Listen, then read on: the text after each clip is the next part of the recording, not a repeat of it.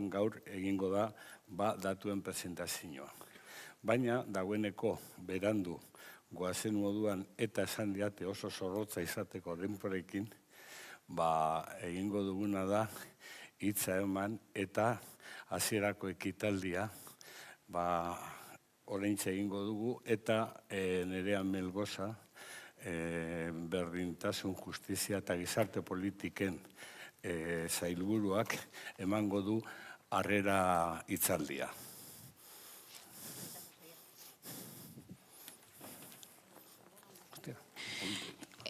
Quisiera dar las gracias, quisiera comenzar dando las gracias. La verdad que cuando Xavier me dice que hay que apurar porque no hay tiempo, para mí es una tentativa, porque con lo rápido que hablo y puedo leer, la verdad que podremos tener un problema. Voy a intentar leer despacio, aunque tú ya me hayas dicho que tengo que leer rápido. ¿Vale, Xavier? Bueno, quiero comenzar con agradeciendo la presencia de todos y de todas en estas jornadas y sobre todo reconocer el esfuerzo cotidiano que realizáis las diferentes personas, entidades e instituciones por mejorar las condiciones de la vida de todas las personas que viven en situación de exclusión residencial grave en Euskadi. Os lo agradezco en nombre de las instituciones vascas y en particular de la que me toca representar a mí, que es el Gobierno vasco, así como de los ayuntamientos de Vitoria-Gasteiz, Bilbo y Donosti, así como con otros que organizamos también conjuntamente estas jornadas. Como ya sabéis, la primera jornada sobre sinhogarismo se celebró en 2014 y tras la segunda en 2015 se han celebrado con carácter bienal hasta la sexta que celebramos hoy. Las jornadas se alternan con la realización del recuento, como ha dicho hasta ahora Xavier. Por lo tanto, hoy también hablaremos del sexto recuento y los resultados que se presentarán hoy aquí. Zebanketa hori aintzaindaria da Euskadin eta pertsonengan hurbiltzeko eta haien egoera ezagutzeko modu proaktibo bat da. Eskubideak dituzten pertsonak dira eta pertsonan horien errealitateak izugarritasuna behar du, bestek ezagutzeko. Beste alde, zemaketa sensibilizazio eta eragin ekimina ere bada. Eta lankidetza publiko eta publiko sozialekoa da ere. El recuento fue pionero en Euskadi y es un medio de acercamiento proactivo a las personas y de conocimiento de su situación. Personas con derechos, cuya realidad tantas veces ocultada requiere ser visibilizada, conocida y sobre todo transformada contando con su participación. El recuento es una iniciativa de sensibilización, de diagnóstico y de incidencia y de cooperación público-público y público-social.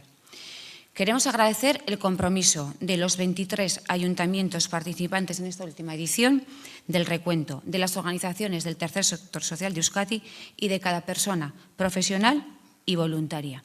Pero sobre todo reconocemos el esfuerzo de las personas que esa noche fueron entrevistadas y que pusieron palabras, corazón y creo que expresión a su situación, con la esperanza de que sirva para algo. Como seguramente sabéis, en la web de la jornada podéis acceder ya al informe completo y a un resumen ejecutivo del mismo, pero yo os animo a que leáis el informe completo, pudiendo descargar ambos. Nire hitzaldian berdintasun justizia eta gizarte politikako sailetik garrantzitsuak iruditzen zaizkigun gai batzuk azpimarratuko ditut. Egoitzako bazterketa larrian dauden pertsonan egoerari heltzeko orduan. Hacemos un poco el recorrido, ¿vale? Desde la transición, entidades de iniciativa social e instituciones comenzamos a construir respuestas que se orientaban a superar el asistencialismo, favoreciendo el acceso de las personas a recursos normalizados, por ejemplo, de salud. Y desplegamos también nuevos servicios sociales, de día, de noche, residenciales, que la Ley 12/2008 de Servicios Sociales consolidó en un catálogo de servicios de responsabilidad pública. Servicios que impulsamos tras aprobarse la ley y que ahora, en el segundo Plan Estratégico de Servicios Sociales, aprobado la semana pasada, prevemos y estamos seguros que mejoraremos entre todas. Por un lado, también hemos completado el impulso cuantitativamente. Y por otro lado, también lo haremos mejorando la continuidad y descentralizando de la atención. Respecto a la vivienda, se han dado pasos también en el reconocimiento del derecho subjetivo y en este ámbito, en el de la vivienda como ente de los servicios sociales, se pone cada vez más la mirada en el ejercicio de los derechos y en el acceso efectivo a la vivienda de las personas en exclusión residencial. Hasta tal punto que el acceso a la vivienda se plantea como condición necesaria e incluso primer paso de un proceso que, más allá de la asistencia, se oriente verdaderamente a la inclusión. Los tiempos y las perspectivas cambian y las prácticas también, aunque con mayor esfuerzo. Gaur egun funtsezkoa da eskubideen benetako erabileren oinarritutako ikuspegia hartzea. Gizarte babeserako euskal sistema osoaren ikuspegia hain zuzen ere. Ikuspegi horretan, pertsona bakoitza gizabanako giza aitortuko da, eta laguntza pertsonalizatuak eskainiko zaizkio erabateko integrazioari bideratuako prozesu baten zehar. Kasu bakoitzean, ahalik eta autonomia handiarekin. Hoy es esencial adoptar un enfoque basado en el ejercicio efectivo de los derechos. Un enfoque que requiere el concurso del todo el sistema vasco de protección social. Un enfoque en el que cada persona sea reconocida como individuo y que se le brinden apoyos personalizados a lo largo de un proceso orientado a la plena inclusión, con la máxima autonomía posible en cada caso. Pero vamos a dar otro paso situándonos en la realidad, los datos. Desde la primera jornada en 2014 hemos sido testigos de la evaluación y evolución de la exclusión residencial grave en Euskadi y los desafíos que enfrenta. Y también hemos sido, cada una de nosotras, agentes activos en la búsqueda de alternativas. Bilakaera horretan, alternatiba berriak bilatzen saiatu gara, ikuspegiak eraldatuta. Kontaketak beti eman digu informazio garrantzitsua Euskadiko bizitegi bazterketa larriari buruz. Badakigu badirela pertsonak atzean, beren historiekin, ametsekin, baina datuek esaten digute pertsona asko daudela horren atzean, eta ezin diegula ez ikusiarena egin datu horiei eta pertsona horiei. Gaur ezagutuko ditugun datuek erakusten digu bizitegi bazterketa errealitate konplexua eta aldatzen dena dela. Konfinamenduan zehar jarri genituen aterpeek erakutsi ziguten askoz pertsona gehiagok erabili zituztela baliabide horiek aurre ikusitakoak baino. Konfinamenduan zehar aurrez aurre ezagutu genituen pertsona horiek, beraien premiak ezagutu genituen eta martxan jarri genituen hainbat programa, konfinamenduen ondoren hainbat aukera izan zitzaten pertsona horiek. Programa horiek egorantzun estruktural bilakatu dira, adibidez trapezista. Baina, bizitegi bazterketa eta larrian dauden pertsonak gero eta gehiago dira, eta kontaketak horren berri ematen du. 2012tik 2016ra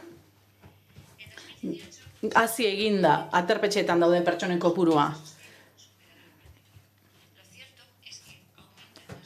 Gero eta gehiago daude baliabidetara, gero eta gehiago dira baliabidetara juten diren pertsonak kalean daudenak baina kalean daudenak ere kezkatzen gaituzte. Hoiek gainera beste arazo batzuek dituzte lotuta, adibidez osasun arazoak. Eta irtenbidea eman behar zaie, baita ere enplegurako sarbidea ere. 25% RGI deiturikoa eskuratzen dute, baina beste askok ez dute ezagutzen. Eta bi herenek ez dituzte baliabide horiek ezagutzen.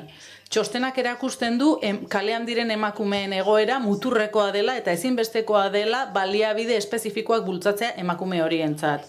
Txostenak erakutsi du baita ere etxerik gabeko pertsonen 20%k lotura izan dutela adingabeen babesarearekin eta gazte atzerritarren kopurua eta proportzioa handitu egin da. Gazte horien zati handi bat, hainbat programatan saltuta, helduarora pasatzeko programatan sartuta daude. Xabier Legarretak gehiago hitz egingo digu, honi buruz geroago errealitate horrek kezkatu egiten gaitu, heltzen diogu, baina gora doa. Generoaz, adinaz eta jatorriaz hitz egiten ari gara. Hor badira hainbat ezaugarri horiek lotuta daude bazterkeria eta bazterketa egoerekin. Osasunaz, enpleguaz, etxe bizitzaz, diru-sarreren bermeaz eta gizarte zerbitzuez hitz egiten ari gara. 5 eskubide dira, baina askotan ez dira baliatzen eta ez dira ezagutzen. Errankoa horiek gora bera Euskadik konpromiso sendoa du pertsona horiek artatzeko. Gure plan estrategikoak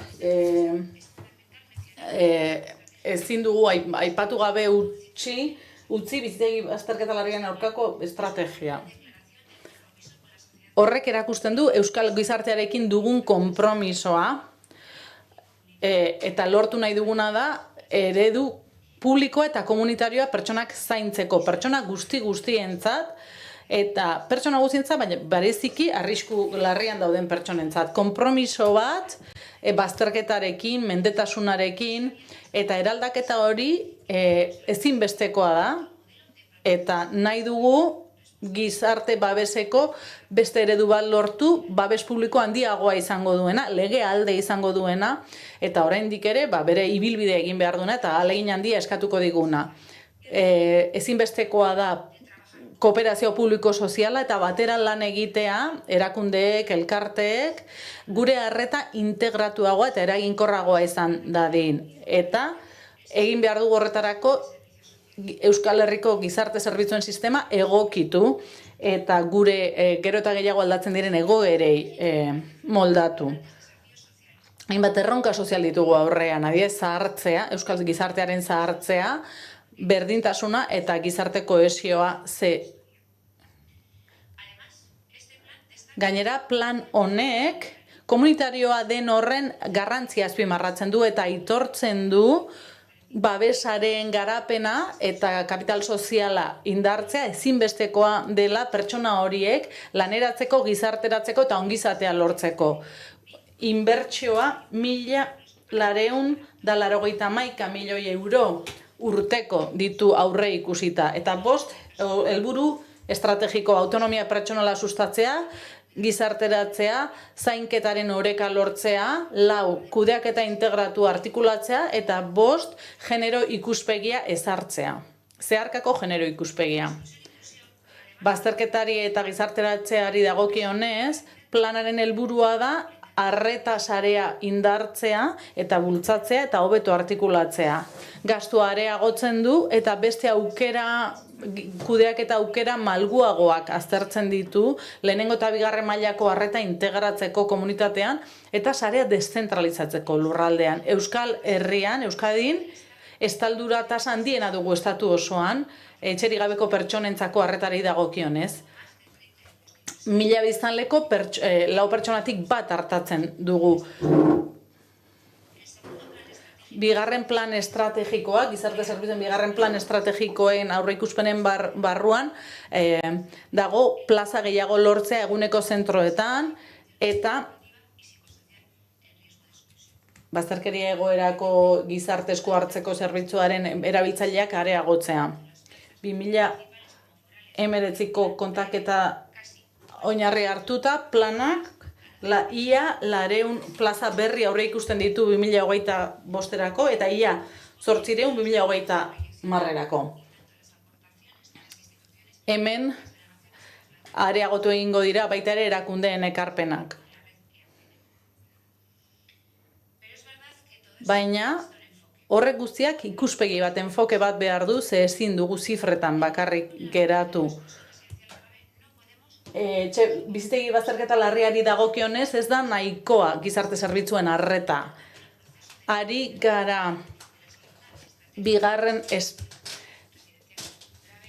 bazterketa larrian aurkako bigarren euskal estrategia lantzen ari gara, 2023-2028 aldirakoa, 2023ko azken hiruhilekoan amaitzea espero dugu eta geroago zirriborroa aurkeztuko digute.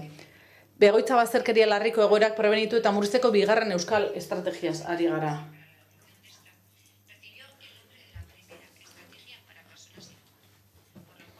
Ondorioz, badago ikuspegi aldaketa bat. Arreta pertsonalizatua eta etxe bizitza, osasuna eta gizarte zerbitzuak eskoratzeko eskubidea azpimarratu nahi dugu. Erakunden arteko lankidetza azpimarratzen dugu, loteslea izan dadin beste erakundeekin, eskubide horiek bermatze aldera. Eta bereziki zentratzen gara etxerik gabeko pertsonetan. Ezinbestekoa baita etxe bizitza gure bizi proiekturako. Izan ere, azken datuei dagokienez, bizitegi bazterketa larrian dauden egoeren pertsonei 1980 pertsona daude etxerik gabeko egoeran eta 688 kalean, gehienak gizonak. Etxerik gabeko gazteen kopurua igo eginda 2016tik 110 batean. Etxe bizitza eskuratzeko ezintasuna, diru-sarrarik eza, edo eskasia, edo gizarteratzeko barreman laguntzarik eta lokturarik eza, besteak beste etxegabekeria eragin dezaketen faktoreak dira. Con el segundo plan estratégico de bigarren plan estrategikoarekin,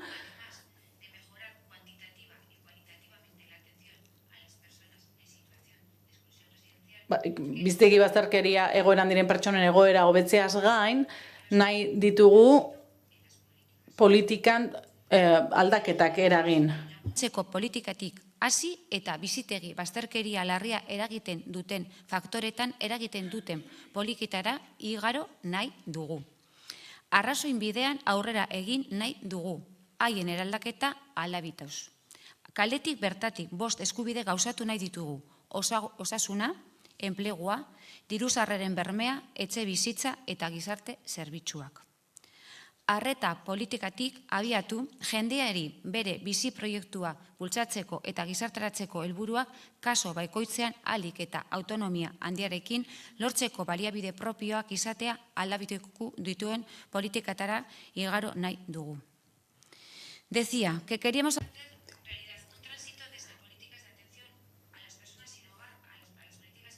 nahi dugu bizitegi bazterkeria larria eragiten duten arrazoietan eskua sartu, hoiei heldu eta politikak aldatu. Eta nahi ditugu 5 eskubide baliatu, etxe bizitza, osasuna, enplegua, diru-sarreren bermea eta gizarte zerbitzuak. Nahi dugu ikuspegi asistentzialista batetik aukerak eraikitzeko ikuspegi batera pasa, pertsona horiek beren bizi proiektuak garatu ahal izan ditzaten eta erabateko gizarteratzea lortu dezaten pertsona bakoitzaren ahalik eta autonomia handiena ahalbidetuta.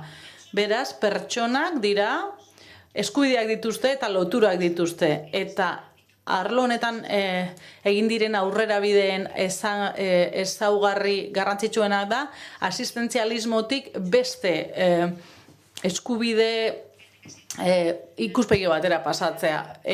Hor azpimarratzen dugu duintasunaren aldeko eta gizartea aitortzaren aldeko borroka. Pertsona horiek beraien eskubideak baliatu ahal izan ditzaten eta gizarte harremanak eraiki ahal izan ditzaten beren bizi proiektu horretan.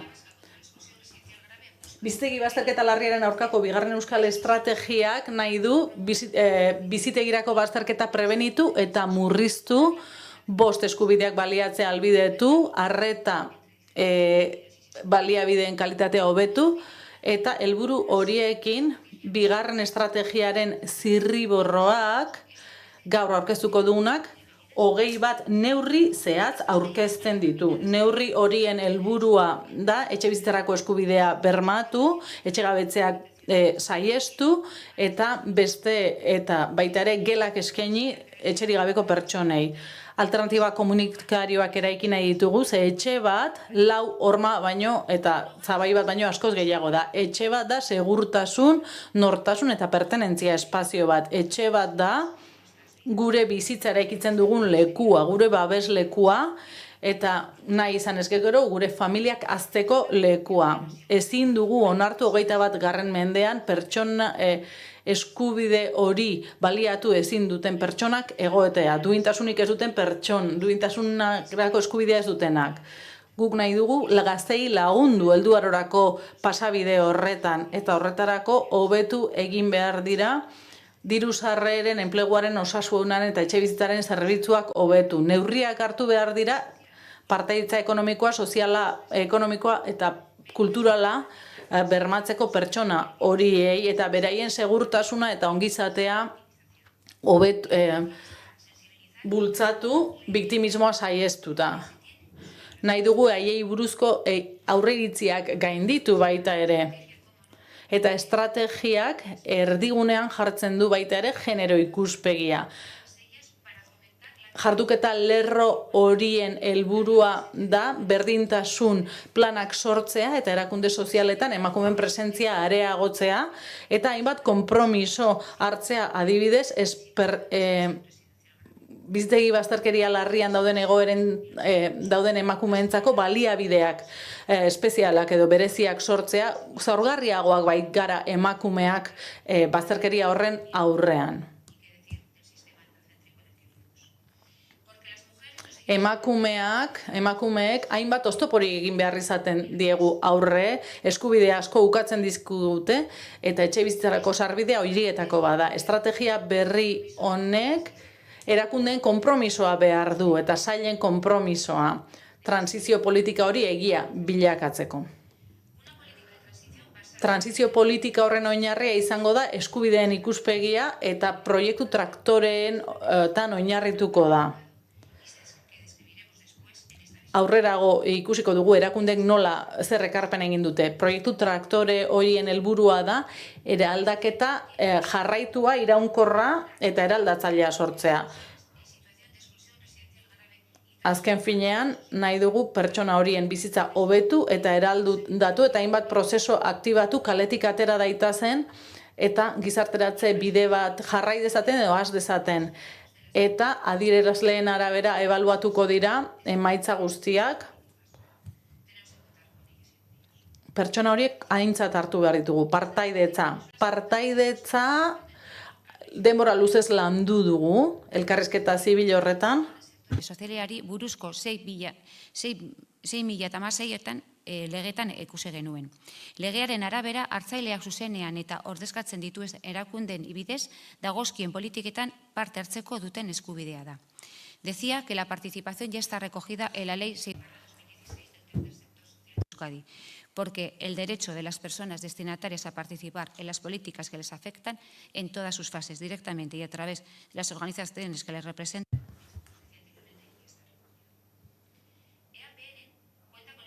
EAPNek esperientzia du arlo honetan eta oso lagungarria izango da dimentsio hori indartzeko Euskadiko elkarrizketa zibilaren mailean. Sinetsita gaude, gizarte babeseko sistema eraginkor bat sortzeko entzun egin behar ditugula zuzenean horrelako egoera baten pean dauden pertsonei edo pertsonak. Egoera hori oso argi dago, bazterketa da. Eta uste dut gu beraiek iritzia oso garrantzitsua dela politika horiek eraikitzeko. Bermatu nahi dugu hartutako neurriak egokiak izatea. Eta bereziki errespetuzkoak izatea pertsona horien eskubideekin eta duintasunarekin. Azken finean pertsonak dira eta ondorio gisa amaitzen joango naiz eta saiatuko naiz ondorio batzuk ateratzen. Faktore askok eragiten dute pertsonen gizarteratzean. Baita ere, bizitegi bazterketa larrian dauden pertsonen eskubideetan, baina ze ezaugarri dute komunean, etxe bizitzarako eskubidea ezin baliatzea, ez da beste eskubide batzuk, eta askotan ematen zaien arreta ez da izaten dagokiena edo egokiena, baizik eta asistentzialista izaten da. Hala ere, gaur Euskadin, eskubide subjektiboen aitortza esparruan ezin dugu ikuspegi asistentzialista horrekin jarraitu eta ezin dugu horrelako praktikekin jarraitu. Ezinbestekoa da helburuak beste nonbait ezartzea eta aintzat hartzea gizarte babeseko euskal sistema. Etengabe aipatutako eskubide horien baliatu alizatea bermatu behar dugu. Eta borrokatu egin behar dugu guztion artean bizitegi bazterketa larri hori gainditzeko. Euskal Herriko gizarte babeseko sistematik hainbat babes eman nahi dizkiegu autonomia lor dezaten. Baina gure etxebizitza baliabideak ez dira betirakoak, behin-betinekoak baino. Orduan gogoeta bat egin behar dugu guztion artean.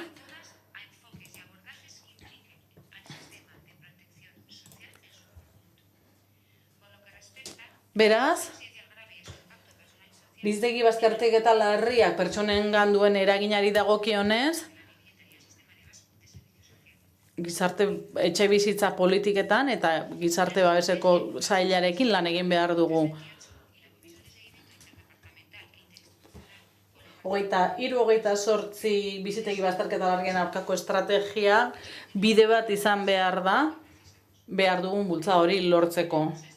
Pentsatzen dut jardunaldi hauetan urrats garrantzitsuak emango ditugula gogoeta hori egiteko eta eraikitzeko. Zuentzako oso baliagarria izango dela, niretzako bai. Eskerrik asko.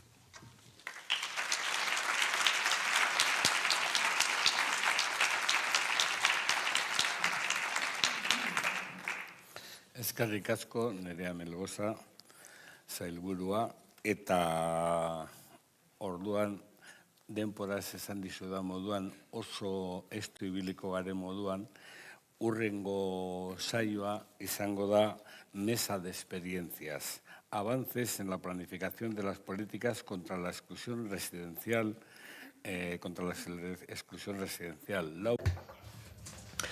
Eta lehenengoak ingeleraz hitz egingo digu Michel Calandrinok. Michel Calandrino da responsable del Grupo de Trabajo sobre Personas sin Hogar en la Comisión Europea. Eta Michel Calandrinoren ondoren hitz egingo du Juan Ibarretxek. Presentatuko du Plan Municipal de Atención a Personas sin Hogar. Juan Ibarretxe da concejal delegado de Acción Social Bilboko udaletxean. Ondoren hitz egingo du Belén Larrionek, presentatuz segundo plan Elkarrekin de Inclusión Social en Gipuzkoa.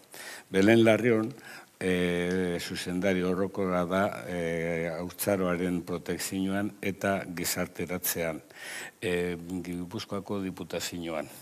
Eta azkenik hitz egingo du, ez dakit etorri den, hurbildu da, bai hemen daukagu gurekin, Políticas de Vivienda para la Prevención de la Exclusión Residencial en Euskadi, Mario Yoldik. Mario Yoldik, director de Planificación Operativa de Vivienda en el Departamento de Planificación Territorial de Vivienda y Transportes del Gobierno Vasco. Orduan egingo duguna da, Michel Calandrino hitz egingo du lehenengoz, eta gero berari, zuzendu nahi bazaio galderaren bat, berak amaitzen duenean egingo dugu. Zegero bera deskonektatu egingo da eta ezingo du jarraitu saioan. Eta gero bertan geratzen direnekin jarraituko dugu saioa. Beraz, welcome, Michel, eta tuya es la palabra. Tu ponencia es plataforma. Eskerrik asko, eta egunon denoi. Lehenik eta behin, eskerrak eman nahi dizkiot Euskal Gobernuari, Europar Batasuna gaurko jardunaldi garrantzitsu honetara gonbidatzeagatik eta malez, eta aipatu dudan moduan, hizkuntza arrazoiak direla medio ezin izango nahi zuekin geratu gaur goizean eta ezingo ditut hurrengo hitzaldiak jarraitu.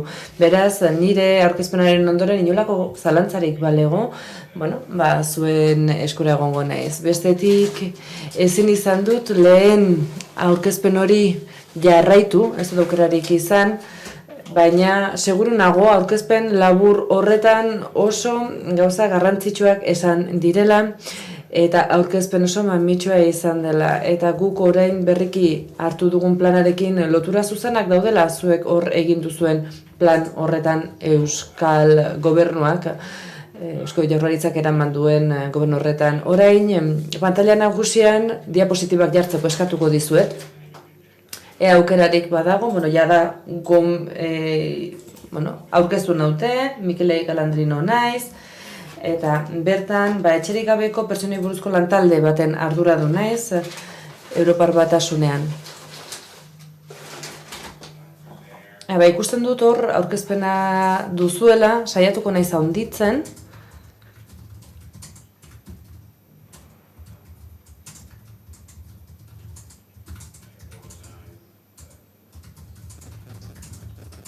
Barka eskatzen dizuet, hemendik bideratu behar ditut diapositibak eta gelditu egin dela dirudi,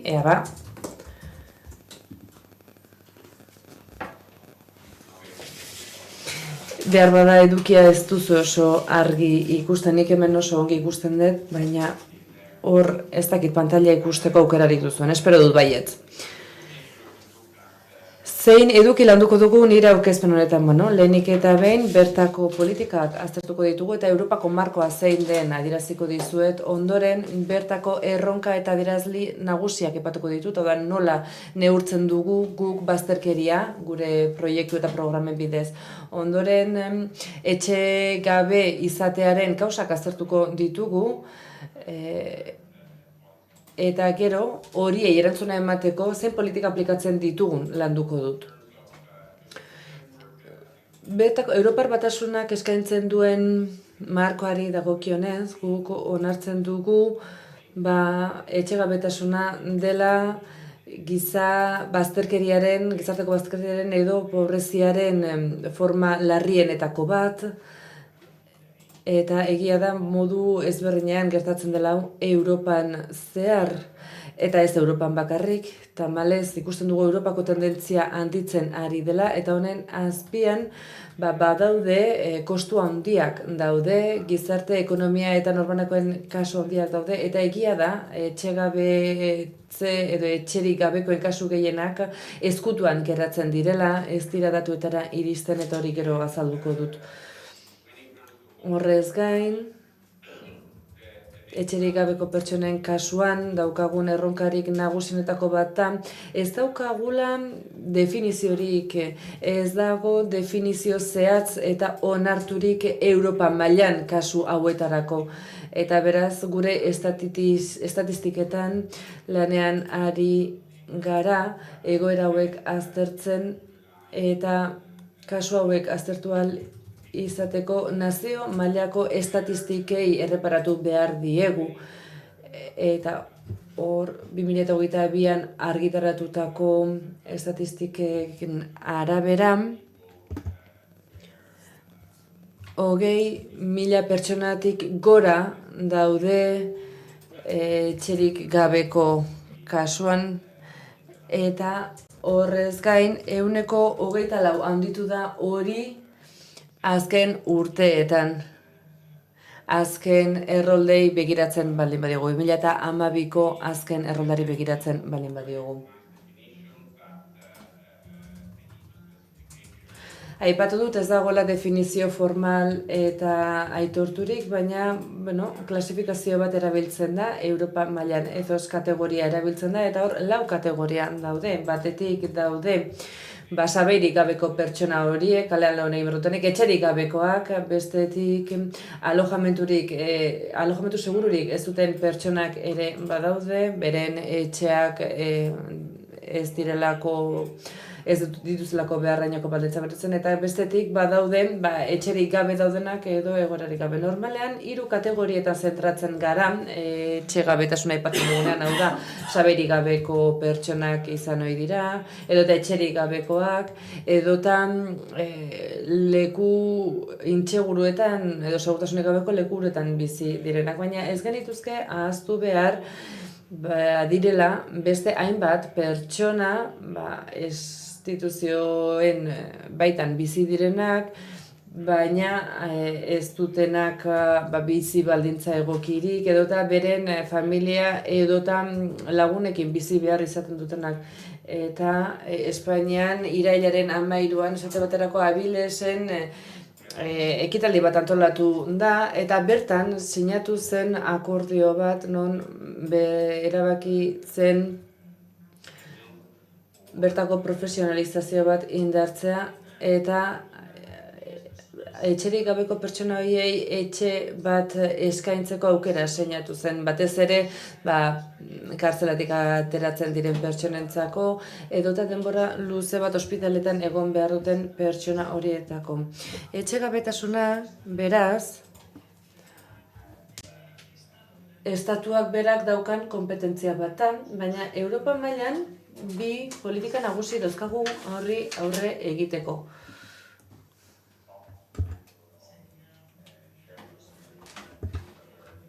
Lehenengoa, gure datuak partekatzea da eta elkarrekin ikastea da. Partekatzen ditugu praktika onak ere, eta horretarako daukagu Europar Batasunako plataforma bat, etxegabetasunari aurre egiteko plataforma bat daukagu.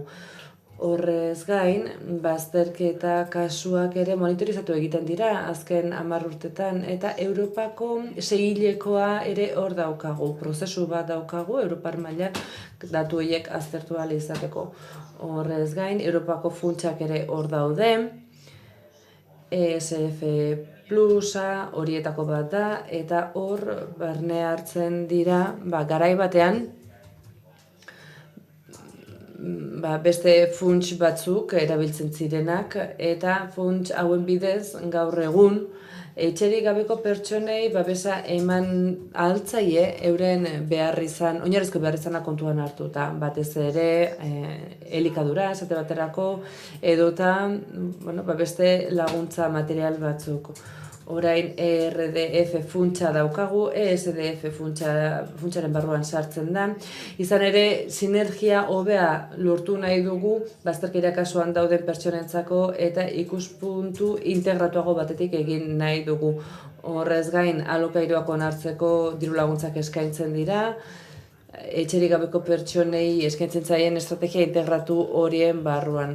Horrez gain, Europako funts batzuek finantzatzen dute, modu zuzenean bertako etxe bizitza sozialak eta hirietako birgaitza ere lantzen ari gara. Eta beraz, 2014tik 2020ra 14.000 milioi euro erabili dira gure hirietako egoera hobetzeko edo etxe bizitzak hobetzeko funtsetara etorkizunean, eta hurrengo aldirako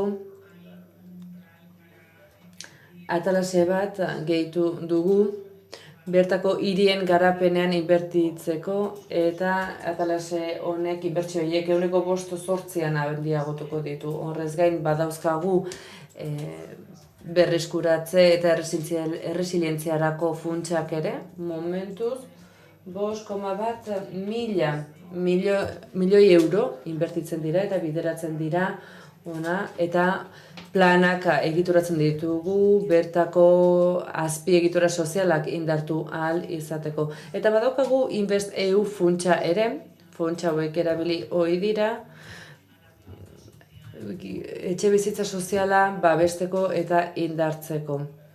Horretarako berme ezberdinak eskaintzen dira Invest EU-ren bidez. Invest EU, besteak beste, ere 60 milioi eskaini dizkio Hannover hiriari bertako etxe bizitza soziala sustatu ahal izateko. Galderarik izango bazenute gerora sartuko naiz xehetasunetan, baina honekin guztiarekin aipatu nahi nuen finantzazioa eta kudeaketa partekatua dugula, baina azken batean estatu ezberdinak eta bertako autoritateak dira funts hoien erabilera zehazten dutenak. Guk Europatik baieztatu egiten dugu erabiltzen diren programa horiek, martxan jartzen diren programak, guk Europatik diseinatutakoarekin lerrokatuta daudela eta bat datuzela. Eta estatua, baina azken batean estatuek erabakitzen dute gero zein diren lekuan lekuko lehentasun horiek. Etxegabetzea batez ere herrialde bakoitzaren eskumena da, baina Europa mailan ere badugu eskumenik. Esate baterako Europar Batasuneko giza eskubideen gutuneko 34.3 artikulua daukagu, hor etxe bizitza aipatzen da. Horrez gain Europar Batasuneko itunaren 3. artikuluak ere bazterketa sozialaren edo gizarte bazterketaren kontrako borroka aipatzen du Europako zutabe gisa, eta Europar Batasunako eskubideen itunaren 14. artikuluak bertako zerbitzu eta interes ekonomiko ez aipatzen du, hor agertzen da 26. protokoloa, eta badaukagu bestetik Europako giza eskubideen zutabe bat 19. printzipioan aipatzen du kasu hau, eta beraz hor badauzkagu etxegabetasuna edota bizitegi bazterkeriari aurre egiteko legediarik. Horrez gain, hor azkertzen ditugu kasu ezberdinak zen izan daitezken. Etxea izateko aukerarik ez izatea, edota hor badaude kasu ezberdinak eta kasuak etxe bizitza bat izatearen kasuak 40%, bertako dirusarren 40% gainditzen duenean ere ekiteko aukera eskaintzen dugu. Beraz, hor ikusten dugu Espainia bazterkeriaren kasuan batez bestetik beheran dagoela, baina azken datuak 2020koak dira Europa mailan, eta hor ikusi dugu ehuneko hori bikoiztu egin dela Espainian 2019 eta 2020 bitartean. Bikoiztu egin da, beraz, etxegabeen kasua Espainian hemen, daukazuen grafiko honetan, ageri da zein den Europako herrialde ezberdinen egoera. Hor ikusten duzuenez, jauzi handia ikusten da barra eta gurutzen artean, bi datuen artean. Eta kasu honetan, Espainian esan genezake, esan dugu batez bestetik behera dagoela eta nahiko tasa ona daukala, eta beraz derrokatuta dago, baina kosteak aztertzen ditugunean, hor ere daukagun talderik onenetako batean gaude. Beraz, herrialdeen arteko konparaketa egiten badugu, beste estatuak baina egoera hobean egongo litzateke kasu honetan Espainia, baina hala eta guztiz ere hor ikusten dugu etxegabetasun arazoa handitzen ari dela nabarmen estatistika kontuan hartzen baldin baditugu, eta 2019tik 2020ra egindako jauzi hori kontuan hartzen baldin bada. Horrez gain, adierazle ezberdinak ere kontuan hartu behar ditugu bertako karga ekonomikoa eta tentsioa aztertu nahi dena. Esate baterako, Espainian bada adierazle bat, eta adierazle honek agertzen du etxea berotzeko gaitasuna zenbaterainokoa den. Eta hau, etxea berotzeko zailtasunak handitu egin dira, Espainian hor ikusten ditugu datuak zen diren 2019an, 20an eta orain 22an ere bai. Bestetik hipoteka kasuak aztertzen baldin baditugu, hau ere okerrera doa, 2019tik ona ikusten ari gara, hipotekako ordaintzeko zailtasunak handitu egin direla, hor 2022ko data 5,7 aipatzen du, eta hor ikusten da bertako zerbitzuak, adibidez elektrizitatea ordaintzeko faktura ordaintzeko zailtasunak egoten direla, eta hor eboluzio bat egon da 2022an dauzkazuen datuak hor daude, Europakoak eta Espainiakoak. Hor ikusten dugu, kasu honetan, hau da, fakturak ordaintzeko zailtasunari begiratzen baldin badiogu, Espainiako kasua okerragoa dela Europako batez bestekoaren ondoan. Etxegabetasunaren kausak aztertzera jotzen dugunean,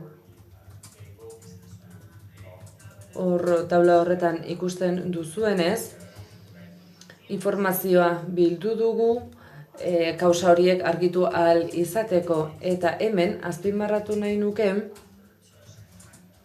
hainbat faktorek eragiten dutela etxegabetasuna, eta horregatik Europa mailan saiatzen gara ikuspegi integratu bat eskaintzen.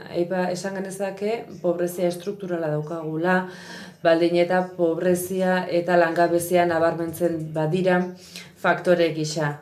Badakigu ezin diogula etxegabetasunari aurre egin ez baldin badago bertako biztanleentzako pobrezia arriskua gainditzeko sare edo egitura egonkorrik.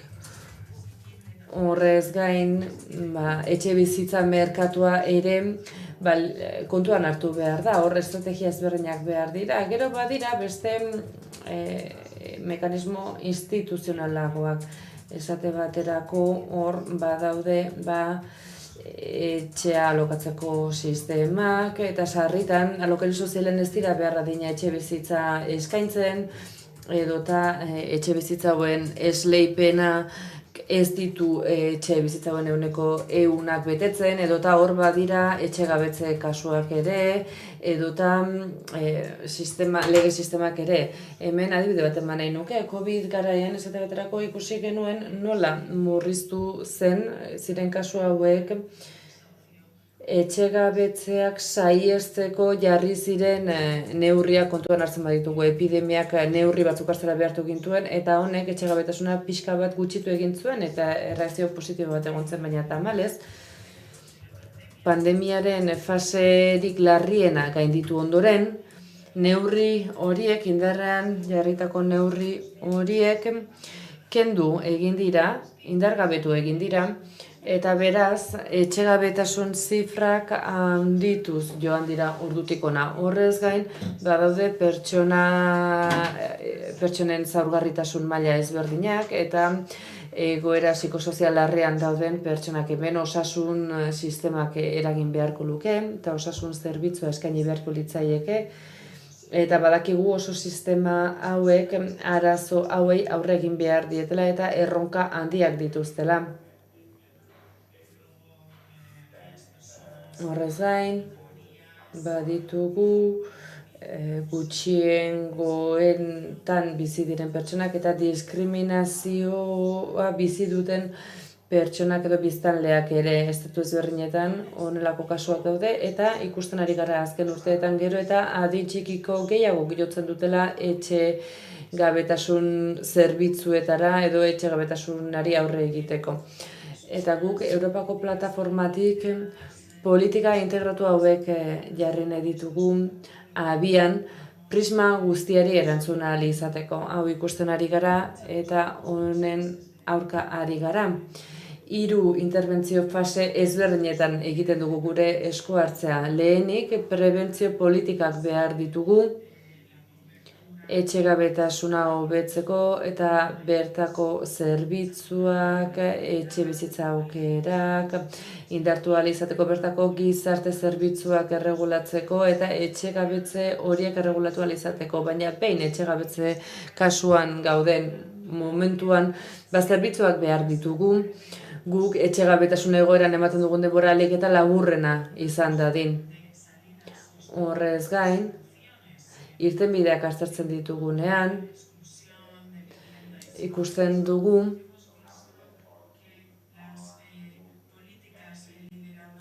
hor badirela hainbat politika eta etxe bizitza politikak izan ohi direla etxegabetasunari aurre egiteko modurik onena. Eta etxe bizitza lehen planoan jartze horrekin lortu nahi duguna da bertako arazo hauek guztiak konpondu. Eta badakigu, etxegabetasunean dauden pertsona hauek, egoera ezberdin dutela ekonomikoki, sozialki eta bar, eta etxe bizitza bat eskaintzeak, eta epe luzerako eskaintzeak gainera bere arazoiei aurre egiten laguntzen du epe luzeago batera. Baina hau guztia ez da nahikoa, eta sarritan, eta beti ere, erakunde ezberdinen arabera, pertsona hauen zaurgarritasun maila hobetu eta gizarteratzea ahalbidetzeak 7-8 urteko iraupena izan dezake. Horregatik jartzen dugu etxe bizitza lehenengo pausoan. Etxe bizitza honek bermeak eskaini behar dizkielako pertsona horiei, etxegabetasun egoeran dauden pertsonei. Izan ere hauek ez dute banketxean kontu korronterik, ez dute abaloiek lortzeko eskumenik, eta beraz, 3. sektorearen laguntzarekin hau oso garrantzitsua da, alokairuko etxe bizitzak eskaintzera badirelako, 2. etxe bizitza duten hainbat pertsona eta alokairuan jarri nahi ez dutenak. Behar izan hauek asetu egin behar ditugu, eta beraz horretarako bertako diskriminazioa borrokatu behar dugu eta bertako giza eskubideak indartu behar ditugu. Badakigu estrategiak era berean ez direla eraginkorrak izaten, monitorizatzen eta ebaluatzen ez badira. Eta beraz, Europar Batasunean azken urteetan bertako estatukide guztiak sustatuta eta bertako aholkularitza batzordeak indartuta hitzarmen bat sinatu zen, Lisboako hitzarmena deiturikoa, eta bertan Europako plataforma horren barruan sinatu zuten guztiek konpromisoa hartu zuten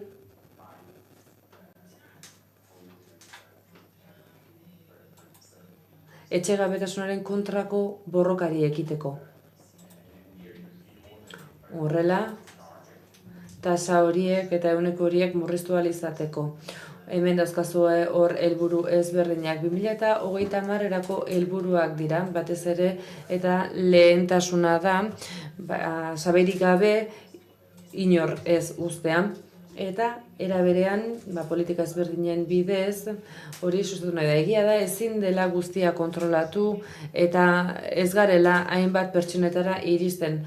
Hori kontuan izanik, politika ezberdinak jarri behar ditugu martxan etxegabetasun ehuneko edo tasa horiek murrizteko, ahalik eta gehien murrizteko, eta horrez gain baditugu instituzio ezberdinetan dauden pertsonak ospitaleetan, kartzeletan, edota zaintza erakundeetan. Eta pertsona hauei egoitza hori utzitakoan etxe bizitza bat eskaini behartzaie, hori da itunak dioen helburuetako bat. Amaitzeko esan, Europa mailan 3 zutabe dituela gure plataformak, batetik elkarrekiko ezagutza eta ikaskuntza. Esate baterako, azken urte honetan, 4 bilera egin dira eta 5. urriaren 23an eta 24an izango da Bruselan bertan. Eta bertan, gure estrategiaren elementu ezberdinak jarriko dira mahai gainean. Azken helburua estatuak ahalduntzea eta estatu hauei laguntza eskaintzea da, haiek euren estrategia integratu horiek garatu ditzaten. Eta hurrengo aldirako, badakigu elkarrengandik asko ikasiko dugula, datu bilketa hori egingo dugu.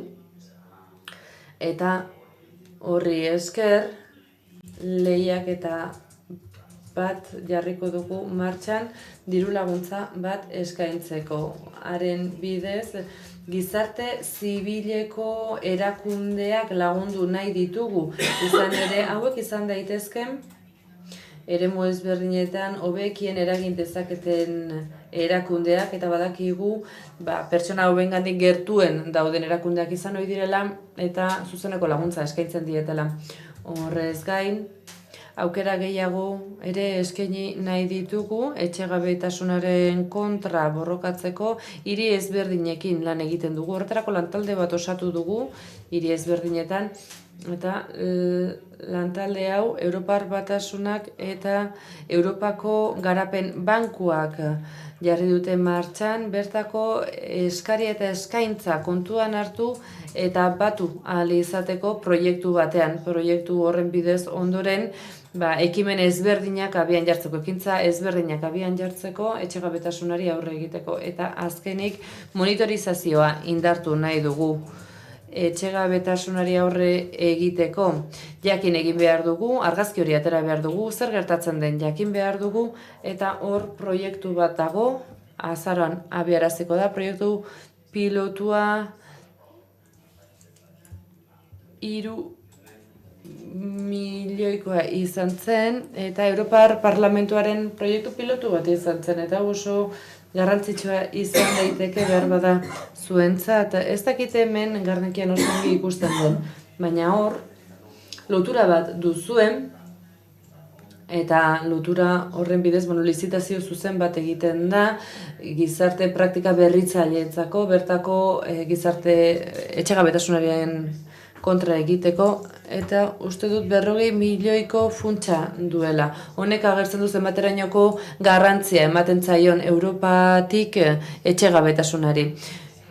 Ikusten duzuenez, kudeak eta maila ezberdinetan dihar dugu, baina beti ere laguntzarik nagusiena gu kudeatzen ditugun, modu bateratuan kudeatzen ditugun funts horietatik dator.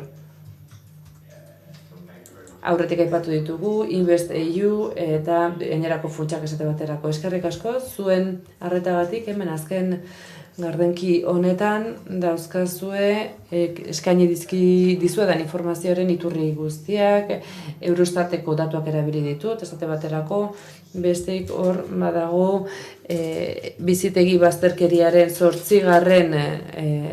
Txostena, hau izan daiteke etxegabetasunaren txostenik osatuena Europa mailan behar bada.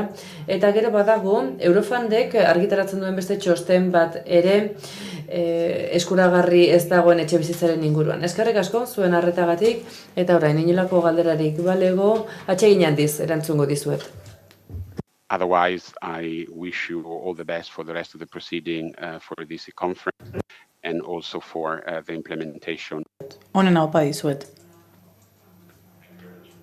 Eskerrik asko.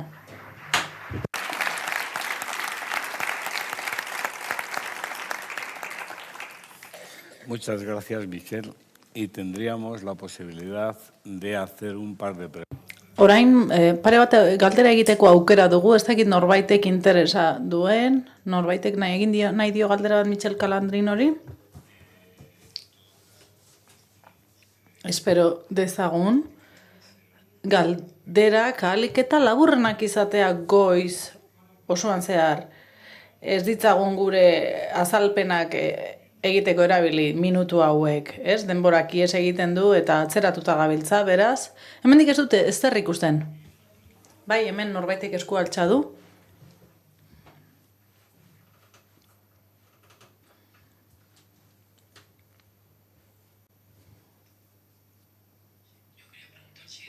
Nik galdetu nahi dutea Europan etxegabetasunari heltzeko zerbitzu horretan hitz egin den etxebizitzara orientatuako politikei buruz, bazterketa politikei buruz, baina oro har ari da aurrera egiten politika horietan, etxebizitza politika horietan erantzuna batez ere etxebizitzatik dator eta ez horren beste larrialdiko soluzioetatik. Hori Europako herrialde guztietan ari da gertatzen, askotan, gutxietan, batzuetan, nola ebaluatu genezakegu, nola baloratu etxebizitzarari begiratzen dioten soluzio irtenbide horiek.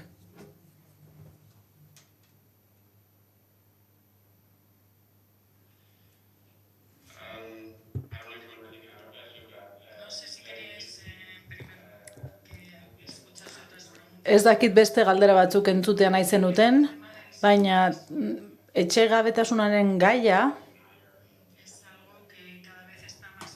gero eta presenteago dago Europako agendan hori hasteko. Horren arrazoia da fenomeno hori gero eta ikusgarriagoa dela eta pertsona gehiagori eragiten diela batez ere bizitzaren kostuen igoerarekin. Hainbat datu erakutsi ditut, honi buruz, bada hor presio ekonomikoa, fakturak ere ordaindu behar dira, zerbitzuen fakturen igoera, beraz, erronka gehiago ditugu aurrean, tamalez.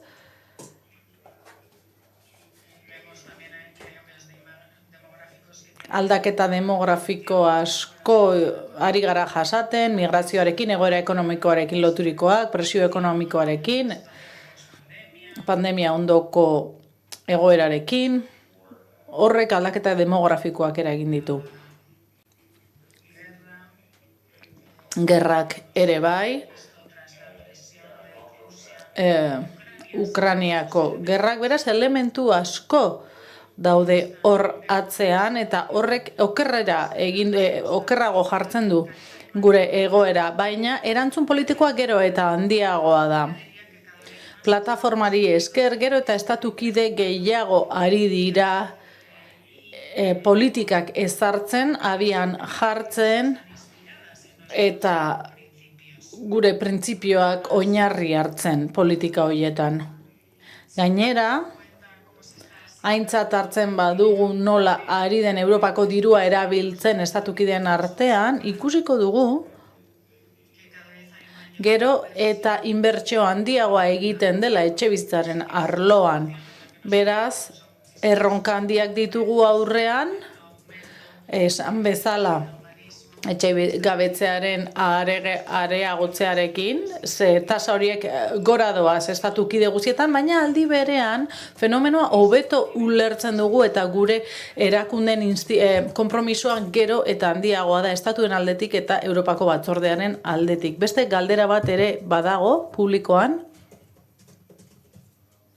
eta ez badago, galdera gehiago itxiko dugu, Michelen txanda, eskerrak zure aurkezpenagatik, eta gure jardunaldiarekin jarraituko dugu, baina espero dugu Michel zurekin topo egingo dugula beste plaza batzuetan. Eskerrik asko.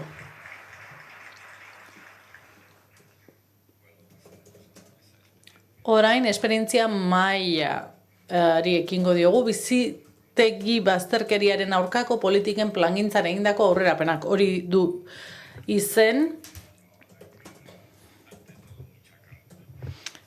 batez ere lasaitasuna ez, esaten den bezala, denboraz gaizki gabiltza, baina ez gara larrituko, eta gure hiru hizlariei emango dizkiegu merezi dituzten 20 minutuak. Ze eskaleta hau ezin dugu gainetik pasa, beraz, orain, hasteko Joan Ibarretxek hitz egingo du.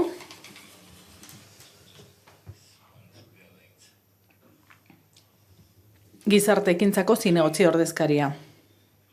Eskerrik asko gonbidatxagatik.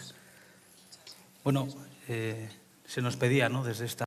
Eskatu digute, aurrera egiteko aukera.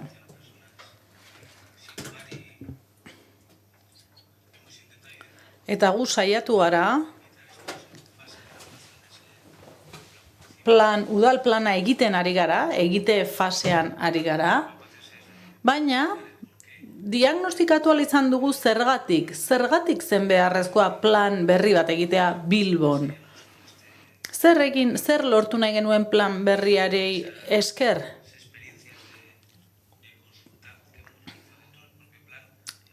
Eta konturatu gara, kontsulta horiei esker, zein diren gakoak zegako hartu behar ditugun aintzat, plana eraginkorra izan dadin eta behar bezala gara dezagun, etxerik gabeko pertsonak behar bezala hartatzeko Bilbon.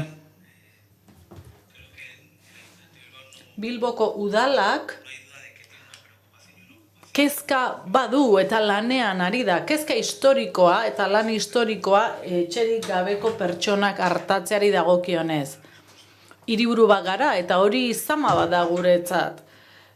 Ze azken finean egoera bereziak sortzen ditu hirian eta premia bereziak pertsona horiei irtenbide bat emateko egoera zaurgarriagoan baitaude.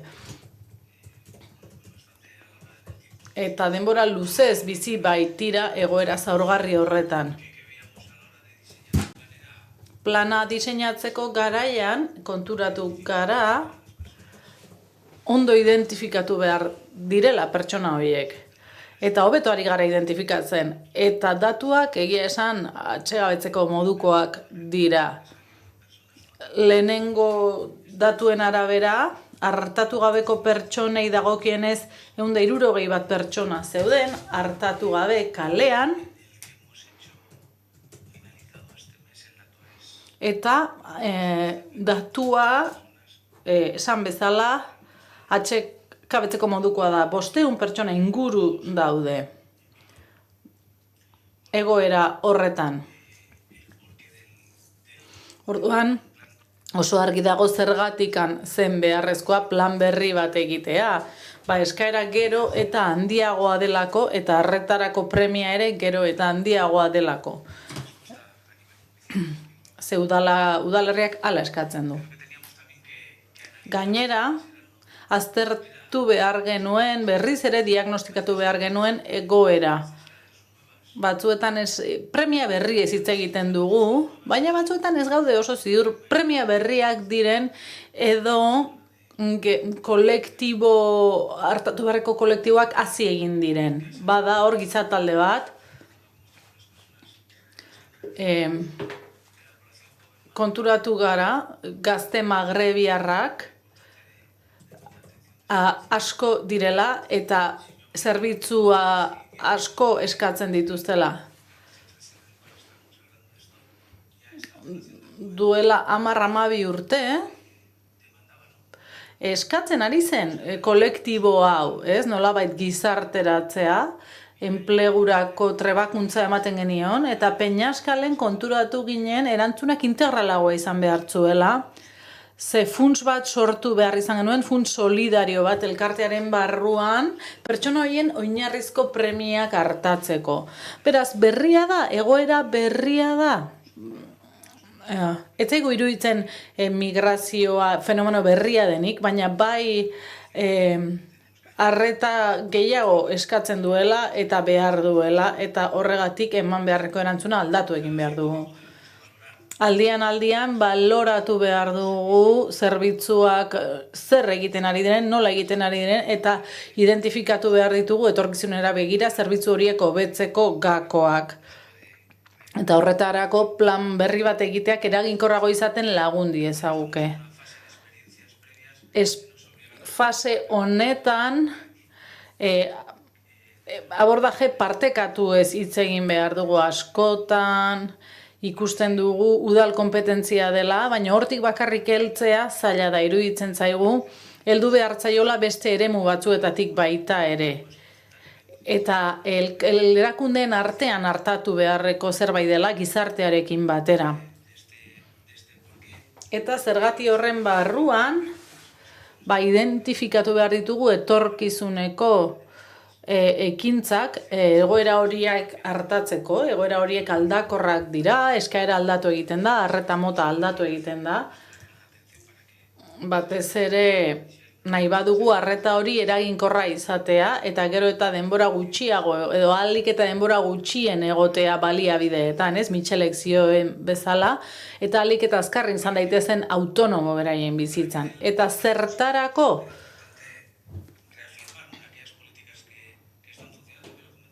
Azpimarratu behar ditugu, bai, funtzionatzen duten politikak, badugu konpromiso bat, eta ikusten da, konpromiso hori, administrazioek duten konpromisoa duten kezka, gero eta pertsona gehiago daudelako etxegabe, eta kezka hori hor dago, eta egoera horri erantzuna eman behar diogu, eta ondo funtzionatzen duten politikak sendotu. Kontsulta prozesuaren ondoren, eta plana landu ondoren, sendotu egingo dugu, zerbitzu batzuk oso ondo funtzionatzen dute, sendotuko ditugu, eta saiatuko gara, hain ondo funtzionatzen ez dutenak, hobetzen. Ikusita zer zailtasun dituzten, haiek aldatu eta hobetzeko. Michelek ere esan du, barkatu, sailburuak esaten zuen bezala, generoaren ikuspegia ere ezinbestekoa da etxegabeko pertsonak artatzerakoan. Ezinbestekoa da emakumeei baliabide espezifikoak zuzentzea.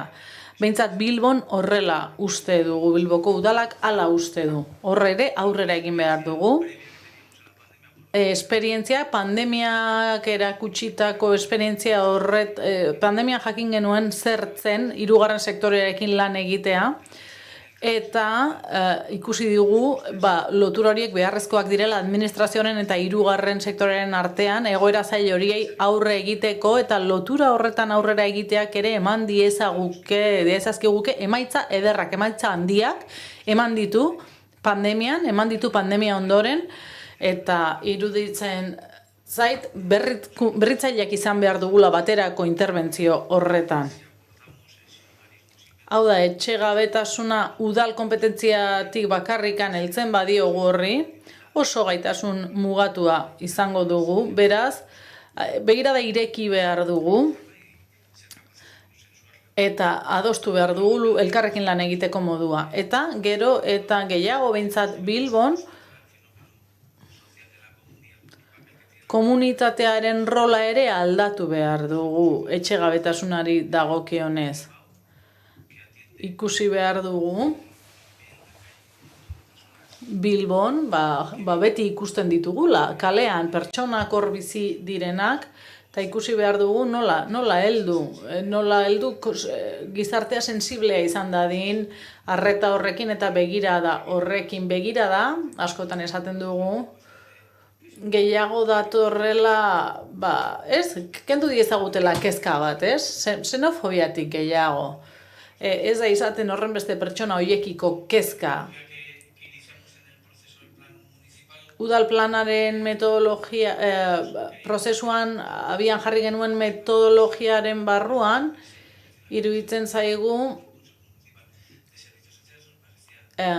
batzordean heldu behar diegula gauza horiei, batzordeak alderdi soziala du, baita ere exekutiboa, eta hor diseinatu genuen prozesua, eta hor ezarri genuen erronka, ez?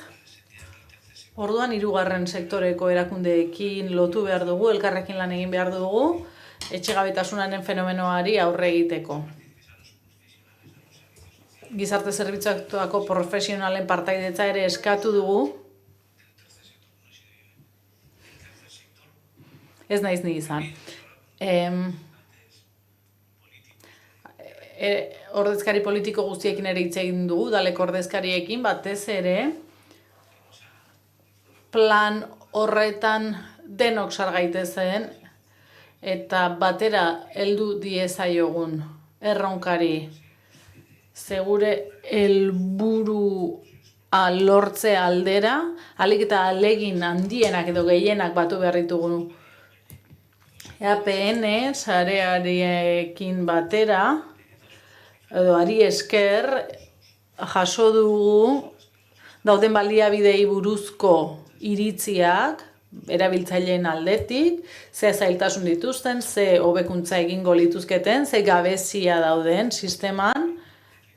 Horrek asko aberazten du etorkizenuke plana, eta gero egin genuen parteitza topaketa batez ere egoera zaurgarrian edo bazterkeria egoera larrien dauden emakumeekin, eta elkarrizketa horretan galdetu genien zer zailtasunari diren izaten, zer erronka eta ze proposamen egingo lizkiguketen.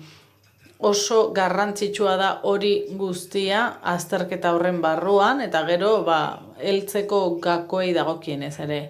Eta plan bat egiten dugun bakoitzean, iturrietara, jatorrietara joan behar dugu, jakiteko zer egoeratan gauden, eta zer dugun aurrean, eta nola heldu horri ahalik eta ondoen. Elementu garrantzitsuenak zeintzuk dira? Sorta bat da. Planean ikuspegi anitza hartu dugu aintzat, eta pertsona guztien iritzia izan dugu aintzat. Saiatu gara, planteamenduaren gakoak izeterako garaian, sentsibilitate guztiei leku egiten. Eta ikusten nola baloratzen diren udalaren ahaleginak eta ze hobekuntza egingo lituzketen. Lehenengo gakoa edo kezka da etxebizitzaren prezioaren gorakada, ze horrek asko baldintzatzen ditu etorkizuneko garapenak.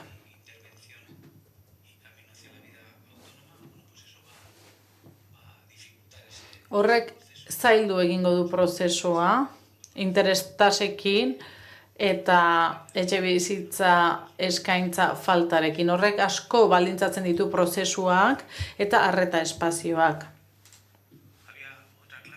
Beste gako bat ere bazegoen, badirudi agortu edo plazak gehiegi areagotu direla. Ez bakarrik etorkizuneko zerbitzuei dagokienez, baizik ere larrialdiko plazei dagokienez. Eskaera hain handia denean, dilema bat sortzen zaigu. Zer da hobeto? Gero eta pertsona gehiago hartatzea, naiz eta baliabide oso oinarrizko batekin, hau da gaueko alojamendu bat, edo oinarrizko premiak estaltzekoak, edo zer da hobea? Beste arreta zerbitzu sakonagoak ezartzea, integralagoak. Nik uste dut gakoa oreka dela, baina batzuetan, volumenak hain handiak direnean, zaila egiten zaigu erantzunak ematea. Larrialdiko erantzunak egiturazko egoera bati. Beraz, planak aintzat hartu behar du hori guztia ere. Etxerik gabeko pertsonen hazkundea handia izan da, esan dugun bezala, eta horregatik ikusi behar dugu egoera horri nondik heltzen diogun.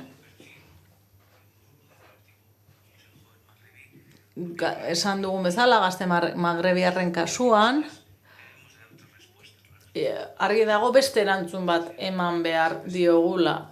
Ez bakarrik oinarrizko premiak estaltzea, baizik eta beste prozesu integralago batzuei heltzea. Emakume sailburuak esan du, badira zaurgarritasun handiko egoerak, emakumeen artean, egoera hori ere ezkutatu egiten da, ez da erraza antzematen, eta hor ere erantzun egokiagoak, espezifikoagoak eman behar ditugu.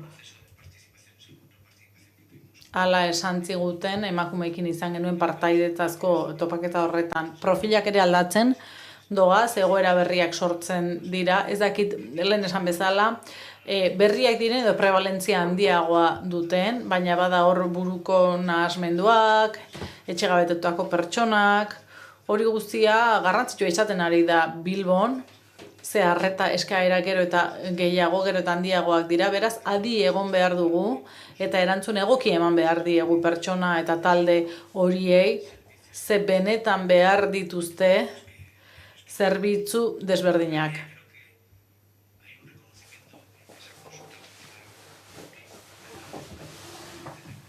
Gero eta eskaintza handiagoa dago, baliabide eta zerbitzu eskaintza handiagoa, baina ez dakigu benetan eraginkorrak diren, eta horri ere erreparatu behar diogu. Ezarretako beste gakoetako bat da, baterako erantzunen garrantzia. Naiz eta gizarte zerbitzuen legeak kompetentziak ezarri, eta administrazioen kompetentziak ezarri, nik uste dut begirada zabaldu egin behar dela erantzuna eraginkorragoa izango bada. Bestela zaila izango da egoera horiei aurre egitea eta heltzea. Michelek ere esan du, uste dut, eta sailburu Andreak ere esan du.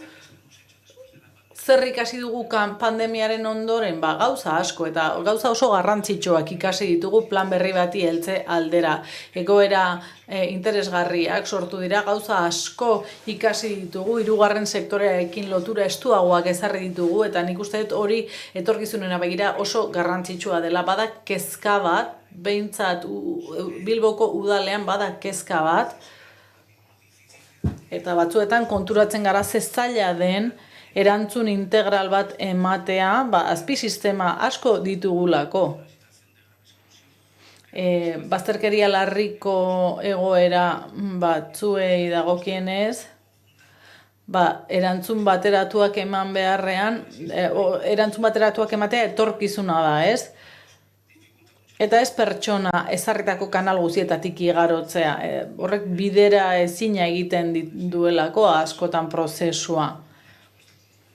Ez dagoelako baterako erantzun bat. Beraz, bada erronka garrantzitsu bat, prebentzioaren erronka, Michelek ere aipatu du, ezinbestekoa da erronka hori, eta heldu egin behar diogu etxegabetzearen esparruan larria da, eta kontuan izan behar dugu. Eta beste egoeretara zabal dezakegu. Hirian erronka handia dugu sentsibilizazioari dagokionez. Ikusi behar dugu nola sentsibilizatu herritarrak eta nola eman erantzunak egoera horiei, eta zerbitzuak irisgarri egin behar ditugu etxegabeko pertsona guztientzat. Aurreko legegintzaldiko pleno batean, aztertu genuen nola egin aurre kalean diren pertsonek bizi behar dituzten indarkeria egoerei. Eta horri ere erreparatu behar diogu.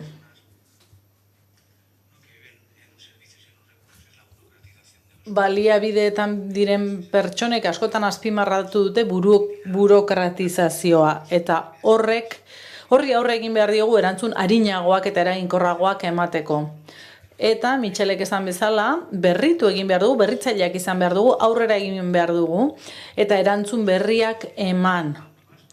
Ez egoerak berriak direlako, baizik eta hori buruz gehiago dakigulako orain administrazioen arteko lankidentzari esker, eta horrela horiek hobeto ezagutzeak emango digu erantzun eraginkorragoak eta berme handiagoak emateko aukera, eta orain 3 ondori esango ditut. Gure inguruko errealitatea aldatzen ari da, prevalentziarengatik edo prefilen berriengatik, beraz erantzunak ere berriak izan behar dira, hori da 2. ondorioa. Erantzun berriak eman behar dizkiegu egoera berriei. Eta gakoa izan daiteke, eta pandemiak erakutsi digu hau, elkarrekin erantzun hobeak emateko gai garela. Eta zerrez elkarrekin nor? Administrazio guztiak, 3. sektorea, herritarrak, gure udalerrian garrantzitsua da pertsonek ikustea, kezka badagoela pertsona horiengatik, eta tolerantzia landu behar dugu, eta irten badideak batera bilatu behar ditugu, eta horri esker agian plana lortuko dugu eraginkorra izatea eta arrakastatsua izatea. Eskerrik asko Juan, eta orain hitza hartuko du Belen Larrionek. Belen Larrion haurren babeseko eta gizarte inklusiorako zuzendari nagusia da Gipuzkoako Foru Aldundian. Eta aurkeztuko digu gizarteratzeko 2. plana, 2. elkarrekin plana Gipuzkoan. Zurea da hitza. 20 minutu badakizu 15ean. Ja, jarrita. Bueno, egunon guztioi. Saiatuko naiz arin egiten, baina hori eta ni pixkat, así no casamos bien. Azteko importante izango litzake esatia, plan honetan nundik gatozen, ez? 2016an Gipuzkoako Foru Aldundiko Gizarte Politika Departamentuan martxan ipini genuen Gipuzkoako Gizarte Inklusioko 2016-2020 plana, eta hortik gatoz. Zertarako jarri gendun hori martxan, gizarte inklusioko plangintza bat lideratzeko helburuarekin. Elkarlan estua, lurraldeko gizarte eragileekin, udaleekin eta gainerako erakunde publikoekin batera. Ze helburuarekin? Gizarte bazterkeriaren inguruko politika sektorialak antolatzea eta estrategia berriak bultzatzea. Gizarteratzearen helburuari eraginkortasunez heltzeko. Gainera, honekin batera azpimarratu beharra dago, elkarrekin lanean estrategia abiatu dela Gipuzkoan. Enplegagarritasun arloak, zailtasun handienak dituzten kolektibontzat lan aukerak sortzeko. Plangintza honek, elkarrekin lanean estrategiaren bat egin du. Mugarri bat izan da Gipuzkoan. Gainera, lurraldeak enplegu inklusiboaren alde duen konpromiso kolektiboaren erakusle argia. Ezinbestekoa tresna, bazterkeria arriskuan edo egoeran dauden pertsonen gizarteratzen eta laneratzen aurrean egiteko. Ta horretarako ibilbide pertsonalizatuak sortuz. Gipuzkoan bide inklusiboa egiten ari gara. Esan bezala, inklusioko 2. plan honek jarraipen ematen dio 2016-2020 aldirako planari. Eta etorkizuna eraikiz eta Gipuzkoa 2020-2030 agendaren testu inguruan sortua da. Gizarte politikak indartzea baita helburua. Hala, Gipuzkoa zainketen abanguardian kokatuz eta bide hori 4 zutabetan oinarrituta gauzatuz. Pertsonalizazioa, berrikuntza, parte hartzea eta ebaluazioa. Plangintza honek ere 4 oinarri horiek berea egin ditu. Esango dugu ere, nolakoa da plan hau, ez? ¿Cómo es este plan? Zeintzuk dira planaren oinarriak edo ezaugarriak? 2 mailatan egituratuta dago, lehenik eta ben marko estrategiko bat antolatu dugu Gipuzkoako inklusio edo gizarteratzerako, eta epe ertain eta luzera bertako erakunde publiko eta sozialen parte hartzea sustatu nahi du, planaren parte hartzea sustatu nahi du, bertako ereduan definitu nahi du, horren barruan helburuak zehazten ditu, orientazioak eta martxan jarri beharreko ekintzak ere bai. Horrez gain, plan honetan biltzen dira beste plan espezifikoago batzuk, eta espero dugu 2 urtekoak izango direla, eta planaren barruan bertako konpromisoak eta proiektu traktoreak barnartzeko aukera izango dugula. Plan honen ezaugarriekin eta irizpideekin hasiko naiz. Gizarteratzeko edo inklusio sozialerako plan honek hainbat zailtasun izan ohi ditu. Bai, bere edapena kontuan hartzen baldin badugu eta bere kontzeptuen definizio zailtasuna kontuan hartzen baldin dugu. Badakigu bertako politiketan izaten dugun garrantzia eta beren kompetentziak ezinbestekoak dira, eta garapen horretarako ezinbestekoak era berean. Ditugun zailtasuna kontuan hartuta eta orain arte egindako ikasketak abiarazita, da aurreko planetatik ateratako ikasketa kontuan hartuta, irizpide orokor batzuetan oinarritu gara, batzuk zuzentzaileak izango dira, eta haien bidez gure irismen hori mugatu nahi dugu, eta baita bere esku hartzeko eremuak ere ez. Beraz, plan fokalizatu bat da, lehen eta bigarren arretan zentratzen da, bazterketa edo bazterkeria arriskuan dauden pertsoneta zentratzen da, zeharkakoa da, interinstituzionala eta integrala edo osoa. Eta bere helburuak ekintza ezberdinak bideratzeak dira. Aliantzak sustatu nahi ditu, era berean hori garrantzitsua da, eta horrez gain loteslea ere bada, bertan akordio zabal batean eta elkarrenteko gobernantza batean oinarritutako da. Aurreko plana jarraitzen du eta era berean berrikuntzara bideratutarikoa da, eta beraz jarraipena ematen zaio. Gipuzkoako Foru Aldundiak izango luke bertako lidergoa, baina maila anitzetako gobernantza eredu batean oinarritzen da. Malgua da eta berrikusgarria ere bada, nola bestela. Eta zein modelo, zein eredu jarraitu nahi dugu.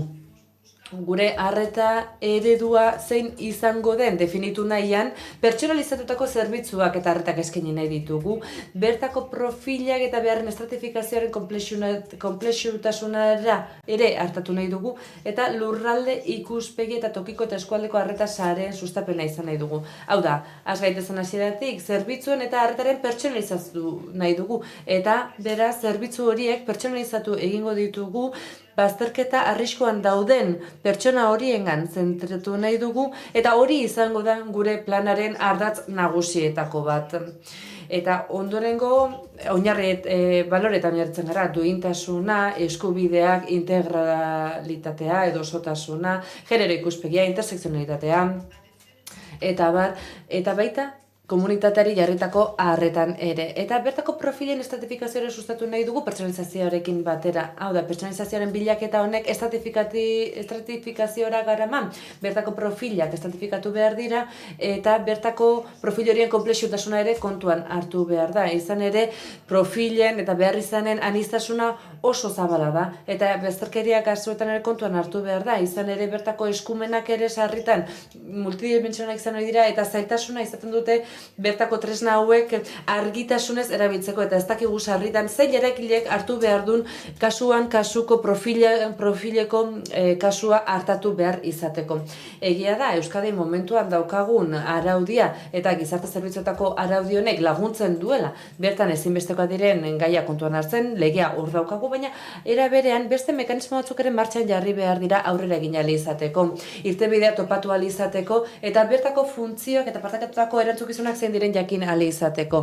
Eta arreta maila ezberdinetan, lehen arreta eta bigarren arreta kontuan hartzen ditugu, eta baita gizarte babeserako maila ezberdinak ere ikusi dugun moduan. Horrez gain, erantzun egin behar diegu bertako behar izan eta profila ezberdinei, izan ere profila hauek arrazoi ezberdinak medio ez dira bertako erantzukizun publikoetatik ondo hartatzen. Zentzu horretan, plan honek estratifikazio modelo bat edo eredu bat hartzen du kontuan, eta erantzukizun konkretuak esleitzen dizkio maila instituzional ezberdinei, eta bertako baliabide egokiak bideratzen ditu, eta abar profila hauen estratifikazioa erantzuteko. PowerPointa eta nire hitzaldia era beran mugitzeko gain ezen, hauen niretzat erronka handia da. Estratifikazioaren ideia, beraz, ezinbestekoa da, gure planaren barruan, bertako baliabideen sare hori berrantolatzeko. Eta hemen bada beste kontu garrantzitsu bat, gure lurraldetasunaren ikuspegia eta tokiko arreta sareen sustapena, hala nola. Eta batez ere Gipuzkoan egiten dugu hau guztia eta ulertzen dugu bertako konfigurazioagatik eta bertako lurraldearen idiosinkrasia kontuan hartuta gai hau ezinbestekoa dela aurrera egiteko. Eta bertako konfigurazioan aurrera egin behar dugu lurralde ikuspegia kontuan hartuta. Izan ere, gure ekosistema lokal horiek sortu nahi ditugu, zaintzak eskaini ahal izateko, eta hori guztia gure agenda barruan sartzen dugu, 30 agendaren barruan. Ekosistema horiek ikuspegi sozial eta soziosanitario osoago bat eskaintzen digu. Eta bertako giza zerbitzuek eta zerbitzu soziosanitarioek laguntza eskaintzen digute. Bai, udalerri mailan, bai Gipuzkoa osorako ere. Aurretik martxan jarritako eredua kontuan hartuta, lurraldeko perspektika batek honako esan nahi du. Batetik aurrera egin behar dugula elkarrekin egiten dugun lanan, hau da, bigarren mailako arretan eta baita udalerrietako lehen mailako arretetan ere, eta besteak beste kasu partikular guztien arreta hori kontuan hartu behar dugu, bertan martxan jartzen diren baterako ekimen horiek kontuan hartuta. Horrez gain, eskualdeen eta mankomunitate mailan ere aurrera egin behar dugu, bertako zerbitzuak eskainiz, lehen arreta hori eskainiz, eta haiei esker modu eraginkor batean Gipuzkoako eskualde guztietan lehen arreta horiek eskain ditzakegu. Hala nola programak, baliabideak eta prebentziorako ekintza ezberdinak. Hori guztiak profil horietara bideratuak. Horrez gain, komunikazio kanaletan ere aurrera egin nahi dugu.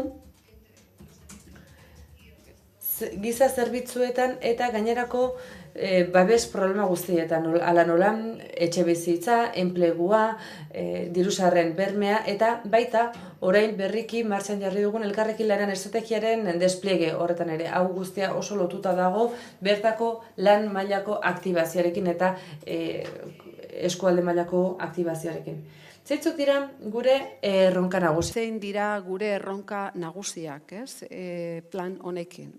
Alde batetik, koordinazioa hobetzea, bai gizarte zerbitzuen sisteman barruan, bai gizarte babeseko beste sistema batzuekin, bai mikro mailan pertsonak, bai makro mailan erakundeak. Herritarrei etengabeko arreta integrala eskaini behar diogu, eta hori erronka handia eta potoloa da. Erronka horri erantzuteko beharrezkoa da. Alde batetik, administrazioen maila desberdinen arteko zerbitzuen prestazio koordinatuen aurrera egitea, gizarteratzeko tokiko ekosistema garatuz eta profilak eta beharrak geruzatuz. Ziurtatzea, inplikatutako administrazio guztiek aurre egiten dietela gizarte bazterkeriaren prebentzioaren eta horri aurre egitearen arloan dituzten erantzukizunei. Bigarrenik, baliabideen eta zerbitzuen edapen egokia bultzatzea. Gizarteratzearen eremuak behar du gizarte zerbitzuen kartera errealitate izatea Gipuzkoan. Gipuzkoako eskualde guztietan. Baita, zerbitzu eta prestazioiek bazterkeria egoeran eta arriskuan dauden pertsonen benetako premietara egokitzea ere. Arretaren kalitatea bermatuz. Hirugarrenik, gizarte osorako, gizarte bazterkeriaren arriskuak murriztea ahalbidetuko duten prebentzio zerbitzuen garapena bultzatzea. Garapen horrek, enplegua, etxebizitza, osasuna, dirusarreraren bermea, hezkuntza edo kultura bezalako eremuak hartu behar ditu. Gizarte zerbitzuen karterako, zerbitzuetara edo gizarte babesteko gainerako sistemara sartzen ez diren pertsonei behar besteko erantzuna emango dien oinarrizko arreta sare bat dagoela bermatu behar dugu. Laugarrenik, gizarteratzeko zerbitzuen eremuan pertsonalizazioaren agenda garatzea. Bosgarrenik, joango naiz pixka bat arin, sektoreraren egituraketa bultzatzea ezagutzaren kudeaketaren bidez, prestakuntzaren, ebaluazioaren, ikerketaren eta berrikuntzaren aldeko apustua egiten dugu, arreta sistema on baten bermatzaile gisa. Jak ez dakit, 5. 6. edo, ez dakit hemen numeroa jarrita, sentsibilizazioa eta parte hartzea sustatzea, bai herritarrak, gizarteratzearen garapen osoa, bai erabiltzaileen parte hartze soziala. Aktibazio komunitario sareak eta proiektuak bultzatzea. Bazterketa prozesuan, prebentzio, ahalbidetzeko eta egoera hoiei erantzun komunitarioak eta hurbilekoak ematea ahalbidetzeko. Azkenik, genero ikuspegia, baina azkenik ezateagatik ez zea importantzia gutxiengoa, genero ikuspegia modu estrukturalean eta zeharkakoan sartzea. Laugarrenik, lehentasunezko arreta beharrak eta egoerak. Hoiek definitzea ezinbestekoa ikusten genduen importantea zala, planifikatzeko. Eta esparru honetan, premia eta lehentasunezko egoerak definitzea esan dan bezala oso importantea da. Gure kasuan, plangintza eraginkorra izan dadin, hain zuzen hauek izan dira kontutan eduki izan ditugunak. Eta dira, alde lehendabiziko konplexatusun handiko bazterkeria egoerak, hori behin eta berriro ari gara errepikatzen, benetan erronka potolo bat hor da holako, arrisku egoeran dauden haurrak eta familiak, bazterkeria egoeran edo arriskuan dauden migratzaileak, errefuxiatuak edo gutxiengo etnikoetako kideak, laugarrenik baztertuta geratzeko arriskuan dauden gazteak, horiek ere atea dira, behar eta bosgarrenik behar sozio-laboralak, sozio-sanitarioak edo sozio-erresidentzialak dituzten pertsonak. Bosgarrenik nola egituratzen da edo cómo se estructura este plan? Bueno, se ha definido en 4 ejes troncales. 4 ardatz nagusi ditugu eta 20 helburu estrategiko. Ardatzak eta helburuak formulatuta daude modu ezberdinetan, baina guztiek duten enbor jakin edo komun bat. Enbor horrek bideratzen ditu. Lehenengo giza inklusiorako edo gizarteratzeko planetik abiatzen dira. Eta horietatik abiatzen gara lurraldeerako inklusiori bermatzeko. Ardatz hauek guztioi eragiten digute. Gizarteratzen lan egiten dugun, inklusioan lan egiten dugun guztioi, bai erakundeak, baita elkarteak ere, eta ekintza guztiak orientatu nahi dituzte, bai nor bere eremuan, baita nor bere erakundean ere, eta besteekin erakundean ere. Lehen ardatzonek, prebentziari, gizarte aktibazioari, sentsibilizazioari eta gizarte partaidetzari eragiten dio. Eta bertan ekintza eta gomendio ezberdin. Denboraz gaizkinoa? Me voy a pasar. Pasa egingo ditut, ardatz hauek, ez naiz sartuko, gomendioetan eta bertako orientabideetan, plana irakurri dezakezue, bertan oso ondo garatzen baitira hauek. 2. ardatzak enplegu sistemak eskuratzeari, diru-sarrerak bermatzeari, justiziari, etxebizitzari eta prestakuntzari buruzkoa da. 3. ardatza, gizarteratzeko zerbitzuen sistema sendotzea eta zerbitzuen pertsonalizazioa bultzatzea litzateke.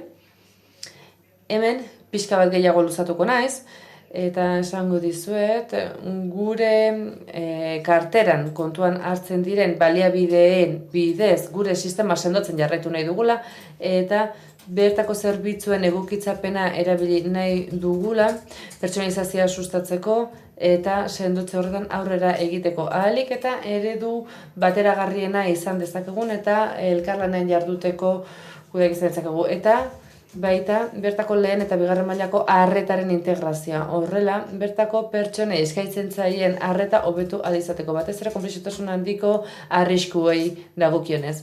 Eta 4. ardatza, honen guztiaren artikulazioa eta gobernantza izango litzateke. Nola berritu, ze gobernantza eredu ezarri, eta ber. izan ere, bertako entitatei behar dituzten baliabideak eskaini berrizkiegu eta gobernantza mailan. Guzti hau, 5 urterako plan bat lurraldera begira, ez?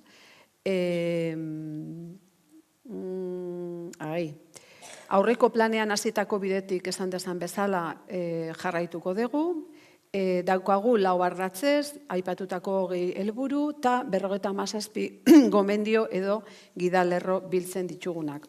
Bueno, martxan ditugun ekintzak, bai? Las acciones que tenemos en estos momentos en marcha dentro de nuestro propio...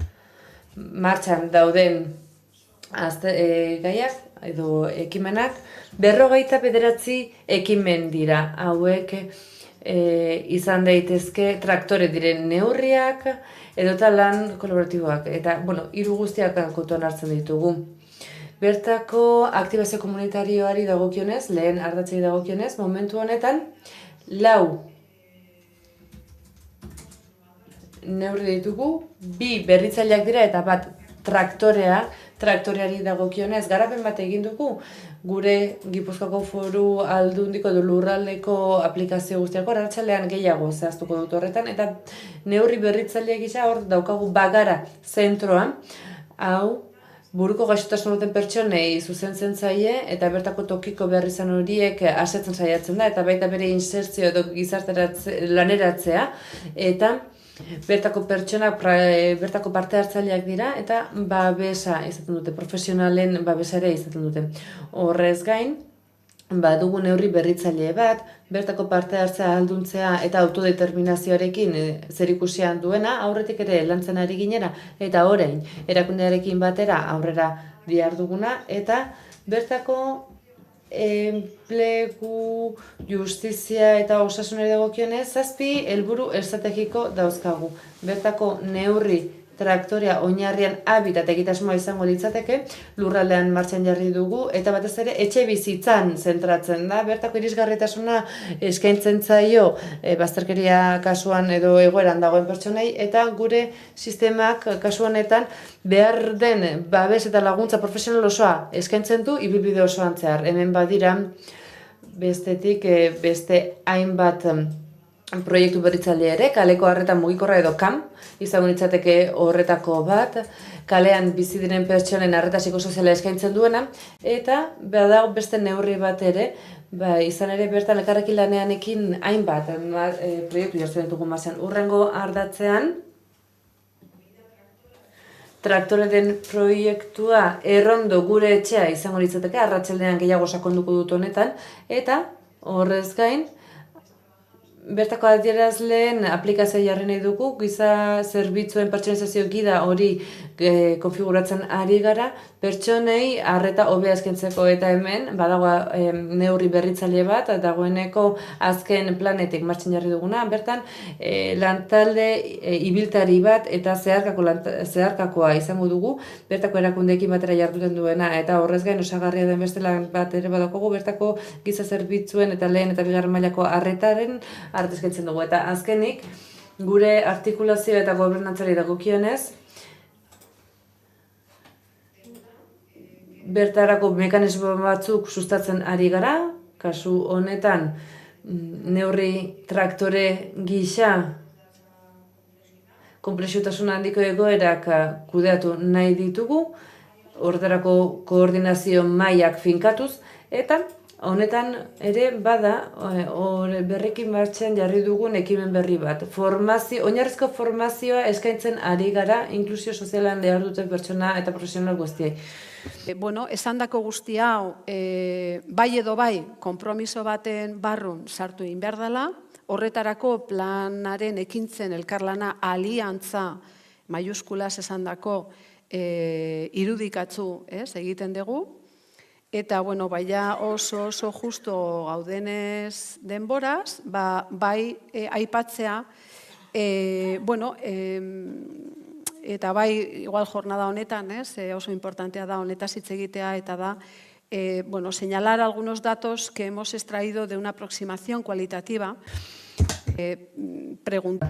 Izan ere, galdetu diegu bertako eragile ezberdinei, Gipuzkoan operazioetan eragile ezberdinei, eta bertan komarka ezberdineak hartu ditugu kontuan, eta etxegabetasuna aztertu dugu. Eta hemen elementu hauek kontuan hartzen zituzten pertsona hauek batetik gazte atzerritarren etxegabetasuna, batez ere erregulatu gabeko egoetan, baita bertako edo autoktonoak diren pertsona horien egoera ere, ibilbide bazterketa ibilbide luzea izan dutenak, horrez gain isilpeko febrino hori, emakumeen kasu isilpeko horiek, hor kontuan hartu behar dira, horrez gain kontentzio lana ere egiten dute, gizarte zerbitzuek, kasu askotan, oinarrizko zerbitzuek, bertan etxe bizitzak galtzea eraguzteko, eta badira beste gizarte zerbitzu batzuek egiten duten ekimena ere etxe bizitza hori biltzeko, izan ere etxe bizitzarako irismena sarritan oso zaila izaten da. Badira baita ere etxe bizitza gehiegi okupatzen dituzten kasuak, eta abar, eta hain zuzen ere etxe bizitza eskuratza hain zaila delako, eta proposamen ezberdinak egiten zituzten zentzu honetan. Eta honekin amaituko dut, hainbat etxe bizitzak, aipatzen zuten berriro ere zerbitzuak mantentzen jarraitu behar da, eta etxe bizitzak eskaini behar dira, pertsona horietan, bizi dire pertsona horiek beren ibilbideek jarraitu ahal izateko, horrez gain, bertako errolda ere hobetu behar da, horrez gain indar gehiago eman bertzaio, bertako arretari, eta bertako oinarrizko behar izanak behar dira, programa ezberdinak erabili behar dira eta formula ezberdinak erabili behar dira, merkatu librerako irisgarritasuna hobetzeko, sentsibilizazio neurriak eta mediazio edo bitartekaritza neurriak jarri behar dira, bertako etxe bizitza publikoko parkea handitu eta hobetu behar da, etxe bizitzen esleipenak erraztu behar dira, horrez gain, bertako pertsonai arreta aliketa eraginak egin behar dira.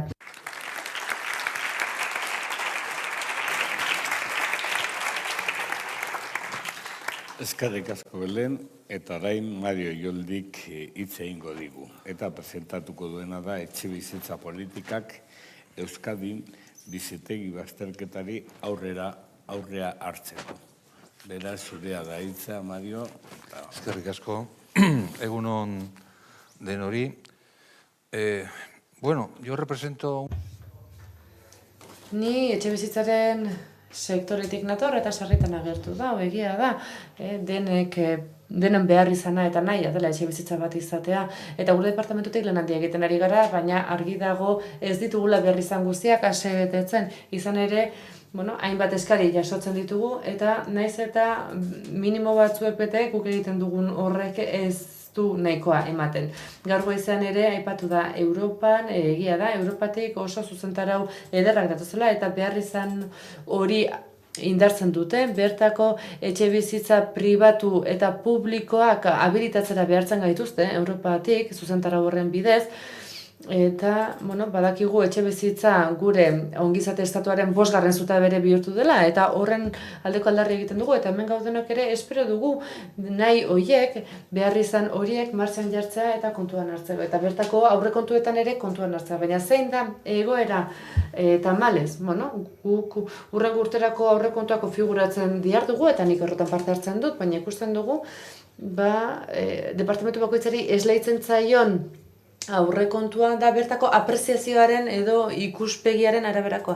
Eta ez digute askoz gehiago ematen. Gutxiago ere ez ondo kuidatu behar dira baliabideak, baina gehiago ere ez dugu jasotzen. Etxe bizitzaren inguruan uste dut egoera argi dagoela, konplikatzen ari da, gero eta gehiago, badakigu hor, behar izanak handiak direla, prezioen maila ere oso altua dela, nik espero nahi 2008-tik ez nuen alakorik ikusiko, egia da, baina oraindik ere kezkagarria den prezioak ikusten nahi gara, eskarak ikaragarria da, eskaintza oso txikia da, aipatu da, eta berriro ere, prezioen alerta hori piztu beharrean gaude, egoera ikusirik, eta badira hainbat pertsona oso gaizki pasatzen ari gara, horrek esan nahi du, etxe bizitza honek esku hartu beharko duela eta planifikazioari dagokionez ikusi beharko dugu. Izan ere, bigarren estrategia baten barruan gaude, baina berriro ere hemen etxe bizitzaren aldeko paktu hori kontuan hartu behar dugu.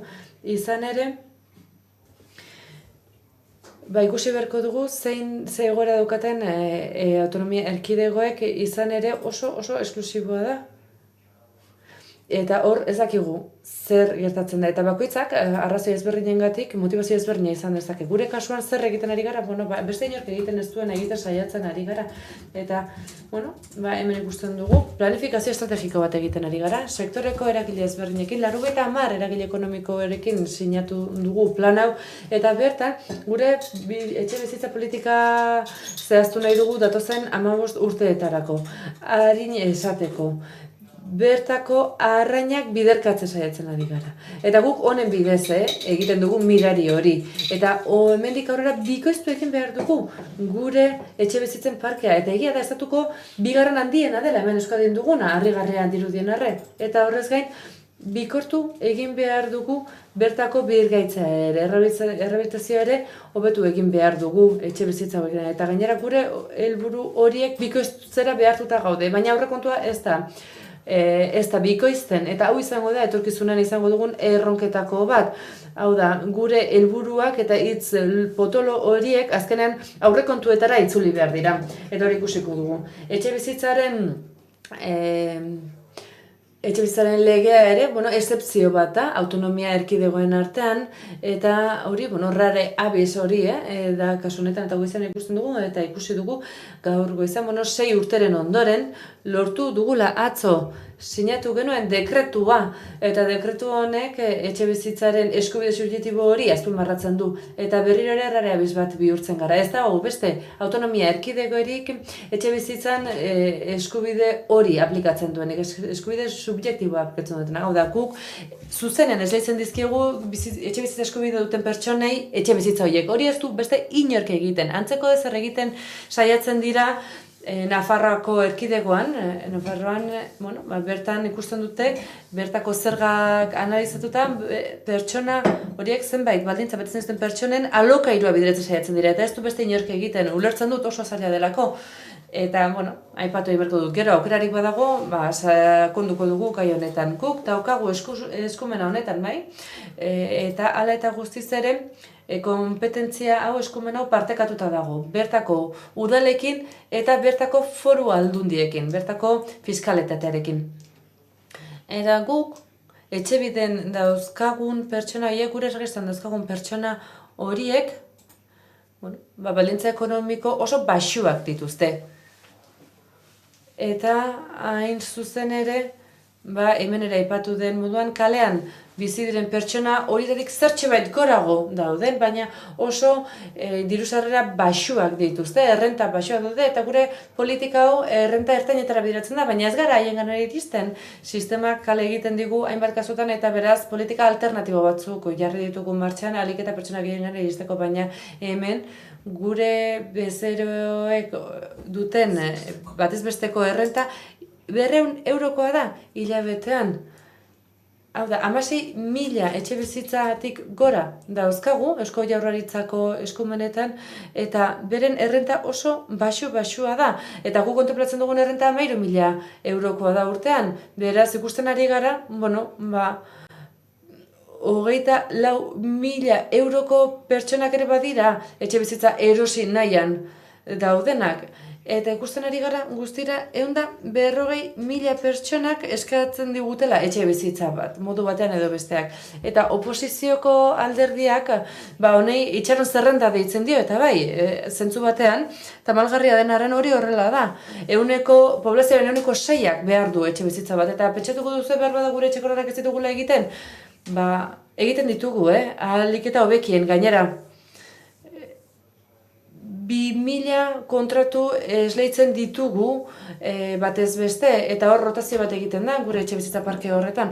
Horrez gain, etxe bizitza hutsak ere geure ganatzen ditugu gure aplikazio ezberdinen bidez, edo mekanismo ezberdinen, eta orain alokairu sozialean dauden etxe bizitza horietan 33 obra daude, 3.400 bizit etxe bizitza guztira, eta komunitate txikia edo autonomia erkidego txikia garela kontuan hartuta, iruditzen zait nahiko lan egiten dugula.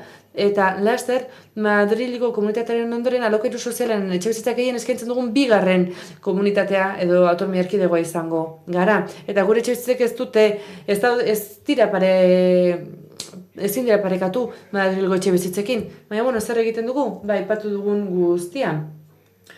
Alokairuko etxebizitza promozionatzen ditugu, diru laguntzak eskaintzen ditugu, eta orain, etxebizitza eskubideari esker ikusi dugu, 35.000 prestazio diru laguntza eskaintzen ziren, eta orain etxebizitza sistema barruan sartu dira, antzeko baldintzetan operatzen dute, eta berriki 10.000 etxebizitza gehiago eskainiko ditugu.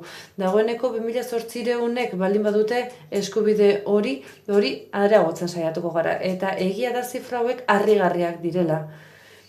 Eta egia da, etxebizitza politikak ahalbidetzen duela eta laguntzen duela gizarte desoreka horiek orekatzen. Eta saiatzen ari gara, bertako banaketa justuago hori hobetzen, edo justuago egiten behintzat, naiz eta banaketa hori ez den berdintasunean egiten gure gizarte honetan. Utsi dauden etxebizitzak antzematen ditugu, eta gero eskubide subjektiboa, Europa mailan ere, eskubide subjektiboa Eskozian bakarrik da, Eskozian dago etxegabeko pertsonentzat, eta Frantzian zeharkako zerbait badago konpentsazio sistema baten bitartez, eta Europan esparru batzuetan pertsonak zerrenda batean ematen dute izena, baina ez dago horrelako eskubiderik saiatzen dira eskaera, gobernuak saiatzen dira eskaera horiek estaltzen, eta bestela diru laguntzak ematen dituzte. Fiskalitatearekin zergarekin lan egiten dugu, espero dut hori etxebizitzako zergak aldatzea lortuko dugula, eta arrazoizkoa eta justua izatea lortzea. Espero dut hori hala izango dela laster. Lankidetza publiko-pribatua egungo totem handiena da, hor badaude laguntzak betxeak berritzeko eta alokairu justuerako. Gure sailan, urte bete eskasean lortu dugu, 180.000 euros diru laguntzetan. Ezarritako zifrak hobetu ditugu, eta Eusko Jaurlaritzak berak 60 milioi eman behar izan ditu sistema estaltzeko. Ari gara alokairu behintzat arrazoizkoak lortzen bai ari gara, baina ez dira babesekoak. Arrazoizkoa dira, baina ez. Etxebizitza publikoak, alokairu publikoak, Eusko Jaurlaritzak bakarrik egin ditzake. Noizki guk helburuak bete ditugu, egin ditugu alokairu arrazoizkoak eta, 1.500 bat etxebizitza jarri ditugu hor merkatuan, ez da asko, baina betetzen dugu ezarritakoa.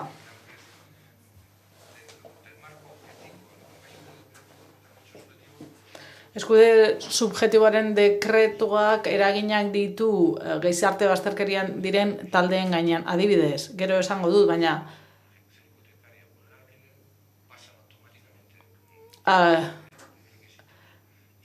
mailegua ordaindu ezin duten pertsonak pasatzen dira zuzenean etxebizitzarako zuzenbide subjektiboan sartzera.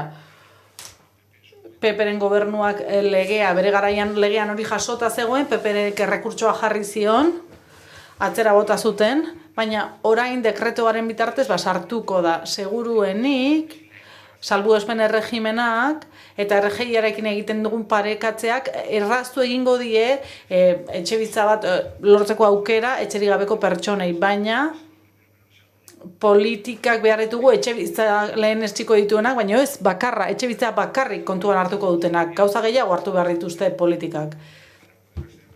Diru sarreren mugak ere areagotu ditugu, 1.000 euro dira orain, etxebizitza lortzeko, atalase hori, eta 2-3 antzinakotasuna, 2-3 urtera jetxi da, antzinakotasuna. Hala ere, salbuespenak ematen ditugu, eskubide subjektibo horretarako sarbidea berelako izan dadin, beti ere etxe bizitzak baditugu, ez baditugu, ezin da. ze sistema dugu, baremazioan oinarrituriko sistema bat dugu, duela urte asko kritika jasan zituen sistemak, eta zozketak jarri ziren martxan, baina guk ez dugu zozketetan sinesten, guk baremazioa aplikatzen dugu, eta horrela, etxebizitza publikoak, ez bakarrik publikoak, guk etxebideren bitartez esleitzen ditugu etxebizitza guztiak, ez bakarrik publikoak, eta baremazio hartzen dugu aintzat. Baremazio horri esker, lehentasuna ematen zaie diru sarrera txikieneko pertsonei, pertsona gehiago dituenak familian, baita ere, premia gehiago dituzten kolektiboiek lehenesten ditu. Adibidez, emakumeak dira lehen esleipendunak, 20% inmigranteak dira, beste 20% minimoetan diren baldintza ekonomikoetako pertsona dira. Hau da, gure soziologia oso komplikatua da. Baremazioa ez dugu duela gutxira arte, sistemak honetara eraman gaitu eta lehentasunak ezarri behar izan ditugu. Lehentasun horien artean daude gazteak. Kupo sistema bat sartu dugu, eta horren lehentasuna ari gara ematen, ez bakarrik etxebizitzarako eskubide subjektiboa, baizik eta 36 urtetik beherako gaztei lehentasuna ematea. Gure sisteman badira pertsonak errenta bereziekin, gure sisteman konpromisoa da, gure bere diru sarreren 30% baino gehiago ez eskaintzea gure etxe bizitzei. Baina 1000 kasutik gora errenta bereziak aplikatzen ari dira, 50 euro, 57 euro, horiek dira gure kolektiboa. Eta orain, klase ertaina jokoan ari gara sartzen, ze orain klase ertainak 52.000 bat euroko diru sarrerak ditugu, eta guk nahi dugu pertsona horiek etxebizitza babestuarako sarbidea izatea, jabetzan, guk ezin dugu etxebizitza pribaturako sarbidea bultzatu, baina lortzen dute.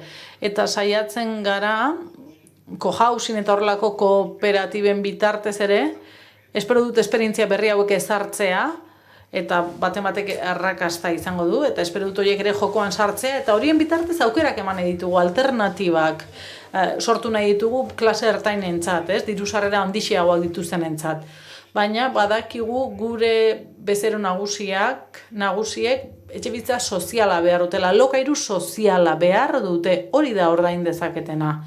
Beraz, gu gobernu gisa hor egongo gara, eta hori izango da gure lehentasuna, hori bultzatuko dugu, alokairu soziala.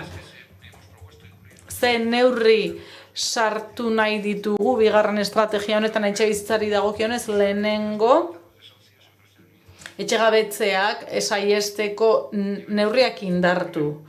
Eta etxebizitzak eskaini galdu dituzten horiei. 2019tik ari gara lanean honetan, hitzarmen bat dugu. Eta hitzarmen horren arabera bada prozedura bat, prozedura horrek antolatzen du trafikoa. Ze epaitegiak dira zailena, epaitegiak eta epaileak. Baina guk trafiko hori antolatzen dugu, epaileak gizarte zerbitzuetara joan behar du, zaurgarritasun txosten bat eskatzen duenean, eta aparteko kasuetan, guretzako salbuespen bat da gure parketik etxebizitzak atera eta hemen esleitzea eta ez gure bezeroei, esan dugu, 140.000 pertsona zirela eta normala da kexatzea. Guk ateratzen ditugu gure kupotik etxebizitzak eta egoera hauetara eramaten ditugu eta azken urteetan 258 etxebizitza esleitu behar izan dizkiegu etxe gabaetutako pertsonei. Eta lerro hildo horretan jarraituko dugu.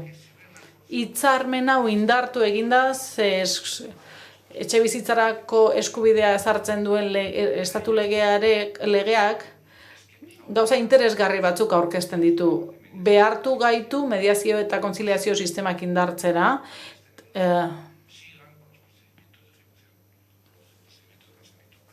etxegabetze horiek aurrera jarrai dezaten, baina lege horretatik aurrera guk bitartekari lanak egin behar ditugu, botere handien aurrean eta etxegabetutako pertsonen artean, akordio batera iriste aldera hori egiten ari gara eta egiten ari gara.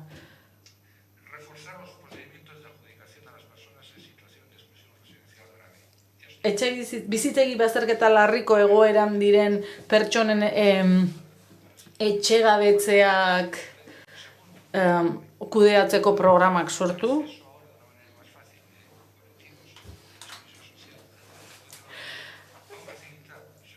Neurri honi esker, errazagoa izango da pertsona horiek etxe bizitza bat lortzea modu errazagoan. Eta gero argi dago, hori guztia gora bera, politika horietako askok hirugarren sektorearen esku hartzea behar izatea, kudeak eta hobea eta gauzatze hobea izateko. Amaitzen joango naiz, ezta? 5 minutu.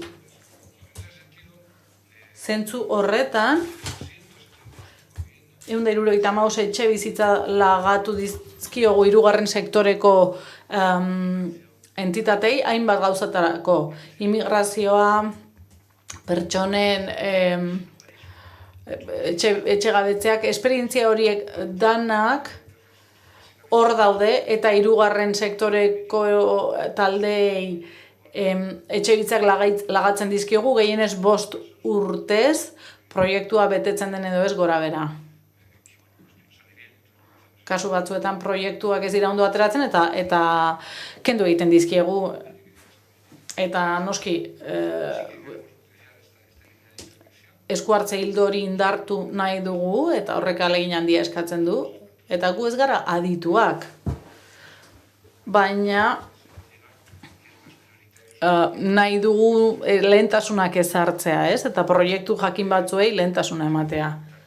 Gero beste gai garrantzitsu bat, Alokabidek kudeatzen ditu duela urte asko etxebizitza publikoen parkea, eta oso lan zaila da batez ere ezaugarri sozioekonomiko horiek aintzat hartuta arratsalde honetan gure Alokabideko lankideak etorreko dira, eta beraien proiektuak edo proiektuetako batzuk azalduko dizkizuete, adibidez Alokabizi, laguntza sozioedukatiboa alokatzaileentzat, gure komunitateetan arazoak sortzen dira, hori argi dago. Eta guk badugu komunitate horietan pertsonak batzuetan ez dutenak ordaintzen, baina gu saiatzen gara beti irtenbideak bilatzen eta ez arazoak sortzen. Baina arazoak hor daude, beti daude. Pertsona horiek komunitateetan bizi dira, gure bai.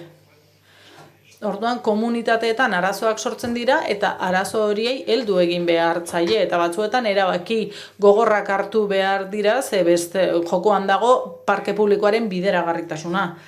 Hortxe gaude eta bukatzen joango naiz. Etxegabe dauden pertsonak etxea bat bilatzea alden azkarren, prestakuntza enplegua eta etxe bizitza uztartzen duten proiektuak hirugarren sektorearekin, askotan, bazterkeria egoeran dauden kolektiboekin lan egitean, gauza asko landu behar dira, esan bezala, prestakuntza enplegua, etxe bizitza hori, faktore horiek guztiak garatu nahi ditugu, eta nik uste dut hau nahikoa dela, eta ondorioekin hasiko naiz. Esleitutako 258 etxebizitzak, eta bada beste programa bat honek baino arrakasta handiagoa duenak, eta emakumeei, genero indarkeria jasaten duten emakumeei eskaintzen zaizkien etxebizitzak. Hor etxebizitzak gehiago daude eta gero hauxe dago. Eta esan bezala 176 etxebizitza laga dizkiogu hirugarren sektoreari, ondorioa jarraituko dugu gizarte bazterkeriaren aurkako politikak babesten, egiten dugu eta egingo dugu, saiatuko gara gure kudeaketa gaitasuna ahalik eta gehien aprobetxatzen.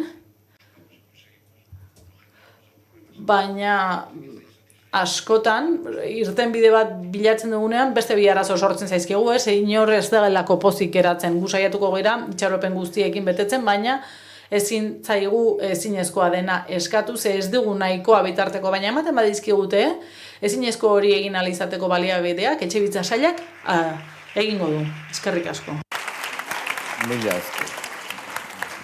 Bueno, eskerrik asko eta exactamente 6 minutu ditugu galderak egiteko.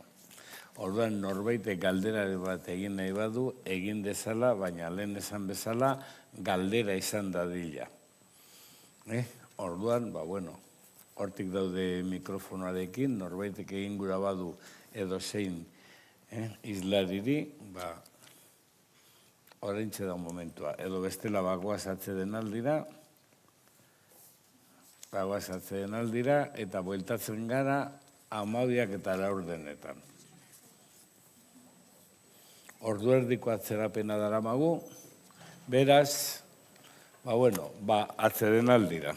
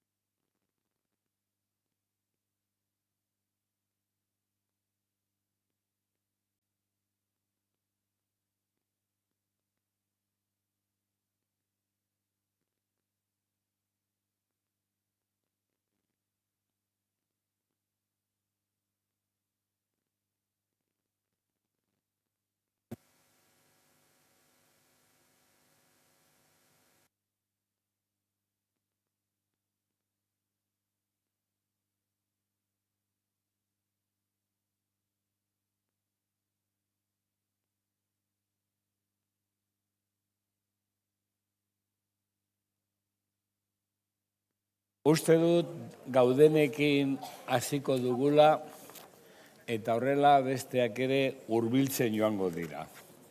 Orain, daukagun hurrengo mahaingurua 4 pertsona osatua egongo da eta titulua da Características y necesidades de las personas. Bizitegi bazterkeria larrian dauden pertsonen ezaugarriak eta beharrak Euskadiko etxerik gabeko pertsonen zenbaketen datuen arabera. Horarik ez galtzeko hitza emango diot Raquel Santi. Raquel Santek hasieratik 6 kontaketa hauetan berak eraman du gero analizia eta nolabait kontaketa honen eta bilakaera guzti honen testigu esango nuke estrategikoena dela eta berak kontatuko digu nola joan den eta zeintzuk diren azkenengo kontaketaren ezaugarriak. Beraz, Raquel, zurea da hitza. Gero presentatuko ditut gainontzekoak. Kaixo, eguerdion.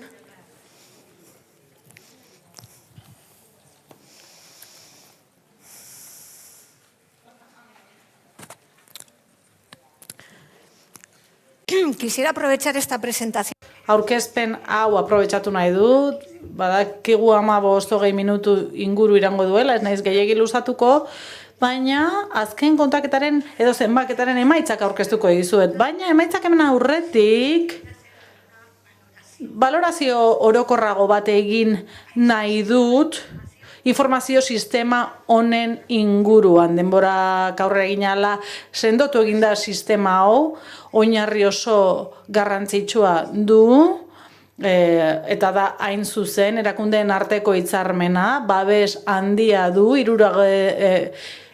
gizarte ekintzako 3. sektorearen babesa, eta herritarren inplikazioa ere badu, ze 2 urtean behin, 2022an, 680 pertsona voluntariok parte hartu zuten zenbaketa honetan. Informazio sistema mugatua da, zuek ondo dakizue hori beti azaltzen dugu. Gau jakin batean egiten da, une jakin batean, 2 sistema paralelotan oinarrituta, bat kalean, oraingoan 23 udalerrik parte hartu dute, eta gero ostatua alojamendua duten sare horretan guztian zenbaketa bat egiten da. Zenbaketa hori ez da mugatzen gau jakin batean zenbat pertsona dauden zenbatzera, kalean edo egoitzetan. Baizik eta helburua da harago joatea eta pertsona horien oinarrizko ezaugarriak ezagutzea, baita haien bizi baldintzak eta premiak ere. Sistema oso mugatua da, baina 6 edizio daramatzagunez, esango nuke nolabait, urtero lortutako informazioak jarraipen bat egiteko aukera ematen digula. Hain zuzen, bizitegi bazterketaren jarraipena egiteko. Egoerak oso anitzak dira, gure txostenean bizitegi bazterketa larria hitz egiten dugunean, ondo dago esatea baita ere zertaz ari garen hitz egiten. Oro har, kalean dagoen jendeaz ari gara, eta horretarako daude voluntarioek egiten dituzten zenbaketak, 2022an 23 udalerritan egin dira zenbaketa horiek, 2016 urtetik 15-20 bat udalerriek parte hartzen dute, eta normalean handienek errepikatu egiten dute. Eta bizitegi bazterketaz hitz egiten dugunean, hitz egiten ari gara baita ere etxegabeko egoera jakin batzu, tipologiak jasotakoak. Sarrera laburra hau egin dut, xehetasun gehiago nahi badituzu hortxe duzu txostena, baina galdera nagusia da, eta erantzuna eman nahi diogu galdera honi da, zenbat pertsona daude Euskal Herrian bizitegi bazterketa larriko egoeran. Eta horretarako definizioa hartu behar dugu aintzat, taulan jasotakoa, eta hauek dira datuak. Kontaketa 2022ko urriaren 25-26 gauean egin zen. Kalean diren pertsonak 23 udalerri horietan biltzen dira Euskadiko biztanleen 76 inguru, tamaina oso desberdina daude, baina hortxe daude noski hiriburuak, baita 50.000 biztanletik gorako udalerri guztiak ere bai, eta gero txikiagoak. Zenbat pertsona zeuden kalean, gaueko egoitzetan? Gaueko harrera zentroen modalitatea aldatzen ari da, baina gutxi gora bera 519 pertsona zeuden.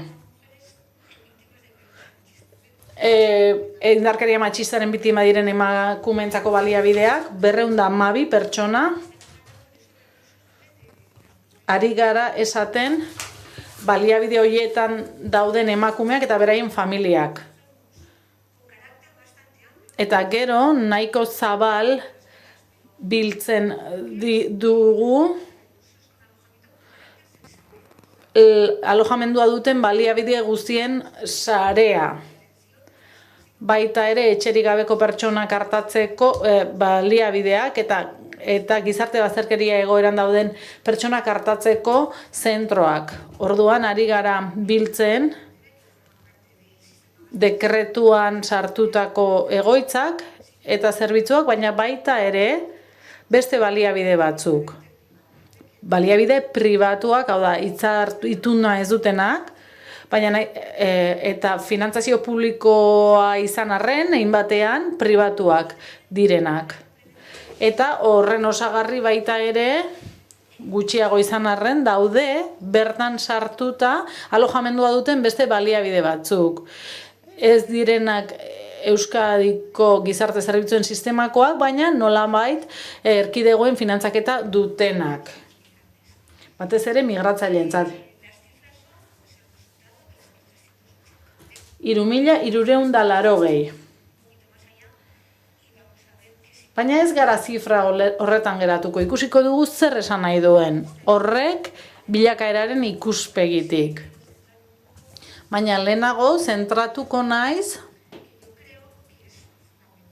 nire ustez, kontaketa honetan funtsezkoa den alderdi batean. Ez gara saiatzen bakarrik pertsonak zenbatzen. Ze hori alojamendua duten baliabideetan errazagoa izango litzateke ez, kalean baino, baina gure helburua da harago joatea. Eta ezagutzea hor dauden pertsonen oinarrizko ezaugarriak. Identifikatutako 3.380 pertsona hoietatik 435 adin txikikoak dira, aurrak, nerabeak, ez daude kalean, baina badaude sare horretan, alojamendua duten baliabideen sarean. Eta sare horretan eskaintza gero eta handiagoa da, plaza eta baliabide gehiago eskaintzen dira familientzat, eta denboran zehar ikusten da, gaitasun edukiera handitzen, areagotzen ari direla. Adinez nagusiak direnak, baina informazio xehaturik ez ditugun pertsonak, hemen biltzen dira, oinarrizko datua bakarrik ditugun pertsona horiek. Pertsona horiek hainbat arrazoi direla eta ez dira banakako elkarrezketan sartu, ez dute erantzun, eta haiei buruz oinarrizko datuak ditugu, baina xehetasunik ez. Eta azkeneko lerroan dituzue sistema honen balio nagusietako bat. Eta hau da, 1.851 adinez nagusi ditugu, adinez nagusia diren guztien 176 dira hauek, eta hauei buruz informazio oso xehatua dugu, eta horri esker 2 urtean behin egin dezakegu txostena. Azalpen hau eman du, gero erreferentzia egingo diegulako emaitza nagusietako batzuei, elkarrizketa individual horretan lortzen digun emaitzetako batzuei. Grafika honek oso ondo laburbiltzen du lehen esaten genuena, gure jarraipen sistema alegia. Bizitegi bazterketa larriko egoerak guk neurtzen ditugun moduan. Oro har ikusten duzue, gorako bilakaera bat dagoela. Bilakaera hori lotuta dago batez ere arazo batekin, eta gero eta gehiago ikusten diren egoerekin. Adibidez, alojamendua duten baliabidetan hartatutako pertsonei erreparatzen badiegu, ikusten dugu sare hori zabaltzen ari zaiela etxerik gabeko pertsonei eta gizarte bazterkeria egoeran dauden pertsonei.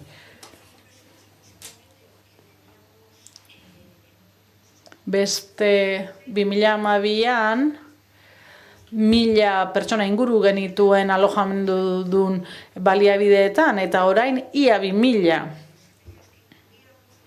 Egia esan zerbitzuak barruan edo kanpoan uzten genituen zerbitzuak aldatu egin dira, baina batez ere arreta sarearen hazkundea handia izan da. Plazen gorakadari buruz ez dut informaziorik hemen, baina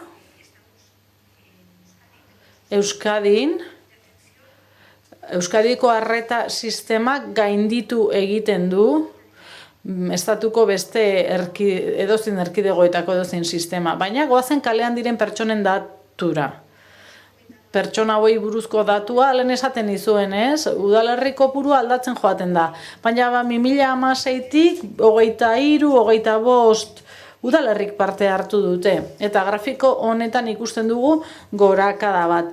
2012an gorakada bat gertatu zen, ezin dugu konparatu 2020koarekin, ze gogoan baduzuen maiatzean egin genuen kontaketa, eta noski larrialdi sanitario bete-betean ginen, eta baliabide asko jarri ziren jendeak kalean egon ez zedin. Hor daude, ikusten dugun zerrenda gris horretan. Beraz, bai kalean, non egoitzetan edo gaueko harrera zentroetan, pertsona kopurua orain etxerik gabeko pertsonez ari gara, ez bizitegi bazterkerian diren bizitegi bazterkeriako egoeran diren pertsonei, baina etxerik gabekoak eta gaueko egoitzetan daudenek ezaugarri bereziak dituzte, eta horiek ikus daitezke txostenean hainbat lekutan. 3 hiriburuetako datuak, 3 hiriburuak beti egon dira zenbaketa horretan hasieratik, eta 3 hiriburuei buruzko datuen jarraipena beraz egin dezakegu denboran zehar. Batez ere egoera kopuruena eta kasu honetan etxerik gabeko pertsonen kopuruena, kalean zeudenak edo egoitzetan albergetan zeudenak. Grafiko hau oso ondo dago, ze aurreko grafikoan bagenuen ikuspegi orokor bat, eta ikusten genuen egoera horien gorakada argia zela. Kalean dauden pertsonen egoerak aldatzen dira, nabarmen aldatzen dira udalerri batzuetatik bestera. Baina hiriburuetan ere aldatzen dira.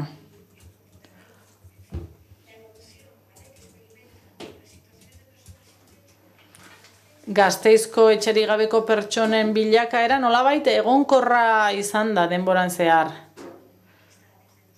2014tik dugu hemen jasota, baina 8 urtetan ez dira asko aldatu.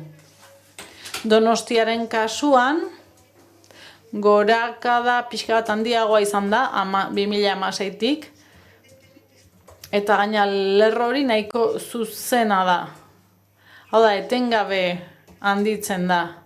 Eta Bilboren kasuan, badago goranzko joera bat, baina pixka bat desitxuratu egiten da 684 pertsonen datu horrekin, baina oso ondo erraz ulertzen da,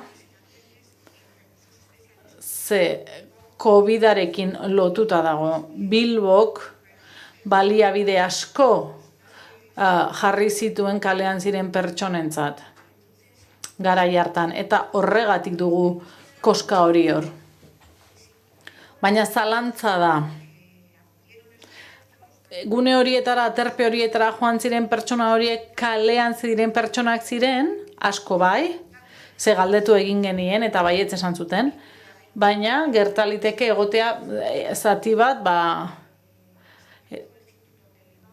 Bilbo inguruko pertsonak izatea, eta Bilbora joan izana, hain zuzen aterpe horiek jarri zirelako, edo zentro horiek jarri zirelako eskura, edo izan daiteke, eta hau ez da hipotesi bat, erantzunetan oinarritzen ari naiz, izan daitezke baita ere oso egoera, etxebizitza egoera prekarioetan ziren pertsonak. Eta ikusi zutanak hemen behin-behineko irtenbide egoki bat. 2018 erkatzen badugu, 2022arekin ikusten dugu gorakada nabarmena dela, eta horrek bat egiten duela lehen Joan Ibarretxek esandakoarekin. Ez zer nolako gorakada ari diren bizitzen berean ere azken urteetan.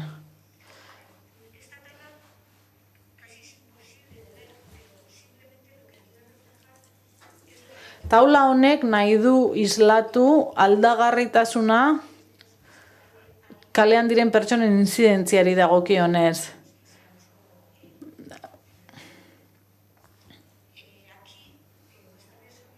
Soniak ere aipatuko du, baina hemen ikusten duzue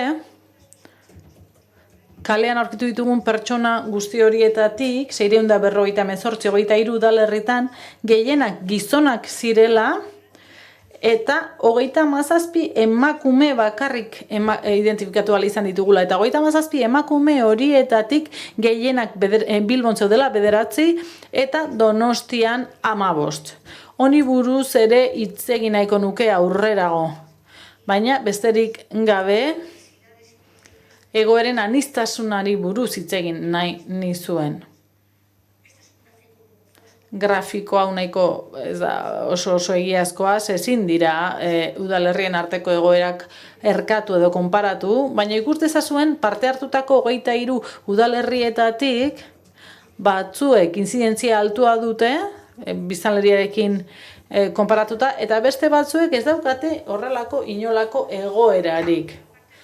Goazen beste galderari erantzutera. Zeintzuk dira Euskal Herrian bizitegi bazterketa larriko egoeran dauden pertsonen ezaugarri soziodemografikoak.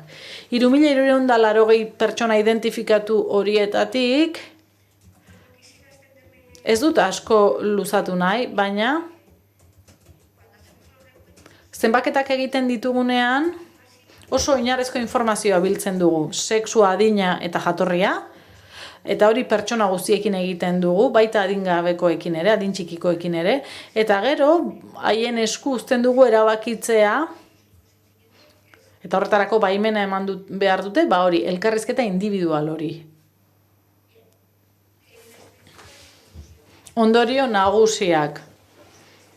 Ez dira ondorio espezifikoak, edizio honetakoak, baizik eta zenbaketa guztienak oroar. Kalean diren emakumeen presentzia eta kalea esaten dudanean, esan nahi dut batez ere, hiri espazioa eta voluntarioentzat eskuragarri dauden edo irisgarri diren eremuak eta begien bistan daudenak. Hor, emakumeen presentzia oso txikia da. Aterpeetan, normalean udalaren mende daude, batzuk pribatua dira, baina normalean udal aterpetxeetan oso emakume gutxi dago, 12%, gora egiten du indarkeria matxistaren baliabideetan, horrez da 100% iristen adin txikikoak ere zenbatzen ditugulako, eta beste baliabide batzuetan, gizarte zerbitzuenak, baina ez bakarrik gizarte zerbitzuenak, hor dago beste herena. Zer dakigu jatorriari buruz? Gero eta gehiago dira, eta gero eta handiagoa da atzerritarren pisu erlatiboa. Kalean gora egin du. Serie guztiko tasarik handiena da, baina arreta sarean mantentzen ari da. Baina beste baliabide batzuetan etengabeko gorakada nahiko argi dago. Adinari dagokionez, grafiko hau ez da oso ondo ulertzen, datu asko daude bilduta hor, baina oro har, eta gure aipatu duten, nire kideek, gora egiten ari da gazteen kopurua, gaztei buruzari garenean 18-29 esaten dugu, batez ere kalean, ze datu orokorretara joanez gero, ez ditugu horren besteko aldaketak ikusten. Eta kaleko egoerak oso pisu txikia duenez gure guztiko zifretan, ez du halako inpaktua guztizkoaren gainean. Hementxe dugu emakumeentzat eta gizonentzat nola banatzen den. Hemen etxe gabeko pertsonei buruzari gara, eta berriz azpimarratzen dut, ze ikusten dugu oso desberdina direla jatorriari, sexuari eta adinari erreparatzen badiegu. Beraz, kalean edo aterpetxeetan daudenei dagokienez, oso litekeena da haien egoera ustekabekoa izatea edo segun eta noiz egiten dugun kontaketa, agian elirateke kalean egongo, baizik eta aterpean, orduan pixka bat aleatorioa da. Emakume eta gizonen artean aldagai nagusia hor jatorria da. Presentzia askoz ere handiagoa da, atzerriko gizonen presentzia askoz ere handiagoa da gizonen artean emakumeen artean, baino eta adina ere esanguratsua da.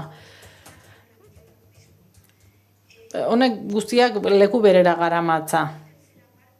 Eren bat inguru, 134 inguru, hau da, eren bat. Oso argi identifikatzen da, beraz, eren bat gizon gazteak dira eta atzerritarrak. Eta jatorriari barruan bereziki magrebtarrak.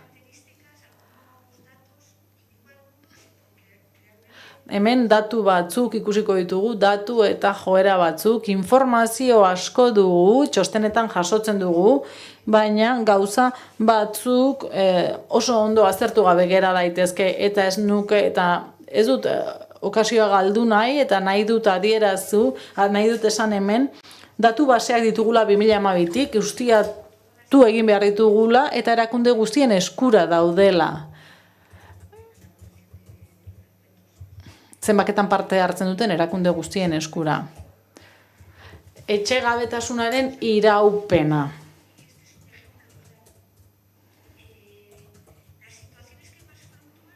gehien aldatzen diren egoerak etxerik gabekoenak dira. Baina egoera guztiak biltzen ditugunean eta haien bilakaera aztertzen dugunean, kasu askotan ez du apenas aldaketarik ikusten. Eta beste gauza batzuk egonkortasunari heltzen diote normalean. Hemen datu esanguratsuena da 142 inguruk esaten duela, urtebete edo gutxiago daramala etxerik gabeko egoeran. Beraz, egoera berria dela edo. Eta laurden batek esaten duela,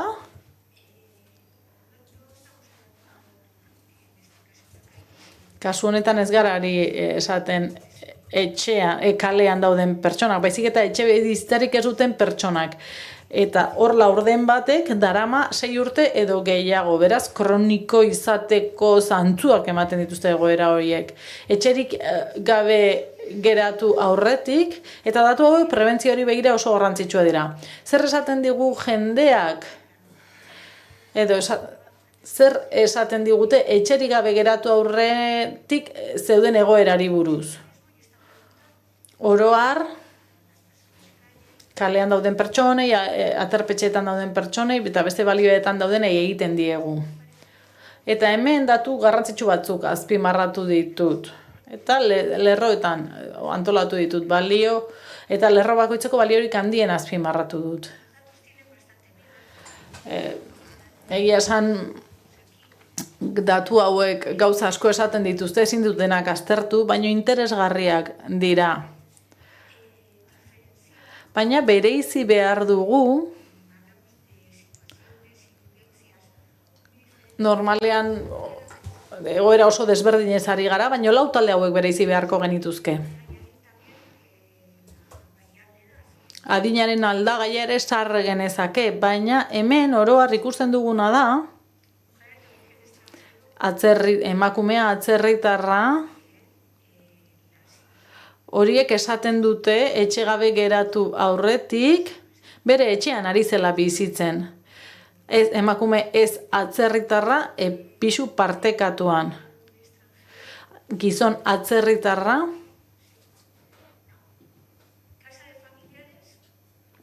senideen etxean, lagunen etxean, hau da berea ez den etxe batean, hori ohikoagoa da emakume atzerritarren artean. Eta tokikoen artean norberaren etxea da.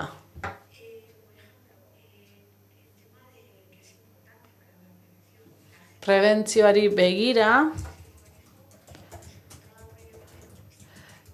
ze gertatu da erakunde batean egonda gero kalean bukatzeko, egoera hori gehiago eman da gizonen artean, eta gehiago gizon atzerritarren artean, ez atzerritarren artean baino, adingabekoen zentroa dugu hor, eta espetxea gehiago tokikoen artean, edo ez atzerritarren artean. Taula hau adibide bat da, agian ez da argigarriena, baina gai askori heltzen diegun bezalaxe, garrantzitsua da bereiztea, zer bizitegi bazterketa larrian diren pertsonek zer egoera bizi dituzten aintzat hartuta adina, generoa eta jatorria.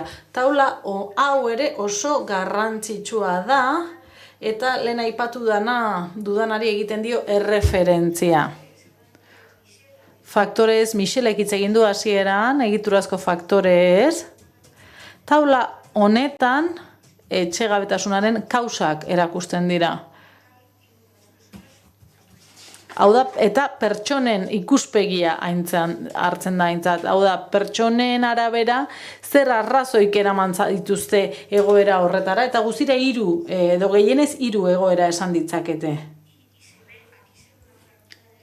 Eta hemen genero arrakala edo genero bereizketa oso handia ikusten da, baita jatorriarena ere. Egiturazko faktoren artean, arazo ekonomikoak, laneko arazoak, askoz ere ohikoagoak dira atzerritarren artean, eta bereziki gizon atzerritarren artean, bertakoen artean, baino erakundeekin edo erakunde bat ustearekin loturikoak, edo harrera sareetan izango arazoekin loturikoak, horiek gehiago eragiten diete gizonei, harreman faktoreak, eta hemen nolabaiteko nahasketa egoten da, ze izan daitezke dibortzioak edo familia arazoak, baina hor matxismoa ere sartuta dago, eta hor argi dago emakumeengan duten inzidentzian. Eta gehiago esango nuke, emakumeen etxegabetasunaren atzean, kasu gehienetan dago indarkeria matxista. Hau da, indarkeria matxista izan daiteke bikoteak eragindakoa edo familia barruan jasandakoa. Eta bada beste faktore sorta bat ere, adibidez faktore pertsonalak, eta hauek oso lotuta daude mendetasunekin eta osasunarekin, eta hor garrantzi handiagoa du kausa honek atzerriko gizonen artean, eta aldea oso handia da beste taldeekiko. Faktore guztiak ezin dira batera izan. Atzerritarrak ez diren gizonak normalean zaharragoak edo adinez nagusiagoak izaten dira, eta orduan mendetasunen inpaktua handiagoa izaten da haiengan. Biktimizazioaren gaiari dagokionez, 5 minutu, ezta?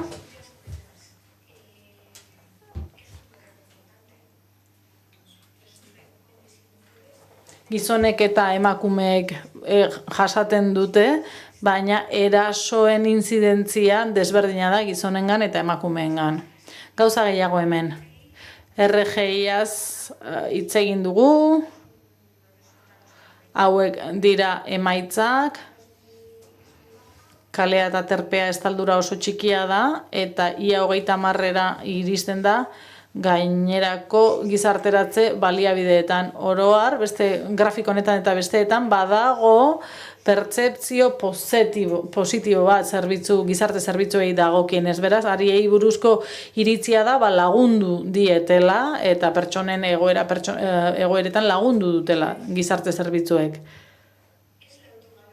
Eta hau da osasunaren autobalorazioa, elkarrizketatutako pertsonen osasunaren autobalorazioa, beraiek beren osasunari buruz egiten dutena.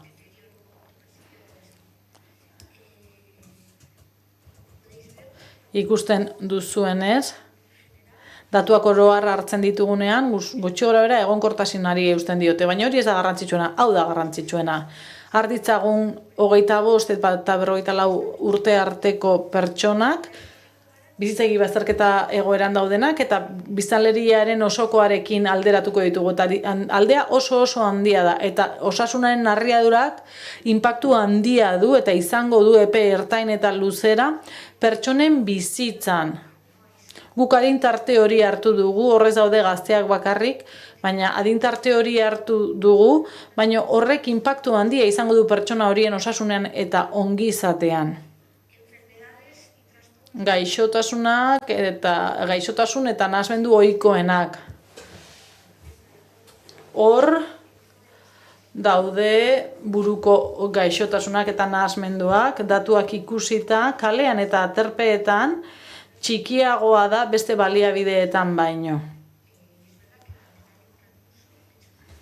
Badira espezializatutako gizarteratze zerbitzuak, baina intzidentzia tasa oso handia da.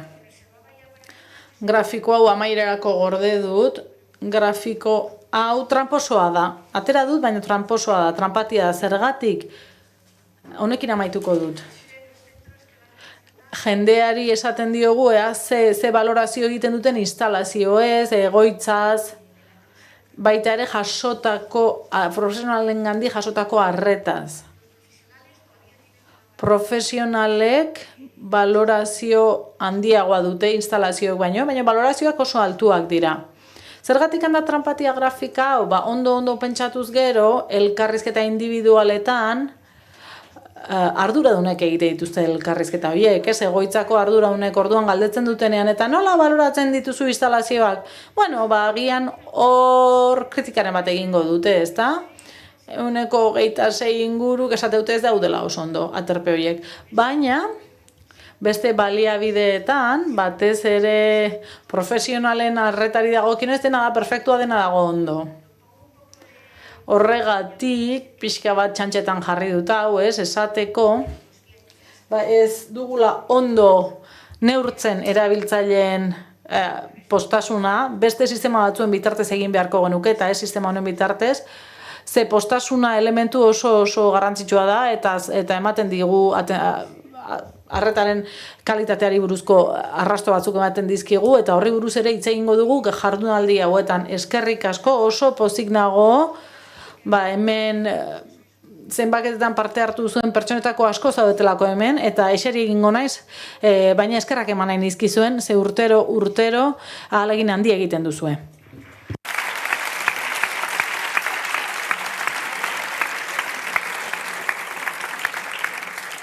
Mila esker Raquel, eta orain hitza hartuko du Sonia Gorbeñak. Sonia Gorbeña dice que le gusta presentarse como... Berak, bizitegiko hezitzaile dela esan ohi du. Eta orain, gaur egun, kalean bizi diren emakumeen ikerketak egiten ditu, eta lizentziatua da teologian, besteak beste, eta diplomatua gizarte hezkuntzan. 13 minutuko hitzaldia agindu didazu, betetzea lortzen dugun. 13 minutu eta PowerPointik gabe, gainera. Bueno, hemen doa. Lehenik eta behin eskerrak eman nahi dizkizuet. Eskerrak eman gaur egin dugun saiakera honengatik. Egia da, gizarte esku hartzean profesionalak garenok oso onak izaten garela. Behin hori esan da, gauza bat deigarri suertatzen zait. Ikerketa honen datuak harrigarriak iruditzen zaizki, eta egia da iazkoak direla, urte oso bat pasa dela. Eta Juan Ibarretxek aipatu duen moduan, Bilbon esate baterako, eta nik bertan dihardut, datuak askoz altuagoak dira. Ikerketa honetan 37 emakume agertzen dira, kalean bizi direnak, konbion erkidego autonomia osotan, harrigarria, bizitegin dara ezagutzen ditu orduan. Izan ere, iaz 79 hartatu genituen.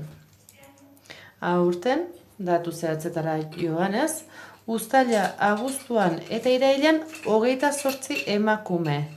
Eta 23 gehiago, bertako bizitegiko etxe bizitzetan bizi direnak. Eta ez naiz datuetan galduko, 13 minutu hauetan ez dudalako datuetan galdu nahi. Honek guztiak nora narama. Hemen ikusten dut nola egiten den kontak eta zen motor erabiltzen den. Zer ikusten dugun, zein da gure begirada. Rakelek aipatu du. Bistan dagoena zenbatu dugu, baina noren bistan dago hori. Ze pertzepzio du pertsona horrek.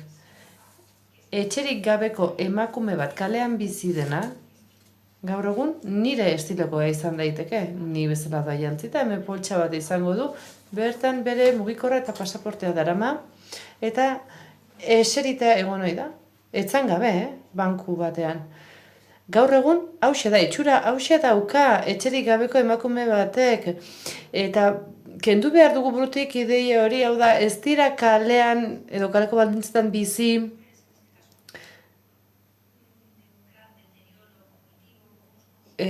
narritasun edo narridura kognitibo handia dutenak, heroina adikzioa izan dutenak, eta bar, horiek ez dira gaur egungo kalean bizi diren emakumeak. Nire profilekoak izan daitezke emakumeak, ni bezala xe daude, eta hauxe galetu behar digu, hori galetu behar digu gure buruari, ez ditugu kontabilizatzen emakume horik, ni etxerik gabeko emakume baliman, ez kalean dagoena, eta talde atsegin bat ikusten badut udaleko anagramarekin eta ondo aurkezten bali mazizkit, ni hemen geratuko nahi zizerita, niri ez diate galdetuko, zergatik, lotxatu egingo nahi zelako, ez dute nahi nik ez dut nahi ni ikus nazaten, eta ez ditugu ikusten, Haiek ez dute guk haiek ikusterik nahi, Kasu batzuk dira horren salbuespen, batzuetan ausartzen dira eta etortzen dira. Eta bestetik guk ere ez ditugu ikusten, ez daukagu haiek ikusteko gaitasunik. Beraz, ikusi da edo aipatzen dugunean, erabaki beharko dugu, bueno, zein da daukagun estigma, ze espero dugu kalean aurkitzea. Ez dugu pentsatu behar ikusten duguna dela dagoena. Hor askoz gehiago dago, etxegabetasun ezkutuko bat nolabait esatearren, eta iruditzen zait egiten dela ezinbesteko dela bertako patroia ezberdinak erabiltzea, batzuetan 3 hilabete egiten dituzleku batean, beste 3 beste batean, beren aurrak eskola aldatzen dituzte, eta bar, hainbat datu egon ohi dira, baina ez naiz gehiago, ez dut datutan sartu nahi, datu asko eman ditulako Rakelek esate baterako. Orduan, batetik, zalantzan jarri behar dugu gure zenbaketa moduan, zein den gure pertzepzioa. Eta bestetik, enfokea edo hurbilketa bera, hau da, zein presio egiten dugu, nora begiratzen dugu, non jarri behar dugu tentsioa, nor tenkatu behar dugu profesional gisa.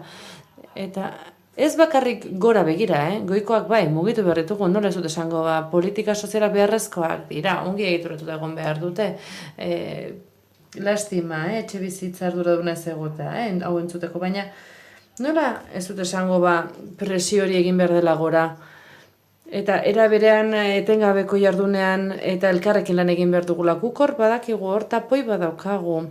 Izan ere bertako pertsonek ez dute etxe bizitzarik lortzen, baliabide berri ditugunean berriro eta tapoi lortzen da, ez dago rotaziorik, ez dago etxe bizitza eskuratzeko aukerarik eta berriz itzuli egiten dira, beste programa baten bila, eta bar, zenbat naiz izan dugu kontraturik gabe, roldarik gabe, diru sarrerak bermatzeko laguntzarik gabe etortzen zaizkigunak, zenbat, eta hor itzuli inguruan ibiltzen direnak etengabe. Gure hurbilketa hori kontuan hartu behar da, eta nik neuk Sonia Gorbeiak zein erantzukizun daukat herritar gisa.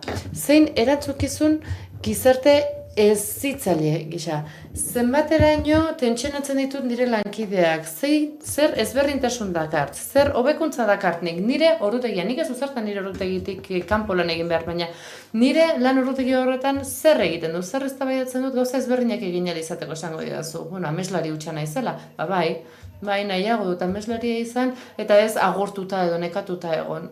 Izan ere, laguntzen digun pertsona hauei egoera lazgarrietan egiten diegu lagun, naiz eta guk sarritan hori ez ikusi. Ez dakit nola noan denboraz, baina gai honek asko kezkatzen nau, herritar gisa dugun erantzukizunak asko kezkatzen nau. Zer egiten dugun migrazio prozesu horiekin, eskurtzio edo espultzio prozesu bihurtzen ditugu barkatu. Emakume asko etortzen dira, gure aurrean jartzen zaizkigu eta esaten diguten, alaba gaixoa daukala, astelenean gertatu dago, eta lanera nator. Dirua bidali behar dudalako, bera etxean medikura joan dadin.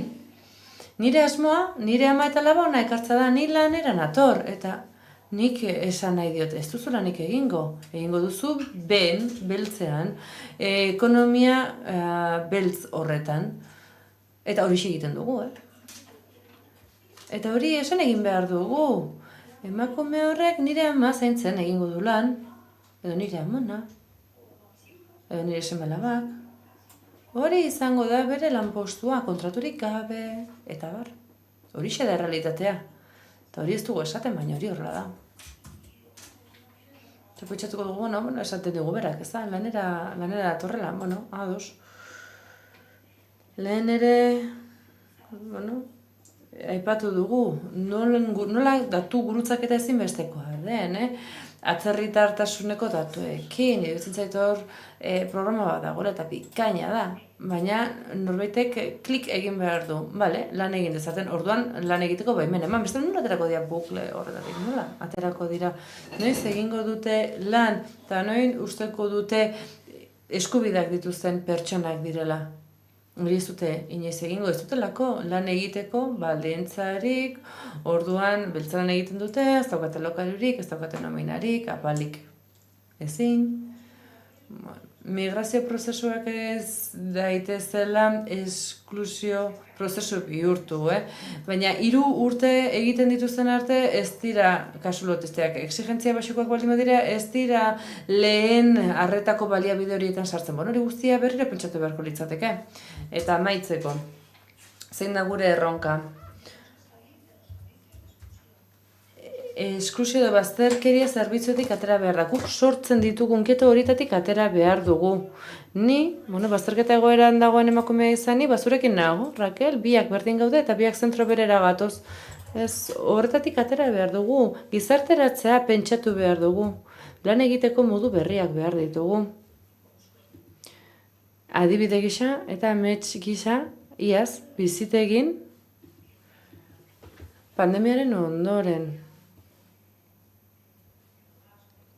Eusko Jaurlaritzak, udalak, bazeukan hostel horietako bat, alberge horietako bat, hori hartu genuen eta emakumeentzako alberge bat bihurtu genuen. Etxerik gabeko emakumeentzat. Bilboko kaletan bizi diren emakumeen eta Bilboko kaleak ezagutzera zetozen emakumeen artean. Eta arrakasta handia izan zen, guk ez daukagu ideiarik osteleritzari buruz, norberak egin duena tikaratago, gu ez leha ginelako, baina bertan bizi ziren bi emakumeek kontratu egin zituen bizitegik, lanaldi osoan, urtebeterako kontratua emakume marrokiar bati, maiatzean paperak aurkeztu genituen eta otsailera arte ezin izan du lanik egin. Ez daukagulako ebazpenik, behin ebazpena lortu dugunean, otsailean, guk apirilean etxibergen duen albergea, baina bizitegik urte oso hori bere gainartzen du erregularizazioarekin jarrai dezan.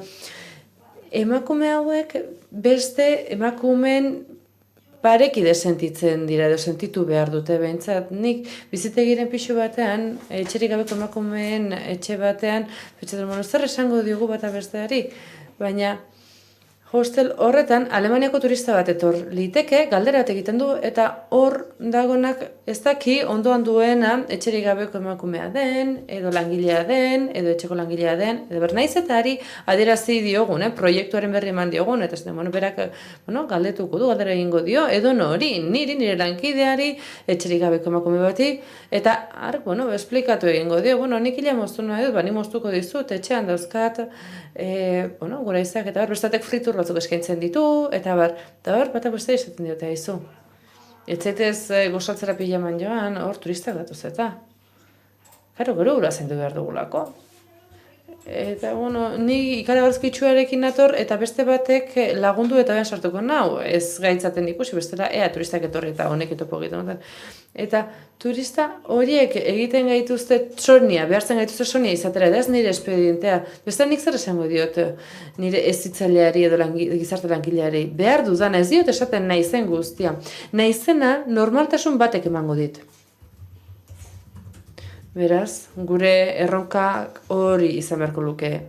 Baliabide sozialitatik atera eta zerbait ezberdin egin. Guk baditugu, baliabideak turismorako, eta, horiek ere beharko ditugu behar da, baina borrokan jarraitzeko izan dadila.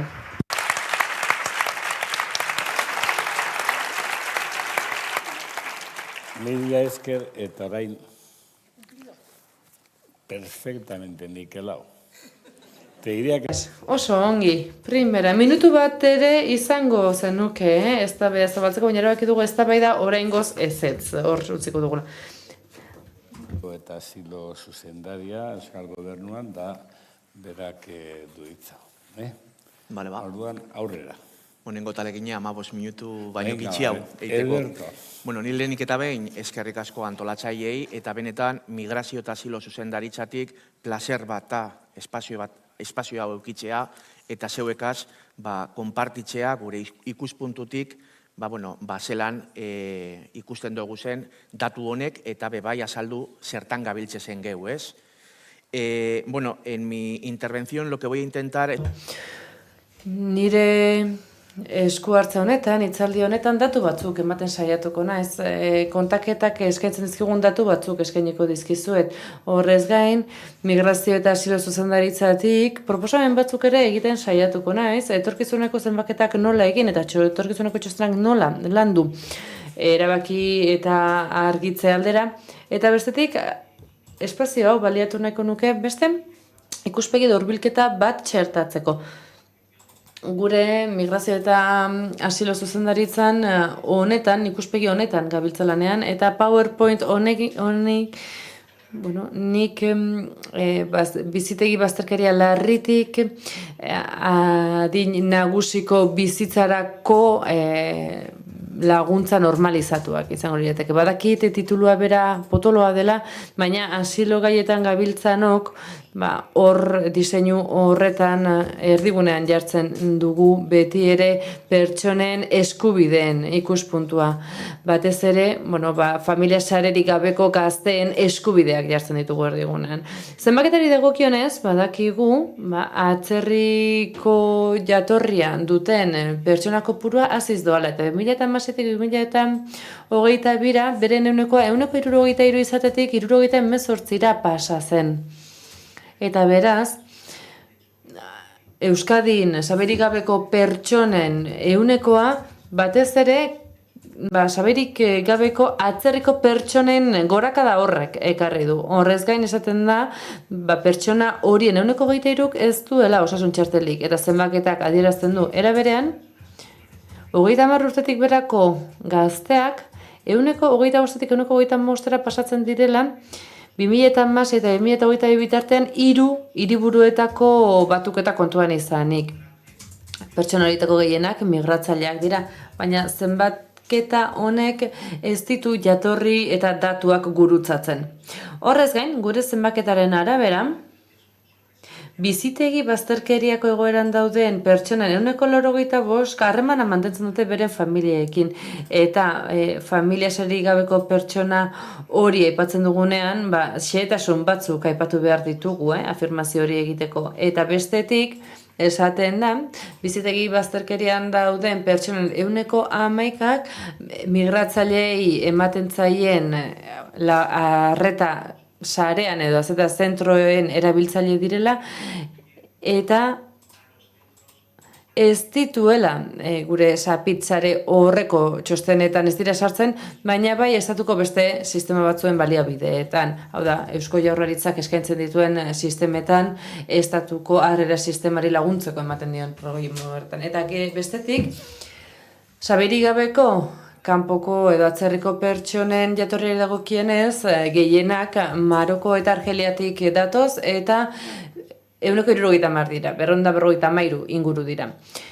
Eta hemen haien profila azpimarratu nahi dut. Nik, egia da, zenbaketak egiten direnean, egiten den lana azpimarratu nahi dut, baina egia da, migrazioa gero eta presenteago dagoenez, zenbaketetan profil hori zehaztea ezinbestekoa dela. Eta adibidetzat eman nahi dut, guk daukagun, trapezista programa barruan daukagun profila. Profil hau, 22 bat inguruko gaztea da, Argelia, Marruekos edo hegoaldeko Afrikatik dator, familiarik gabe dator, erroldatuta dago, Euskadin 18 hilabete baino gehiago egin ditu, hiriguneetan bizi da, eta momentu honetan bere babes sozialerako sarea sortzen ari da. Egia da, zaila dela datu guztiak biltza, baina iruditzen zait, migrazio fenomeno honek hartu duen pisua kontuan hartuta, eta gure zenbaketetan duen volumena handitzen ari dela ikusi da, pixka bat gehiago sakondu beharko genukela. Beraz, zenbaketa egiterakoan jatorria aztertzea ezinbestekoa da, eta iruditzen zait, hau azpimarratu eta indartu egin behar dela. Saberik gabeko atzerritarren gorakada hori batez ere handitzen baldin badute atzerriko pertsonek hor ezinbesteko iruditzen zait datu horien analisi espezifiko bat egitea, eta hauek jatorriz migratzaile diren pertsonekin eta bertakoak diren pertsonen arterako konparaketa bat egin beharko genuke, eta ikerketa espezifiko bat egin beharko genuke, eta parekatu egin beharko genuke emakumeen edo bizitegi bazterkeria arriskuan dauden emakumeen datuekin. Eta horrela guk honekin adierazi nahi dugu lankidetzarako ateak zabalek ditugula, eta ikerketa hori egiteko elkarlanean jardun dezakegula aurreko bi erakunde horrekin.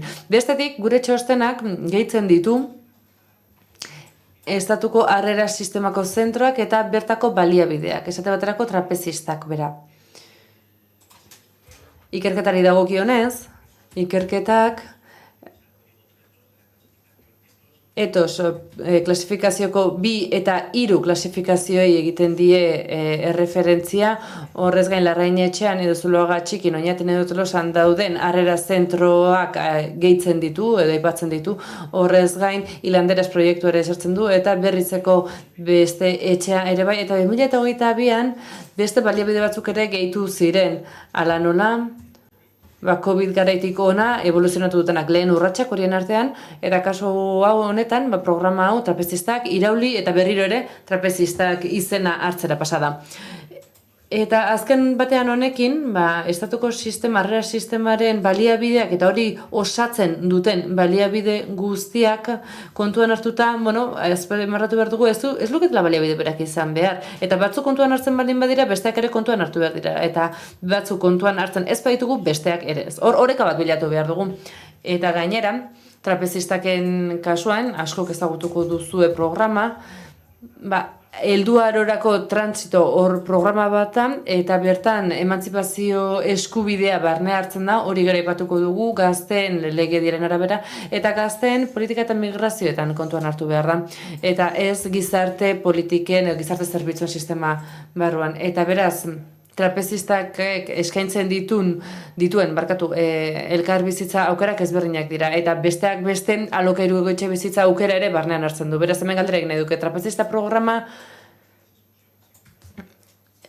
bizitegi bazterkeria larrian dauden kasuen azterketa txostenaren barruan sartu beharko genuke trapezistak, hori utziko galdera. Enfoke hori aipatzea aldera, aipatu era berean, gure eskubiden ikuspegitik begiratutan, Eusko Jaurlaritzatik beren beriki aipatu behar dudala Euskarri estrategia eta trapezistak programa. Azaletik bada ere, izan ere trapezistak azaltzeko aukera izango dugu arratsaldean ere.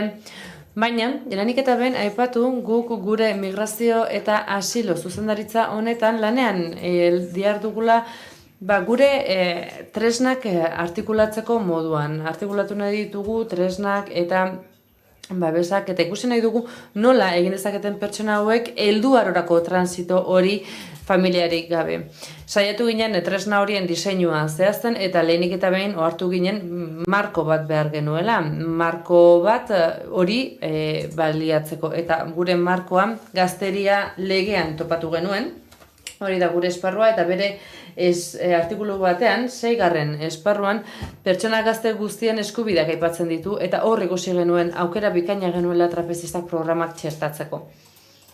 Eskubideak aipatzen ditu, laneratzea, diru sarreren bermea, osasuna ez, ziketa, justizia, eta nola ez, emantzipazioarako eskubidea ere bere gain hartzen ditu, eta hori behar genuen gazteak emantzipatzeko barkatu programa horren barruan. Izan ere, egungo legeak ez zuen haren emantzipaziorako baldintzarik aurre ikusten. Euskarri ere badugu bestetik, Euskarri ere esparrua bera da, estrategia partekatu bat da, eta guk estrategia hau dakagu zerbait egoeran dauden adin txikiko eta gazteentzako. Estrategia hau diseinatu, garatu eta balatu egiten da instituzioarteko koordinazio mahai baten bidez. Bertan gaude Eudel, 3 foru aldundiak eta baita Eusko Jaurlaritza ere. Eusko Jaurlaritzaren barruan lehendakaritza dago, transizio sozial eta 2030 agendarako idazkaritzatik, eta baita beste hainbat departamentuen esku hartzetik. Hezkuntza, lana eta enplegua, planifikazioa, segurtasuna, berdintasuna eta justizia soziala, eta baita lanbide eta lankidetza garapenerako agentzia ere.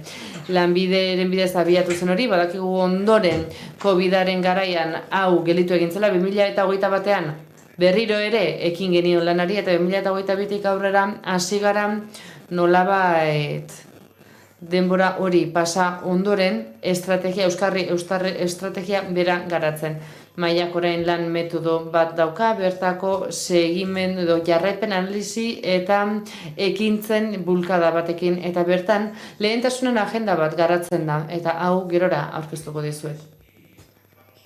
Aipatu dudan moduan, esparru bat behar genuen, bertako erramententzako edo tresnentzako esparru bat genuen, eta hor topatu genuen esparrua bera, baina orain tokatzen zitzaigun tresna horiek garatzea eta Europatik zer egiten zen ikusi zen bertako eskubideak aitortzitezen. Eta hemen, kasu honetan, Europako batzorrak ematen dizkigun gomendioak aztertu genituen, eta bertan gazte errefuxiatuei ematen zaien gazte errefuxiatu barkatu hartatzeko ematen diren gomendio jarritu genituen, eta horren barruan sartzen ziren familia saririk gabeko pertsona migratzaileak. Eta ere berean bertan aipatzen dira hezkuntza, osasuna, aholkularitza juridikoa, babesa, enplegua, gisako arloak. Hau da, azken batean bizi proiektuak bideratzeko baldintzak.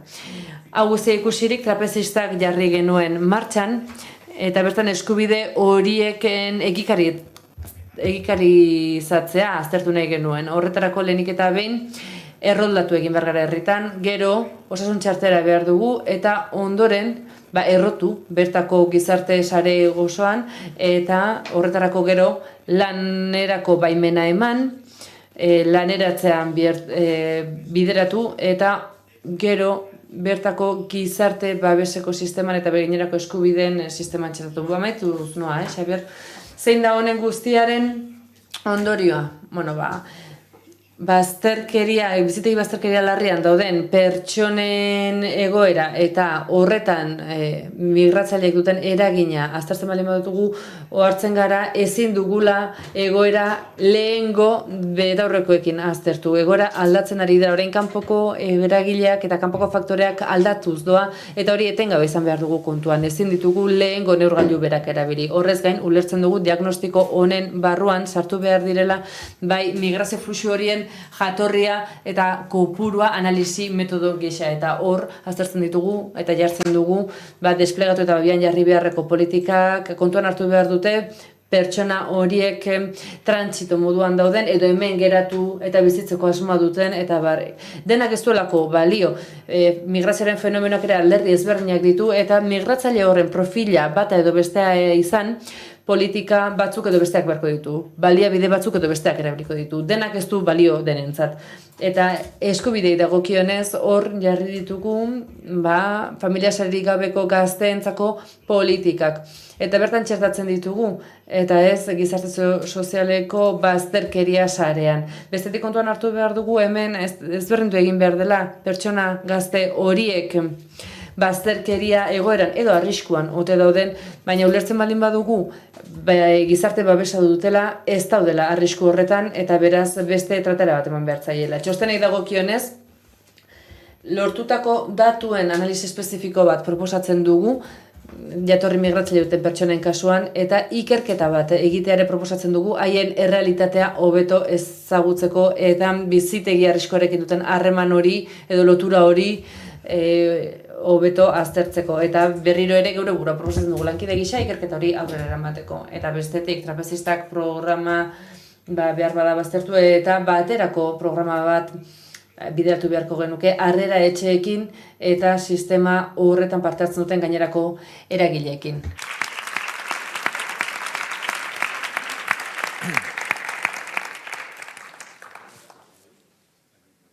Eskerrik asko, Xabier, eta orain azkenik beste pertsona aditu batengana joko dugu, gurekin daukagu Joseba Gaia, eta Joseba Gaia Caritaseko kidea da.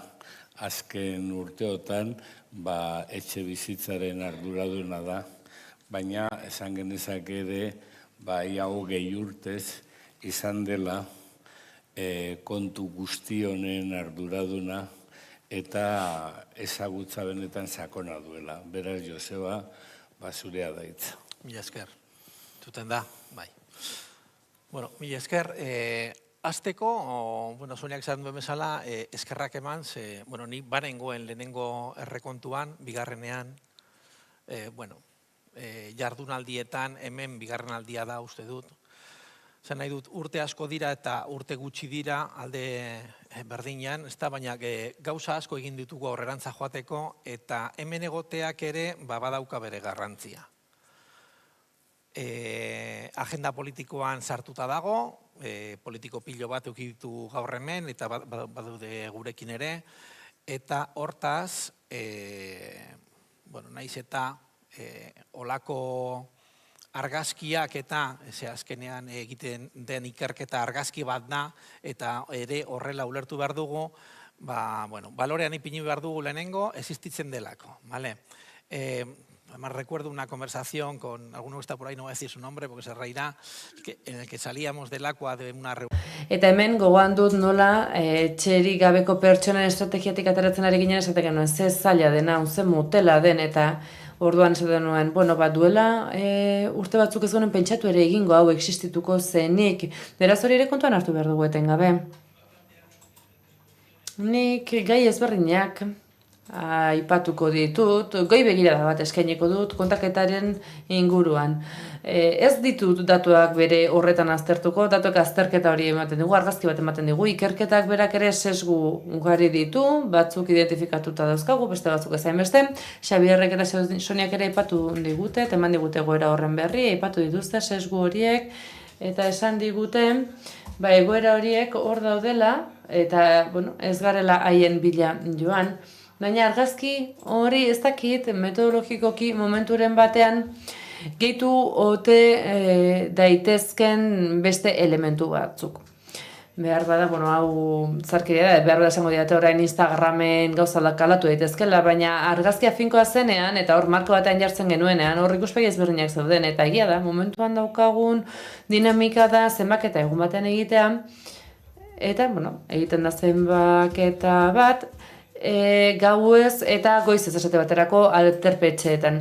Eta hori ez ote daiteken beste datu batzuekin osatu behar bada gehitzen badigu, Juanek esan digula, 200 piko horietatik orain 526 igo gara, Bilbon, ez dakit gainera ikerketa bera horrela aztertu behar dugun. Datuen irakurketa ere ezberdin landu beharko genuke. Izan ere guk ikerketa lan egiten dugun bitartean datuak evoluzionatuz doaz, eta ikerketa bera ere aldagaiak aldatuz doaz. Ez dakit ikerketa bat baino gehiago egin duzuenok, segurenek ikusiko duzue aukera bat baino gehiago dagoela. Eta orain, betorroko jantziko ditut aurrera egiteko. Hori da, aipatu beharko gaietako bat. Bestetik, ikusi behar da, ez dakit, denbora hartzeak, hau da, zenbaketa egiten denetik, jardunaldia antolatu eta ikerketa aurkeztera denbora iragaten da. Eta naiz eta ondorio asko atera eta ondorio horiek baliagarri izan, bere alakotasunaren eta datu azkarren mundu honetan, azken eguneko datuarekin geratzen gara. Prentsan agertzen den datu horrekin, eta esan du, datua hor dago. Orduan guk datuak bildu eta handiko urte terdira, oraindik haiek aztertzeak ez dakit, bizitegi bazterkerian lan egiten dugun nontzat, ikerketaren eta ikerketaren mamiak balio digu gauza askori erantzuteko, baina horren gizarteratzeak, azkenean prentsa titular batean aterako dena, eta bertan dabiltzan politikariek badakite horren irakurketa zein den, baina oposizioan dagoenak, edo eta beste eremu batean lan egiten dutenak behar bada titular horren beste irakurketa bat egingo dute, eta ez dakit nola lotu ditzakegun irakurketa horiek, ez dakit nola bildu eta nola bateratu sozializazio hori egiteko momentuan ikerketarekin. Uste dut hori ere aztertu egin behar dugula eta pentsatu egin behar dela. Eta hau aipatzen dizuet ikerketa egiten duzuen behar bada gero zueko beto aztertuko dituzu zeintzuk diren aukera metodologikoak edo aukera edo metodologia bere ezipat beharko ote den ikerketa hauek aurrera eramateko. Una de las cuestiones que subyacen azpian dagoen gaietako bat da Soniak planteatu ditu, hainbat gauza, eta horreko mailan ere planteatu dira gauzak. Badira hor arrakala batzuk edo gabezia batzuk, eta hainbat administrazioari dira gure aukerak planteatzen egiten ari garen gauzak, eta horretara iritsi ahal izateko, egungo errealitate hartu behar dugu oinarri. Eta zer dugu hor? Sistemen arteko koordinazioak planteatzen dituen zailtasunak, hemen sistemetako batzuk hemen gaude, administrazio batzuk ere, erakunde sozial batzuk ere hemen gaude.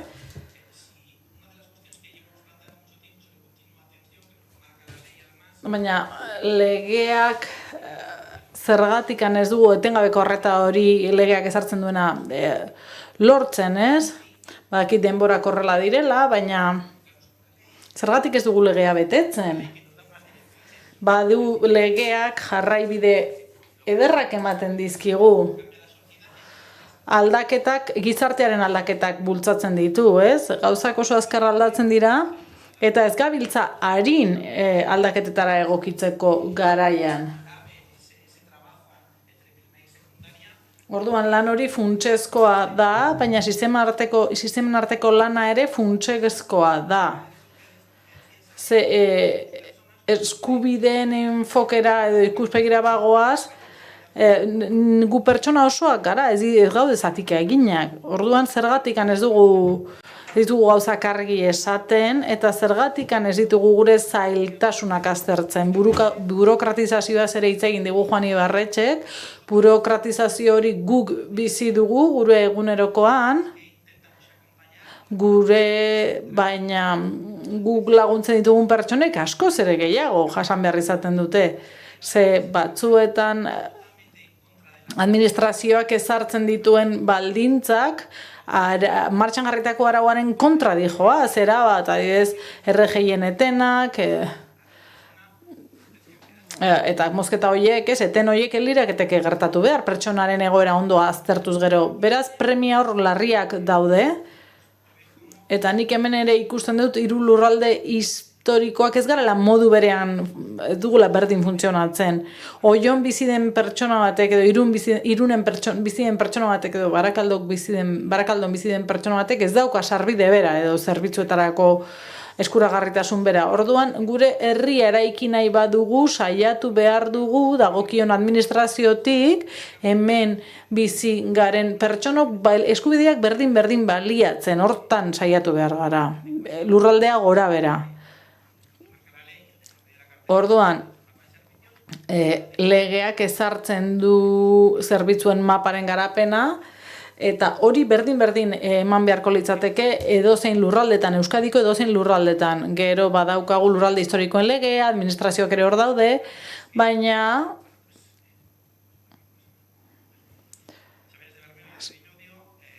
Xabier Bermeoakoa da, nila audiokoa naiz, teorian sarbide bera izan beharko genuke, eskubideak baliatzeko aukera bera, baina garapena nolakoa izan da.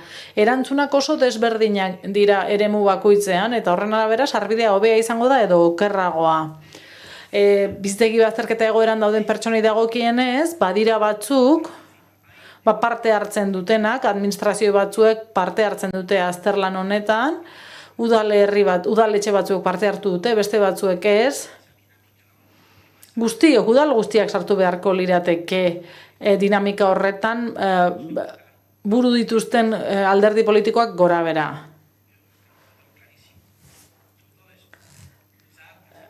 Azkenean, laguntzen ari garen pertsona eskubideen sujetua da. Ez dugu bere duintasunaren alde borrokatu behar, duina da, gure borrokaren helburua izan behar du edo erantzun hobea ematea.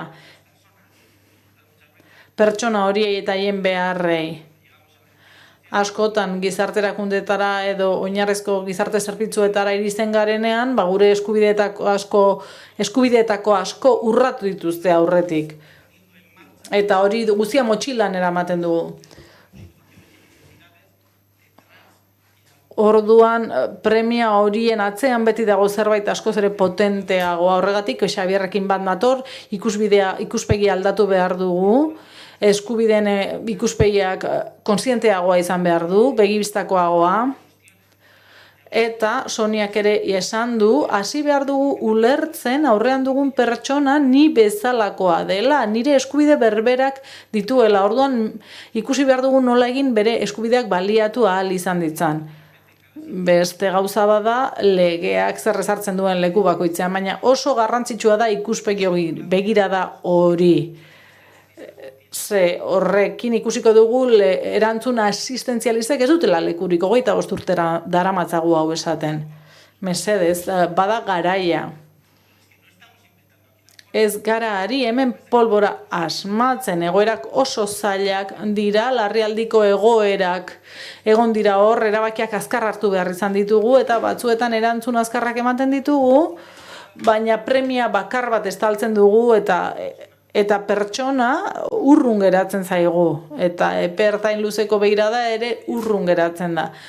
Baina begiratu dezagun, erreparadi dezagun egin dugun bideari, dauden gabeziei eta nola hobetu dezakegun. Eta badago zailtasun hori sistemen eta administrazioen artean, baina badira beste figura batzuk askotan ez daudenak sistematizatuta, badira zubilanak egiten dituzten eragileak, disiplinen artean zubilanak egiten dituztenak, eta azkenean elkarri ulertzea kostatzen zaien bi disiplinei laguntzen die, zubi lanak egiten dituen figura horrek. Eta badugu premia bat, gune soziosanitarioaz urte luzez hitz egin dugu, delarrika ez dago hemen, baina beti etortzen zen. Ni espazio soziosanitarioaz entzuten hasi nintzenean, delarrika etortzen zen beti. Eta beti esaten zuen nola da posible berriz ere historio berarekin etortzea ona, ez beragatik, baizik eta ez dugulako aurrera egin ez da urrats bat ere. Ze konexio hori sistemen artean elkar ulertze hori ezinbestekoa da.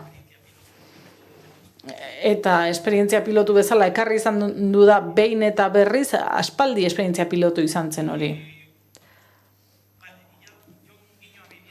Eta nik etxe bizitzari hor kuku bat egin nahi diot, keinu bat. Nik faltan ematen dut, edo behintzat bada alojamendu ez hitz egiten dugunean,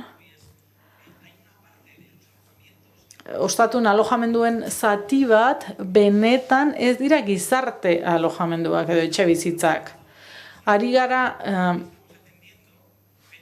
egoitza bat ematen, guk hartatzen ditugun pertsonen zati bat parke publikoan egon beharko litzateke edo beste ohiko etxe bizitza parkean eta ez gurean, ez? Ez dakit urrengorako posible ote litzatekeen bat 1.7, bat biziz ahal izan dadin hor, ez duelako kanpoan etxe bizitzarik aurkitu. Mario gauza asko esan ditu gaur. Eta niri gustatzen zait Mario ona etorri izana, ze gu ari gara etengabe etxe bizitza sailari eskatzen, ez? Lotura hori egon dadin, konexio hori egon dadin, eta iruditzen zait aukerak baditugula behintzat etxe bizitzaren aldeko gizarte inpaktuan. Nik badut esperantza, baina hainbat eta hainbat eragile, gizarte eragile abentura honetan sartu garenean, saiatzen ari garenean elkarrekin gauzak egiten, guk etxe bizitza kudeatu arren orain dela gutxira arte ez gara konturatu zertan ari ginen edo hemen ginela. Orduan aukera hori aztertu behar dugu eta horregatik gustatu zait Mario hemen egotea, bestetan ere egon da, beste batzuetan ere egon da, baina planteamendu argiagoa egin du eta etxebizitzaren aldeko gizarte ituna ere aintzat hartuko nukenik hor.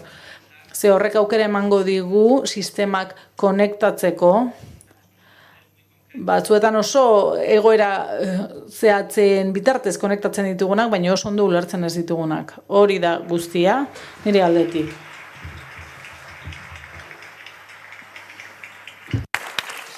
Y bueno, ahora vamos a dar un turno. Orain norbaitek galderaren bat egin nahi badu, baina gehienez 10 minutu emango ditugu galderetarako. Uste dut Rakelek erantzunen bat eman nahi duela. Ez dakit arratsaldean edo orain?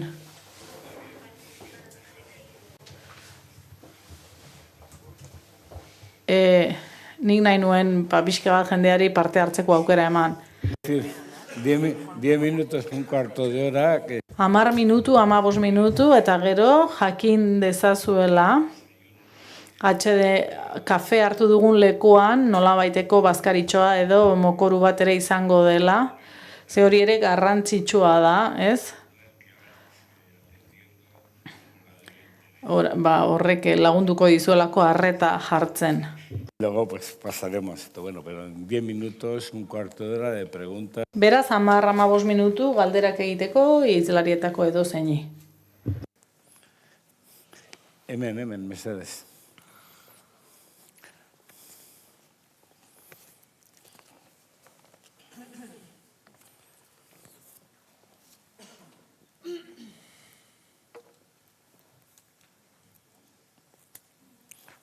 Horror Urdiña, coche. Opa, kaixo. Soy Sergio de... Egunon, Sergio naiz Caritas Gipuzkoakoa eta bi gai aipatu nahi ditut. De la metodología. Alde batetik metodologia, gogo eta bada gehiago. Cuento de Donosti, el número que ha salido. Donostiko kontaketari erreparatuta, niri hipotesi bat egitearren, ematen dit, hartzen diot itxura, pertsona gehiago egon daitezkela bizitegi bazterketa egoeran, ni egon nintzen zenbaketa egin zuen taldean, Donostian, eta hor bai hitz egin zen hezitzaileak eta profesionalak sartzeko garrantzian. Pertsona gehiago antzemate aldera, ikusi dugu, emigratzaile gazte gero eta gehiago daudela, eta askotan pertsona horiek ez daude begibistan. Abandonadas, bueno, lo que conozco. Abandonatutako fabrikak eta tankerako eremuak bilatzen dira, eta Donostian egintzen alegin hori, antzemateko, detektatzeko pertsona horiek, kaleko profesionalen bitartez, harrera sarearen bitartez, voluntarioen bitartez, eta pertsona gehiagoren gana iritsi izan genuen, naiz eta horiek eguneko baliabidetan ere parte hartu. Eta zenbaki hori atera zen, eta nire gogo eta da, gauzak horrela badira, pertsona gehiagok egon beharko lukete txosten horretan. Eta ikusi beharko genuke nola hobetu metodologikoki, zer hobekuntza tarte dugun, hobeto antzemateko. Gauzak nik esan bezala derela aintzat hartuta. Eta gero trapezistak programari dagokionez, gu Gipuzkoan ari gara programa horretan laguntzen, oso interesgarria da, eta horixe da jarraitu beharreko lerroa, baina Soniak esan duenaren harira, saiastu behar dugu, edo saiastu beharko genuke prozesu migratorioak bazterketa bilakatzea, Baina askotan ikusten digu migratzaile gazteak, ikusten dituzu lehenengo hilabetean, eta 5-6 hilabeteren bururan narriadura nabarmena jasan dute gazte horiek, ezin diegulako irten biderik eman. Horregatik animatuko nizueke, badaki lizitazio fasean zaudetela, baina sakondu animatu nahi zaituzte lehenengo fasean sakontzera, errotzea eta erroldatzeari heltzen dion fase horretan. Badakit zaila dela, baina garrantzitsua litzateke lehenengo fase horretarako baliabide gehiago lortzea profil horri arreta emateko. Mila esker. Igual empiezo yo, Sergio. Sergio, ni hasiko naiz.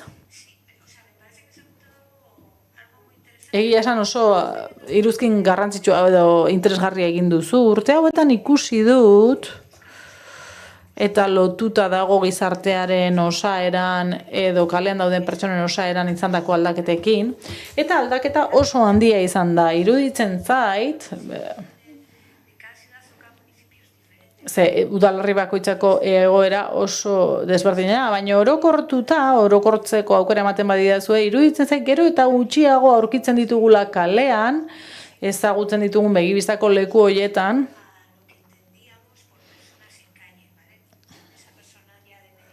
eta profila leheno zen, ez dakitez, kutxa zaindegi batean barruan zegoen adineko pertsona bat, edo banku batean etzan da, baita ere hirigunen erdialdean ere gero eta alegin handiagoa egiten ari da, ze guztiok nahi dugu erakutsi, gure hiria zein polita den, eta baztertu nahi ditugu. edo animatu nahi ditugu pertsona horiek, eremu horiek ustera, beste bat leku batera joatera. Eta orain iruditzen zait, badaudela pertsona gazteak, gazte horiek ez dute egon nahi, lo egiteko ari naiz. Egunean zehar edo zen lekutan egoten dira. Eta ekipamendu publikoak erabiltzen dituzte, liburutegiak eta bar, baino lo egiteko ez dira leku horietan, besten, ez daude kaleetan, ez daude ohiko kaleetan, ez? Voluntarioak ibiltzen diren kaleetan ez daude. Hirien margenetan daude, ertzeetan, eta hiriek margen handiak dituzte gauetan, ertz handiak. Hori gertatu da Donostian. Ez dut Donostiko kasuan zentratu nahi, baina iruditzen zait, kaleko kontaketak hobetu egiten direla, kaleko taldeak daudenean, profesionalak daudenean, egoera ezagutzen dutenak, badakitenak non dagoen jendea, eta gau horretan ez gara hiriko kontaketetan zentratzen, baizik eta beste eremu horietan, eremu arriskitsuagoak eta bar. Orduan, hobetzeko tartea badago, badago. Baina, alborapenei dagokienez, nik alborapenez hitz egiten dudanean, kontrolatutako alborapenei buruz hitz egiten dut. Badakigu non dauden. Bada kalekoa, badakigu, ondo dakigu, jende gehiago dagoela kalean voluntariok zenbatzen dutena baino. Eta badakigu, zenbaketak egiten martxan jarri zirenetik bi kontraste metodo daude. Bilboko kasuan esaten du jendea, bai, jende gehiago dago orain Bilbon, bai, badakigu, 2022 kontraste metodoaren bitartez estimazio bat genuen, ez dut azalduko eta luzea da, baina 500 inguru ematen zidan, zifra. Eta nik ez nuen esan nahi, ez? Baina gaur entzun dudanean Bilbon zenbaki horietatik gorago da biltzala, pentsatu dut, gure metodak etzi biltzan hain gaizki, ezke biltzan hain desbideratuta duela urte bete.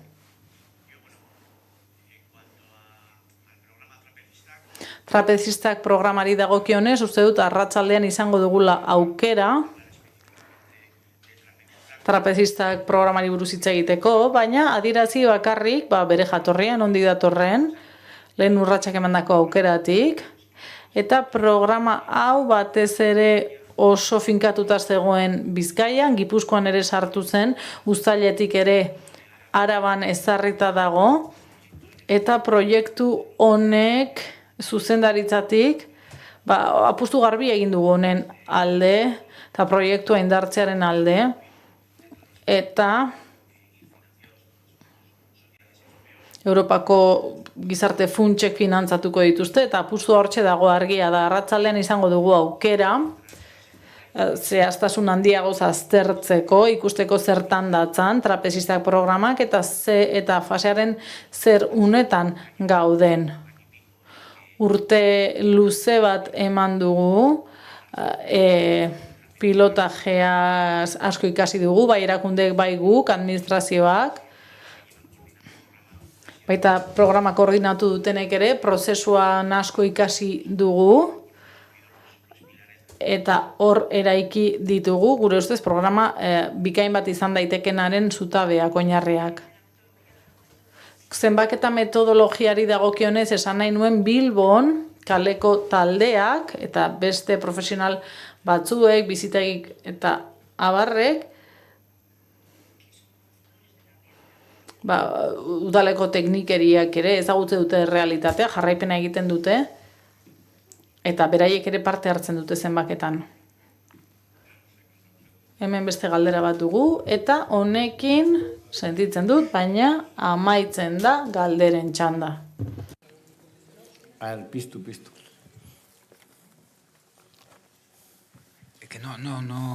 No sé si es... Ez dakit planteamendu bat egin nahi du nik zenbaketari buruz, ez dakit amaituko dugun hemen eztabaidarekin. Ez zenbaketaren rolari buruz. Nik gogorarazi nahi dut, hiru gauza desberdin daudela, ez? Bat da, zer galdetzen den. ze ezin dugu jendea altxarazi, esnatu gauean, eta galdetzen dieguna baino gehiago. Galdetu, denbora muga bat dugu hor. Eta horregatik saiatu gara erintzen pixka bat galdetzen dena. Beraz, mugatuta gaude. Zer galdetzen diegu erantzun nahi dutenei, eta beste gauza bada txostenean argitaratzen duguna, eta beste gauza bada ustiatu daitekeena. Kontaketa asko ditugu,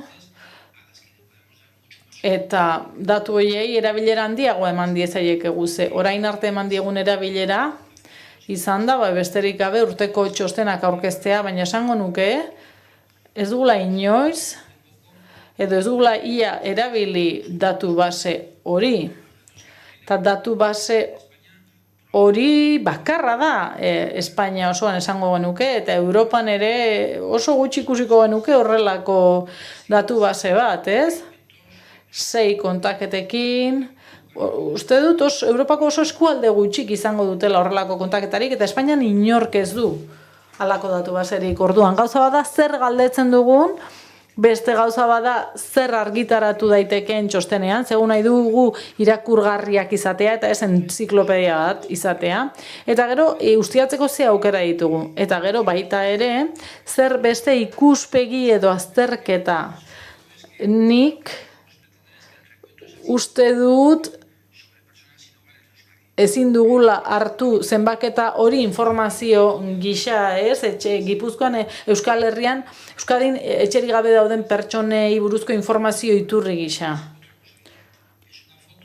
Hau argazki bada une batena, nahiko sofistikatua da argazkia,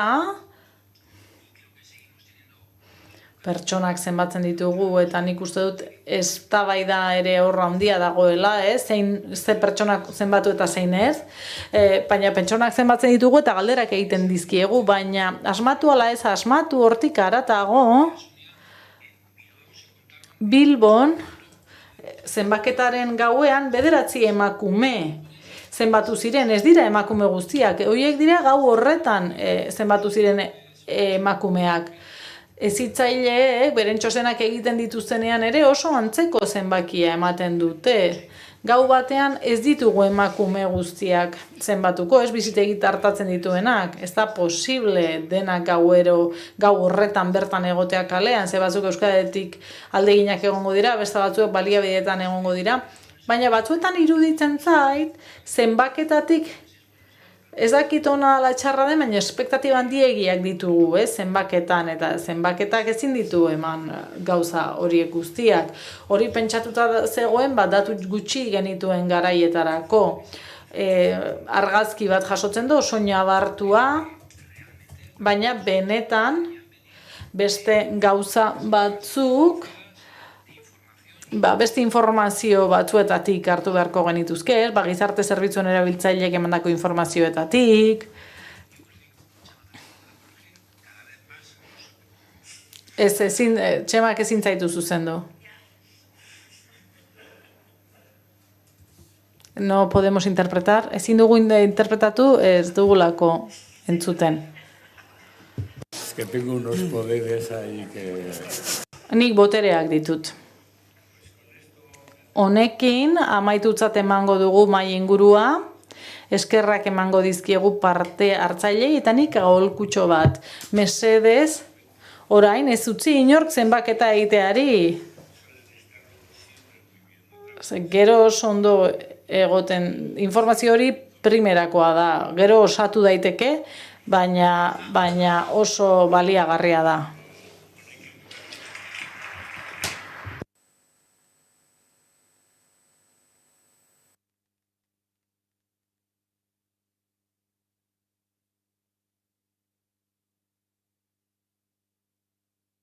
Acabar la sesión de la mañana, Lidia Amilibia, viceconsejera de... Orain, Lidia Amilibia, gizarte politiketako sailburu ordeak, justizia, berdintasun eta gizarte politika sailekoak hitz egingo digu edo aurreratuko dizkigu bigarren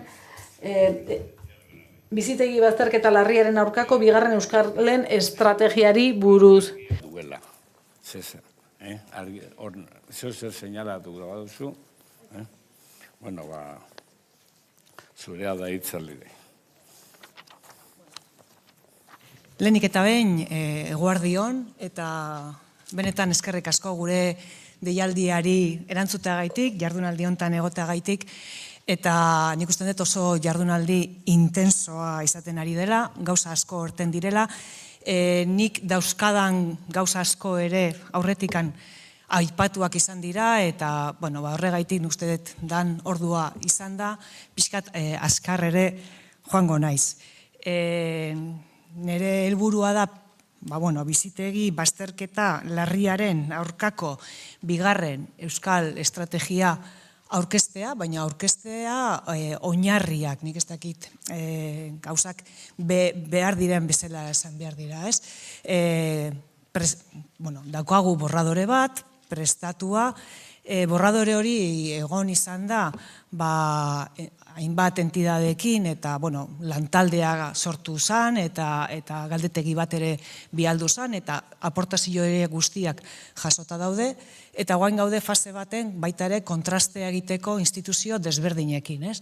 Dakizuten bezala, instituzioak egon dira hauteskundeak direla eta momentu komplikatu batean, eta guain ja, aful daude, eta guain ja hasiko dira baita ere kontraste horiek egiten, ez? Beraz, oraindik borradore batez hitz egiten ari gara, instituzioen kontraste ondoren berriz ere elkarteekin, eta elkarrizketa zibilaren mailaren inguruan, topaketa bat ere, edo aukiko dugu beste aukera bat, azken borradore definitibo bat ere kontrastatzeko. Beraz, oinarri batzu dira, oraindik irekiak, eta gure asmoa da, hori bai, urte bukaerarako, azkenengo hilabetetarako, dokumentua onartuta izatea.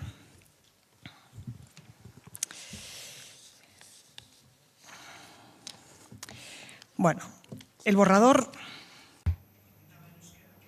Euskaraz, aipatu dudan zirriborro hau, eta beti ere zirriborroa dela kontuan izanik,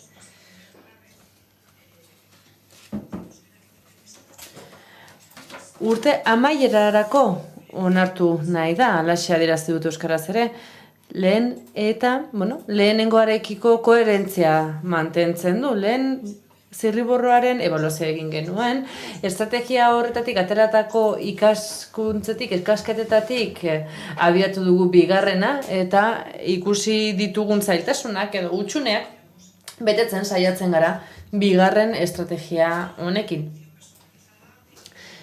Arreta pertsonalizatua eta eskubideak indartu nahi ditu. Eskubide horiek aipatu dira, goizean zehar, horra aipatu dira, etxe bizitza eskubidea, osasun eskubidea, gizarte zerbitzuetarako eskubidea, enplegurakoa eta diru-sarreren bermerako eskubidea. Estrategia hau loteslea da, beharrezkoa da. Eta bertan, eta badakigu, esku hartze hauetan, departamentu eta instituzio askok parte hartzen dutela eta koordinatu egin behar direla eskubide horiek bermatu behar baldin baditugu. Horrez gain, eta guk planteatzen duguna honakoa da, hau da, estrategia hau eraginkorra izan dadin, lanean jardun behar dugu eta proiektu traktoreetan oinarritu behar dugu. Proiektu traktore konkretuak eta lehorreratuak. Jada ondo funtziona dezaketenak. Behar bada, akatsunak izango dira zenbatetan, baina behintzat gutxienez errealistak izango dira.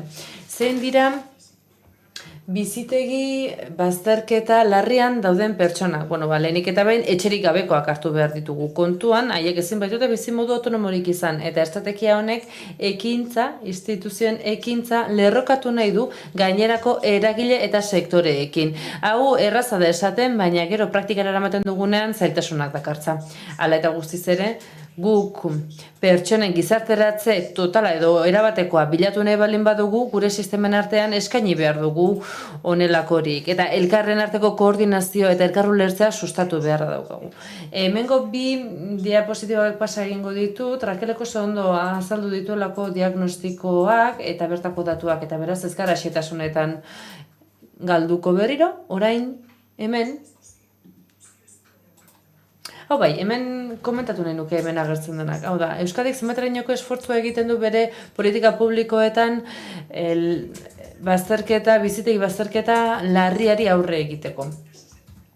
Berak aterpetxe batzuk eskaintzen ditu bertako pertsonai, eta 1000 biztanleko 1,4 pertsonai hartatzen ditugu. Hau da, estatuko tasarik altuena dugu. Gastori dagokionez ere bai, gure gastu publikoa altuenetarikoa da.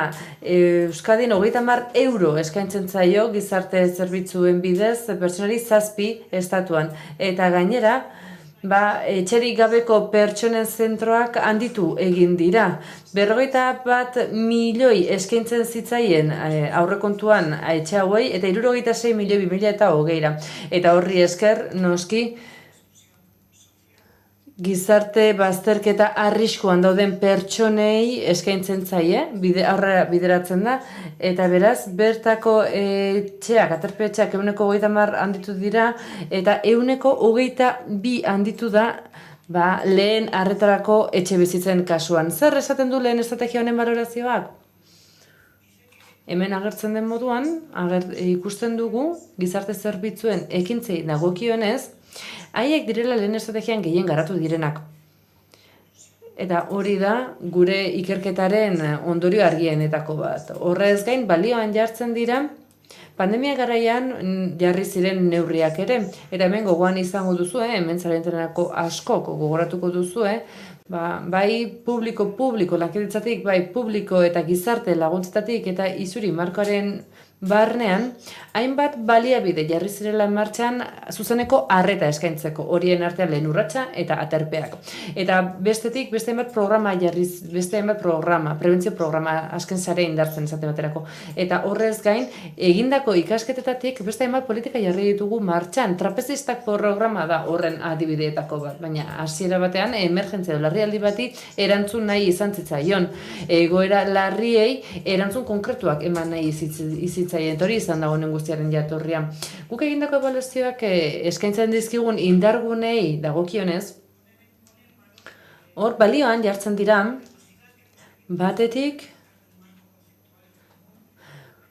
baterako marko kontzeptual horri, hau da, etxerik gabeko pertsona eskaini zaien marko horri, esparru horri. Eta horrez gain, ekimen asko egon direla eta neurri asko hartu direla ere aipatzen da. Baina, nola ez, ahultasunak ere agertzen dira. Eta zer hobetu behar da beraz, lehen estrategia honetatik urrengorako urratsak emateko. Agertu den lehen gaietako bat da orientatiboa izatearen estrategia.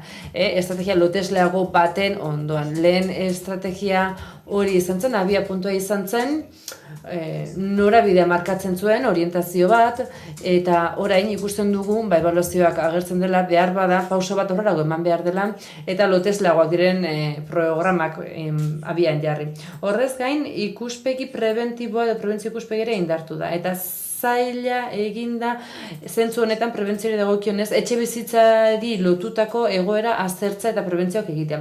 Eta horrez gain, estrategiaren koordinazioa eta bulkada horretan ere hobetu beharra dugu. Hau da, nola garatuko dugu gobernantza, sistemak eta eragile eta instituzio ezberdinek elkarrekin jardun behar duten eremu honetan. Bueno, zein dira bigarren estrategia honetarako planteatzen ditugun erronka nagusiak? Batetik, etxegabetasuna eta bizitegi bazterketa prebenitu nahi ditugu. Bestetik, bertako eskubideen jardunean eta etxe bizitzarako irismena hobetu egin nahi dugu.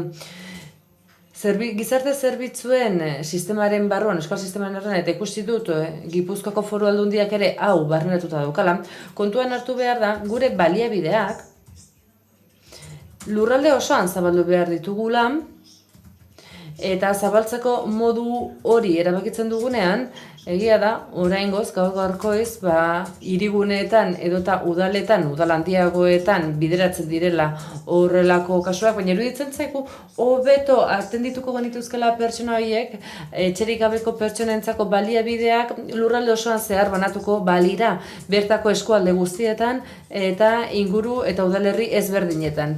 Saiatuko gara errealitate hori hobetzen, eta horrez gain, lehen eta bigarren arreta horren arteko koordinazioa hobetu behar dugu. Orain gaur-gaurkoz daukaguna nahiko irreala da eta saiatu behar gara nolabait honi aurre egiten eta modu naturalagoan eta errealistago batean. Horrez gain, aipatzen da, estrategia berri honetan, gizarte espazio horien garrantziaz. Hau da, hori garrantzitsua da, espazio horiek eskaintzea ezinbestekoa da, behin eta berriro agertu da, eta baita espazio soziosanitarioak, soziojudizialak, eta hau da, koordinazio eremu horiek indartu behar ditugu. Alor bat baino gehiago barne hartzen dituen espazio horiek landu behar ditugu, eta horiek garatu eta garrantzitsuak direla kontuan hartuta gainera. Horrez gain, politika normalizatu ez ere hitz egiten da, aipatu da goizean. Hor dugun profil nagusia pertsona gazte eta migratzaileena da, eta balorazioa eginez gero seguruenik ez lukete bazterkeria emango emaitzatzat, baina baliabideak behar dituzte, eta etxe bizitza bat beharko dute beren bizitza egin ahal izateko eta modu autonomoan bizi ahal izateko. Baliabide horiek, gure baliabideetatik kanpo gera daitezkenak dira, baina esperientzia eta proiektu berriak garatu beharko genituzke egoera horri aurre egiteko. Gaur goizean ere aipatu da kalitatea. Gure arreta baliabideen kalitatea. Kalitate hau hobetu egin behar da, bertan jarraitasuna, pertsonalizazioa eta osotasuna kontuan hartu behar dira. Eta beti ere ikuspuntu prebentibo batetik eta erabiltzaileen parte hartzarekin. Hau kosta egiten zaigu, baina garrantzitsua da gure erabiltzaileak eragile aktibo izatea. Genero ikuspuntua eta intersekzionalaren kontuan hartu behar da, eta baliabide bereziak behar ditugu bizitegi, bazterketa larrian dauden emakumeentzat. Datuak ikusi ditugu goizean, ikusten dugu gizonezkoak baina gutxiago direla, nabarmen, baina berezitasun oso konkretuak dituzte eta horiei aurre egin behar zaie. Eta horrez gain, erakundeen arteko eta departamentoen arteko lankidetza sustatu behar da, gobernantza kolaboratibo bat sustatu, eta nola ez, lankidetza izan behar dugu Euskadiko 3. sektorearekin eta erabiltzaile diren pertsona horiekin. Zein da gure markoa, zein elementu hartu behar dugu kontuan estrategian aurrera egin ahal izateko. Batetik, autonomia erkidegoko eta estatuko esparrua dauzkagu, hor daude zerbitzu sozialen legea, etxe bizitza legea, diru-sarreren bermerako legea, 2022an onartuak,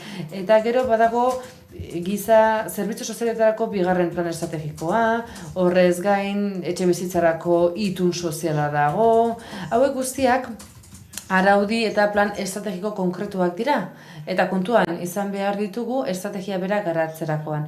Horrez gain, itun soziala ere kontuan hartu behar da, immigraziorako itun soziala, eta baita hiritartasun, immigrazio eta asilorako 6. kulturarteko plana ere, horiek gidatzat hartu behar ditugu. Eta horrez gain, Euskarri estrategia ere hor dugu. Hau departamentuen arteko koordinazioaren eredu da. Egia da, beren eremua murritza dela, eremu sozio-laborala dela, baina Euskarrik eta bere koordinazio mailorrek duen esperientzia hori izan daiteke gero eremu zabalago batera iristeko modua. Eta Euskarri estrategia, batez ere zaurgarritasun egoeran dauden gazteekin loturikoa ondo funtzionatzen duen estrategia bat da eta hor landu behar dugu. Horrez gain, Europa mailan ere hor badira, badago lege esparru bat, hor dago nazio batuen etxe bizitza eskubidean, badago bestetik Europako giza eskubideen zutabean, eta bertan 19. Zutabea dago. Horrez gain, Europako Parlamentuaren ebazpenak ere hortxe ditugu, bertan etxe bizitza eskuragarri eta duin baterako sarbidea aipatzen da, eta baitan etxe gabetasunari aurre egiteko Europako plataforma ere hori aipatzen da, Lisboako adierazpen horretan, eta hor 3. sektoreko erakundek eta instituzio ezberdinak parte hartu beharko lukete. Markoa hori izanik, orain, sakon dezagun zeintzuk diren honen irizpide nagusiak, estrategiaren irizpideak. Batetik, 5 eskubide horietan oinarritzen gara, etengabe aipatu ditugun eskubideak dira, etxe bizitzatik hasi, eta gainerakoetara, eta gainera horren inguruan badira beste faktore batzuk ere, eta beraz, pertsona etxegabeen eremua honetan, Dimentsio anitzeko ikuspegia ezinbestekoa da. Hor faktore asko daudelako eragina izan dezaketenak eta kontuan hartu beharrekoak. Horrez gain, genero ikuspegia eta ikuspegi intersekzionala izan ere kontuan hartu behar dugu erabiltzailearen generoa, adina, jatorria eta bere autonomia maila. Izan ere, honek eragina izango du bere zaurgarritasun faktoretan eta bazterketa sozial eta bizitegi bazterketa faktoreetan. Horrezen badaukagun beste printzipio bat ere, bai, pertsonalizazioarena, integralitatearena eta desinstituzionalizazioarena. Elementu hauek azken urte hauetan aipatu ditugu eta sarritan aipatu dira, ezta? Pertsonalizazioa, osotasuna, adineko pertsonen kasuan esate baterako eta desgaitasunen bat duten pertsonen kasuan hauek kontuan hartu behar dira baita bazterkeria eta bizitegi bazterketa larriaren kasuan ere. Horrez gain departamentuen eta erakundeen arteko lankidetza eta maila anitzeko gobernantza hori ezinbestekoa izango da gisa honetako estrategia bat aurrera eramaterakoan eta goizean aipatu den beste elementu bat ere kontuan izan beharrekoa da.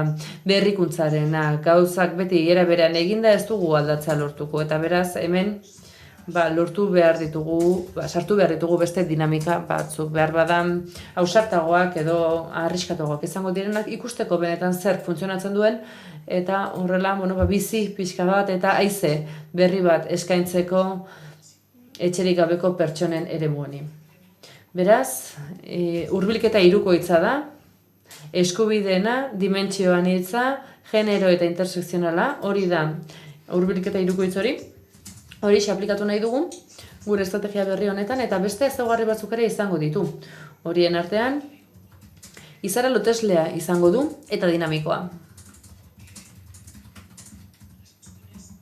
Izan ere, bizitza horrelakoa izanik eta etxe gabeen egoera aldakorra izanik guk malgutasuna behar dugu realitate ezberdinetara egokitzeko. Nork esango liguke lehen estrategia diseinatuta pandemia batek joko lukeela erdi-erdian, ez da?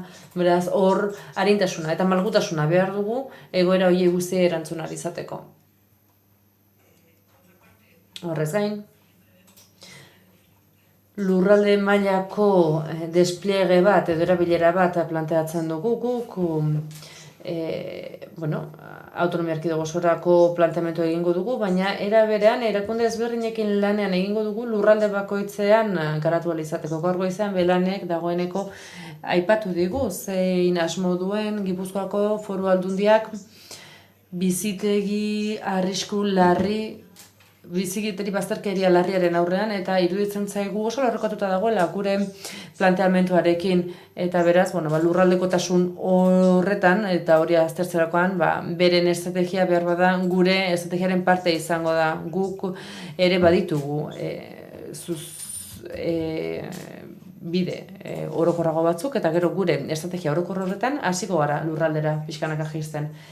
Eta horrez gain bizitegi bazterketa larriaren erantzukizuna publikoa da, erakundeena da, ezin luke beste erabatekoa izan, eta horrez gain pertsonalizatu eta deszentralizatua den babesa eman behar zaio, eta horretarako ezinbestekoa da lankidetza publiko soziala eta gizartearekin egingo dugun elkarrizketa, hemen zaudeten erakunde ezberdinekin. ¿Qué perfiles y colectivos vamos a tener como perfiles prioritarios? Zein profil eta kolektibo izango dira lehentasunezkoak? 4 ezberdindu ditugu. Batetik, familia babesik gabeko pertsona gazteak dauzkagu, hauek Euskadira iritsi dira dagoeneko adin nagusikoak izanik edota babesare bateko kide izan. Goizan ere aipatu dugu etxegabe koen erena dira, 133 beraz, eta 30 urtetik beherakoak. Beraz, hau ere kontuan hartu behar dugu politika espezifiko batzuk diseinatzerakoan. Horrez gain, egoitza ezberdinetatik edota internamentutatik ateratako zentro pertsonak dira, izan daitezke alta hartu duten osasun etxeetatik edo ospitaletatik alta hartu dutenak, edo bota dituztenak, edo eta askatasunik izan ez dutenak, hau da, presondegitetik ateratzen direnak eta baliabiderik gabe geratu direnak. eremu horiek ere lehentasunezkoak izango dira guretzat, horrez gain bizitegi bazterketa larrian dauden emakumeena ere bai. Egia da, etxegabeetako bat da emakumezkoa, baina berezitasun oso konkretuak izan ohi ditu, eta beraz lehentasunezko arreta eskaini behar zaiela iruditzen zaigu, izan ere arrisku handiagoko egoere egin berdiete aurre, beren integritate fisikoa ere arriskuan egon daiteke eta baita osasuna ere. Beraz, hori ere lehen etxe egingo dugu. Eta, gero, etxegabetasun ibilbide bat egin dutenak, izan buruko gaixotasunekin edo gabe, edotan adikzio batekin edo gabe. Gure datuen arabera, etxegerik gabe dauden pertsona 118 kasu hau betetzen du, beraz, lan egin behar dugu eta lehentasunezkoa da. Gure estrategiaren egiturari dagokionez, 2 planotan jardungo dugu, eta dokumentuak horrelaxe agertzen du, hau zabalik dago, bertan ager daitezkeen edozein egoeretara. Eta hemen, 7 jarraibide aipatzen dira, eta 19 neurri daude haiei lotuta. Neurri hauek ondoren gomendio batzuk dituzte. Eta honela, nolabait egoera praktikotu egin nahi da. Lehorreratu egin nahi da, lurreratu, eta ikusi gure lerro edo jarraibide horiek funtzionate ote duten. Benetan, lehen mailara edo lurrera iritsi nahi duen estrategia bat da. Eta batzuetan, ikusi dugu, batzuk ibilbide luzeago izan dutena, eragile batzuk, beste batzuk ezain beste, baina ikusi behar dugu zein ekimenek funtzionatzen duen eta bide eman behar zaie funtzionatzen duten hori batetik. Bestetik, estrategia honek eta beste hainbatek proiektu traktoreak izango dituzte. Ulertzen dugulako, proiektu horiek lagunduko digutela, nolabait guk ezarri ditugun helburu horiek lortzen. Eta gainera, traktoreak diren proiektu horiek modulatzen eta egokitzen laguntzen digute momentuko beharretara. Zeintzuk dira 7 jarraibide horiek? Garrantzitsuenak. 7 dira, eta lehenengoa da, etxegabetzeak prebenitzea eta etxerik gabeko pertsonek etxe bizitza eskubidea izan dezaten neurriak indartzea. Hau aipatu dute eta iruditzen zaigu etxe bizitza departamentuak egin beharreko esfortzu bat dela. Etxegabetzeak aurreikusi behar dira. Bigarren jarraibidea da helduarorako transito prozesu horiek laguntzea eta desinstituzionalizazioa. Batez ere, familia saririk gabeko pertsonentzat. Trapezistak da horietako bat, baina izan daiteke kasu honetarako beste proiekturik ere. 3. jarraibidea da, enpleguan, osasungintzan edota diru-sarrera bermeak direla eta zerbitzu sozialetara jotzen duten pertsona horientzako sistemak egokitza. 4. etxerik gabeko pertsonei parte hartze ekonomiko, sozial, politiko eta kulturala sustatzea. 5. etxerik gabeko pertsonen ongizatea, segurtasuna bermatzea eta haien biktimizazioa saihestea. 6. herritarrak sentsibilizatzea izango litzateke, bizitegi bazterketaren inguruan, eta haien pertzepzioa, da, etxerik gabeko pertsonen inguruko pertzepzioa aldatzea, eta 7. zeharkakoa dena, da genero eta ikuspegia eta ikuspegi intersekzionala gehitzea etxerik gabeko pertsonen kasuan. Jarraibide hauei gero batu behar zaizkie proiektu traktore horiek. Eta egia da, proiektu traktore gutxiago dugula kasu batzuetan. Esate baterako, aipatzen zen, hainbat puntutan defizita zegoenak. Esate baterako, etxerik gabeko pertsonen parte hartze horretan eta sentsibilizazioan. Hor, esfortzu berezia egin beharko dugu, hor ekimenak eta proiektuak behar ditugulako. Hor gabezia nabarmen abaitu dugu, helburu horiek lortze aldera. Eta hemen, zertzela da handitan, edo ezaugarri nagusietan aipatu nahi dugun, nondik nora jo nahi dugun. Ez dugu dokumentua itxi, aipatu dut, baina gure lerro nagusiak hemendik joan daitezke.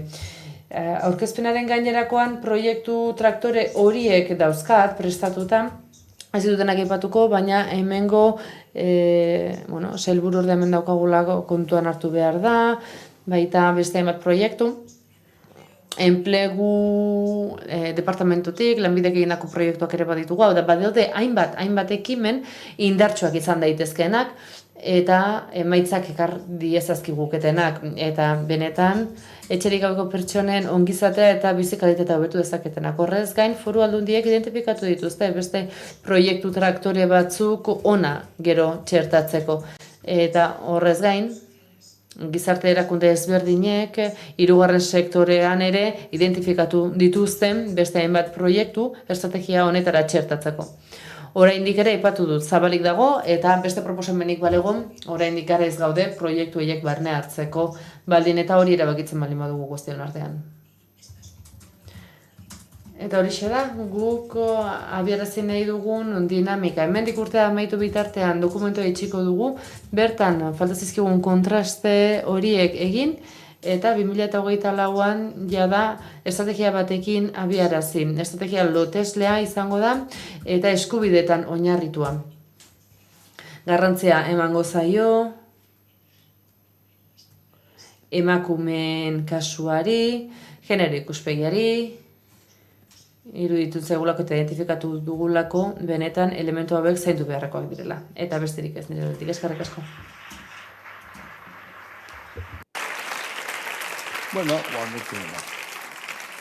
Honekin ematen dugu amaiera goizeko saioari, eta gero jakin ezazue beste saioa dagoela, ordu pare batekoa arratzaldean, eta nik uste dut 3:04 bueltatuko garela, baina 3:04 gutxi gora bera gero gehiegi atzeratu ez dadin. Es decir, simplificando, a las 3:15 aquí. Hau da, 3:04 hemen denok, ongi ibili bitartean.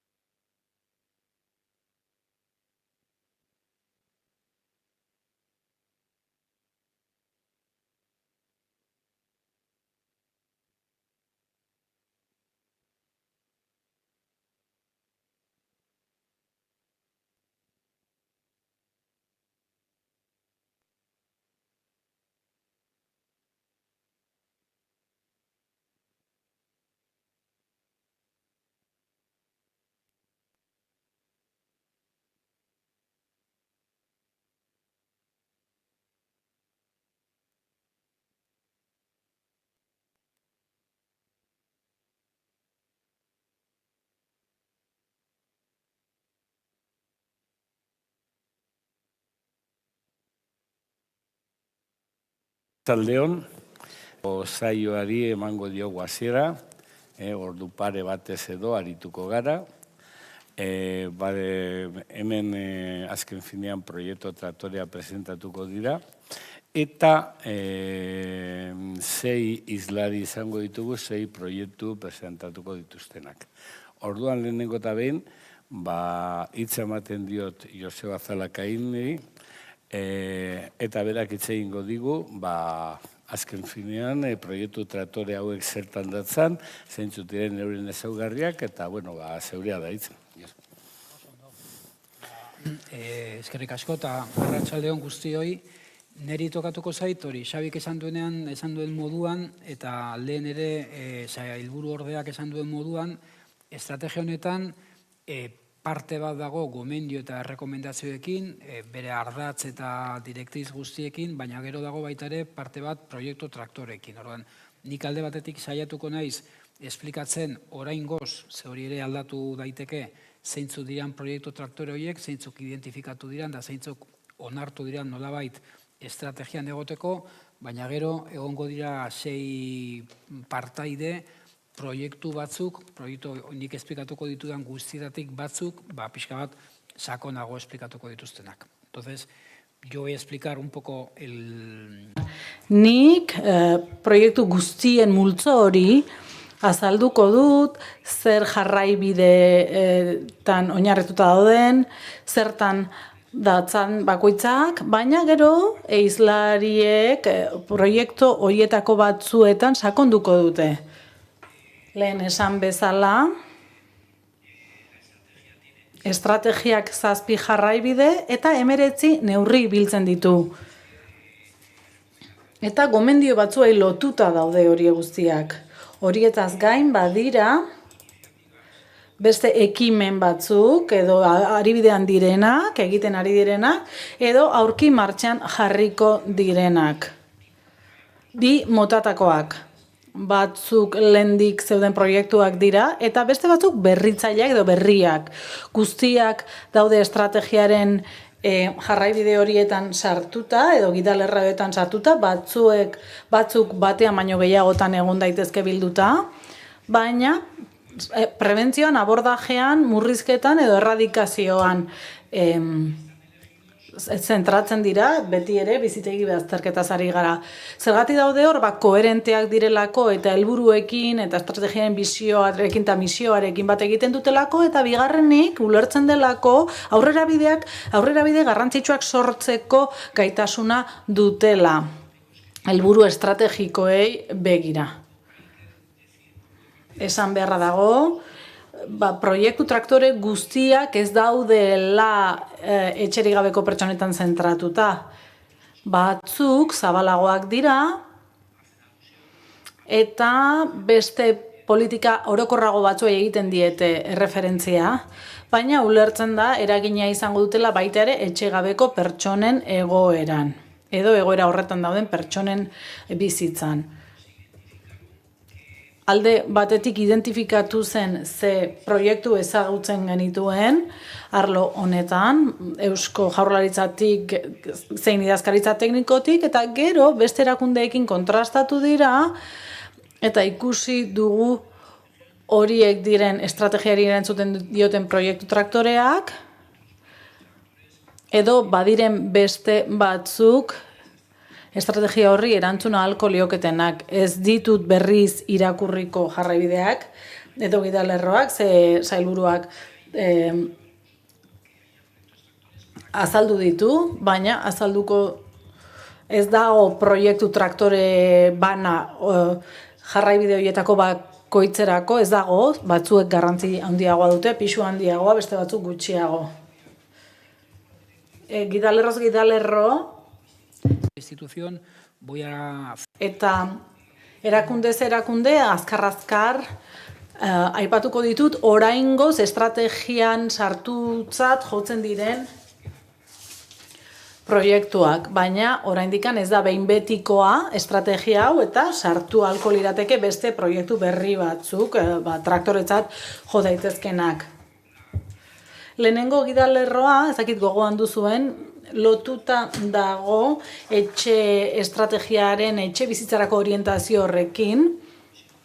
Europa batzordeko arduradunak hitz egin du, etxegabetzeak prebenitzea eta etxerik gabeko pertsonek etxe bizitza izateko eskubidea egikaritzeko neurriak indartzea. Hemen garrantzi berezia dauka etxe bizitza sailak, izan ere proiektu traktore horietako batzuk, gidalerro jakin honetan, etxe bizitzari egiten baitiote erreferentzia. Hor badaukagu etxe bizitzaren aldeko itun soziala garatzeko gizarte eta bizitegi espazioa bultzatzea.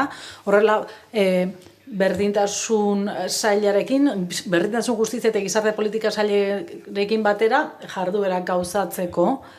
Baina, oraindik ez dauka forma edo funtzionamendu konkreturik.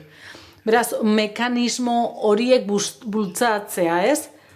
Bultzatzea litzateke espazio hori egia bilakatzeko. Bigarrena, hori ere etxebizitza departamentuak bultzaturikoa, goizean hitz egin dugu, eta litzateke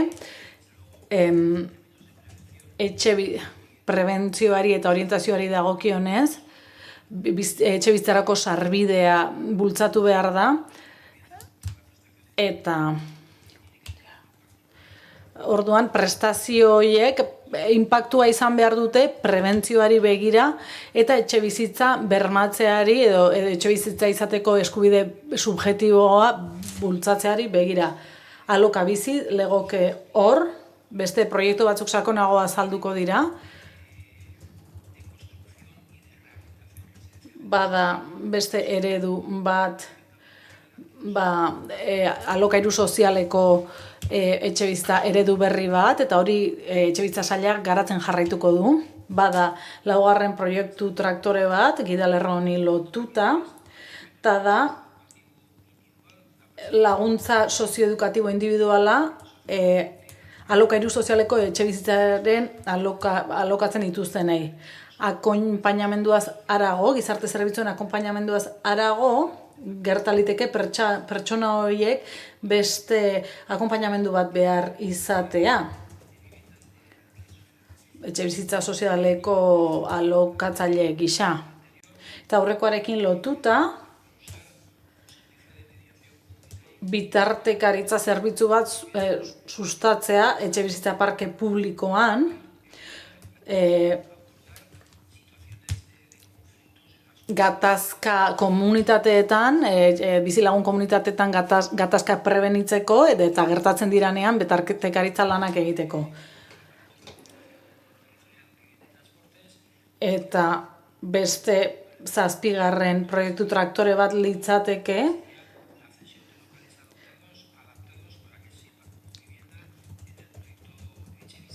etxebizitzari egitutako lokalak lagatzea, badira beste 2 udal mailakoak, bata Donostiako udalekoa eta bestea Bilboko udalekoa, ez dakit Rakelek geroago hitz egingo dirugun honi buruz, uste dut honi buruz ezetz, baina bizitegi programa da, bizitegi programa laguntza ekonomikoak ematen ditu bizitegi bazterketa larriko egoera aurre egiteko, hori Donostiako udalean, eta bada Zubaranbarri etxebizitza galdu duten guraso bakarreko familiei laguntzeko.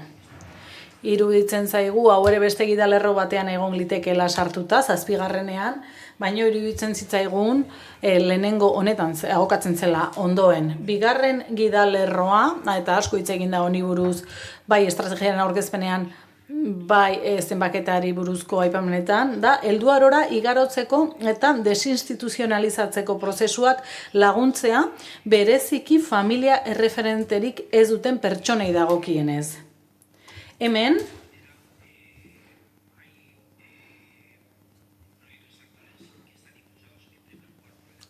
Eusko Jaurlaritzako berdintasun justizia eta gizarte politikako sailak bultzatutako programak daude, bada trapezistak programa zabaltzea, nahiko ibilbide oparoa egin du programa honek, eta bere edapena litzateke,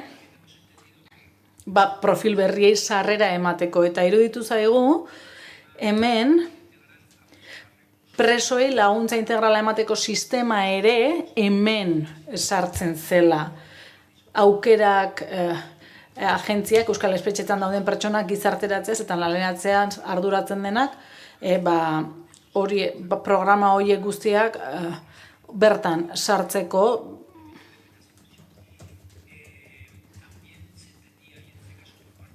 Hemen, Lanbidek, Eusko Jaurlaritzako Lan eta Enplegu Sailak, ulertu du proiektu traktorea litzatekeela DSB-erako eskuratzea, babes sistematik datozen gazteei erraztea, ez RGI hori delakoa eskuratzea. 14/2022 legeak hainbat aldaketa aurre ikusten ditu pertsona sarbidea dauten pertsonen adinak aldatzeari begira, eta orduan hori ere estrategiaren proiektu traktoren barruan sartuko litzateke. 3. gidalerroari dagokionez, hau da zabalena, eta helburua da gizarte zerbitzuaren, enpleguaren, osasunaren eta diru sarreren bermearen sistemak etxerik gabeko pertsonen beharretara egokitzea. Hemen, hainbat arrazoi dira medio, gizarte zerbitzuen sistema oso presente dago, eta Eusko Jaurlaritzako Berdintasun Justizia eta Gizarte Politiko Sailak hainbat proiektu traktore biltzen ditu, alde batean da gizarte zerbitzuen mapa edatzea, eta batez ere gizarte zerbitzuen mapak dituen hainbat gidalerro Euskal Harrera eredua edatzeari begira. Prozesuak prestazioen eta zerbitzuen zorroaren ebaluazioarekin elkarreraginan jardungo luke. Saiestu nahi du baliabideak udalerri gutxi batzuetan kontzentratzea, dezentralizatu nahi ditu eta artikulazioa hobetu nahi du lehen mailako eta bigarren mailako arretaren artean. Ez dio bakarrik erreferentzia egiten etxegabeko pertsonei, baina haiei eragiten die bereziki. 2. proiektu traktorea litzateke Euskal Harrera eredua edatzea, gaur asko hitz egin dugu immigrazioaz, etorri berri diren pertsonez eta haiek duten inpaktuaz. Euskal Harrera eredua edatzea ulertzen da baita ere proiektu traktore gisa estrategiaren barruan, eta gainera bada 3. proiektu bat, erdu izena duena, hurbiltasuneko esku hartzea adikzioetan. Programa hau ez da berria, unitate mugikor bereziak espezializatiak dituzte, eta haiek baliabideetara leku aldatzen dira adikzioetan arreta osagarria eta osasun sistemekin eta gizarte zerbitzuekin koordinatua eskaintzeko 5 unitate, 5 ekipo mugikor dira, 3 Bizkaian, bat Gipuzkoan eta bat Araban, eta hainbat profesional biltzen dituzte medikuntzakoa, psikologiakoak eta hezkuntzaren gizarte lanaren arlokoak. Eta arlo soziosanitorian 4. proiektu traktore bat lotuta dago bazterketa larrian dauden pertsonentzako prebentzio eta koordinazio soziosanitarioan. De la Rica aipatu dugu hemen, osasun sailarekin egiten den koordinazio lanaren ondorioz, eta Euskadiko arreta soziosanitariko estrategiaren lankidetzaren ondorioz, hau sortu da, bazterketa larrian dauden pertsonentzako prebentzio eta koordinazioa. Eta lerro honetan,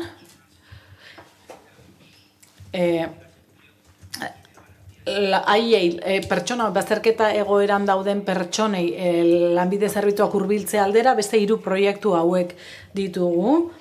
Alde batetik lanbideren arreta eredu berria, birorientazioa da, rekonbertsio bat, hasiera batean proiektu piloto batzuekin egin da, eta lanbideren bulegoetan ematen den atentzioa, triajea aplikatzea, gero lanbideren prestazioetarako sarbidea hobetzea, kazetagunea, eta helburua da,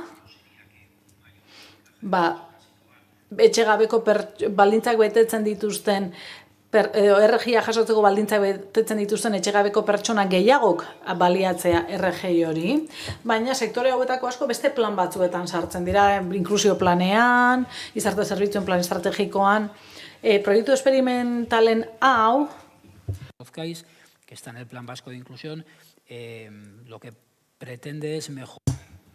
Helburua da tokian hobetzea arreta partekatua, kasuen kudeaketa partekatua, enplegu sisteman dauden erakundeen eta gizarte zerbitzuen erakundeen sisteman daudenen artean. Hor, denak proiektu guztiak ez daude lotuta etxegabeko pertsonekin, baina batzuk bai, eta hirugarren proiektu bat, lehen aipatu duguna da, prestazioetarako sarbidea. RGI-a eta alako diru-sarrera bermatzeko sistemetarako sarbidea. Ez dakit geroago sakondoko duten gure kideetakoren batek honetan. Hor badugu Sefaken laguntza, Gipuzkoan baita ere oinarrian habitat zabaltzea, Housing First eredua eren oinarrizko, edo eredua ezarri nahi du hemen, gero bada arreta integratuko eredua Urolak Kusta eskualdean ezartzeko beste ekimen bat, Zarautz oinarrian izena duena, helburu duena baita ere lehen mailako eta bigarren mailako arretan dauden koordinazio zailtasun horiei heltzea. Eta arreta integratuko zentroak, KAI, Errando Gure Etxea, gizarte eta egoitza bazterkerian dauden pertsonetzako arreta integratuko zentroa da, eta premia larrian dauden pertsonak dira, eta besteak beste, hor San Juan de Dios ospitaleak laguntzen du, Gipuzkoako Foru Aldundiko Zainketa Departamentuaren eta San Juan de Dios ospitalearen artean. Bilboko udalan bada Apiriku izena duen bazterkeria egoeran dauden pertsonetzako zentro berri bat, Rakelek hitz egingo digu honi buruz.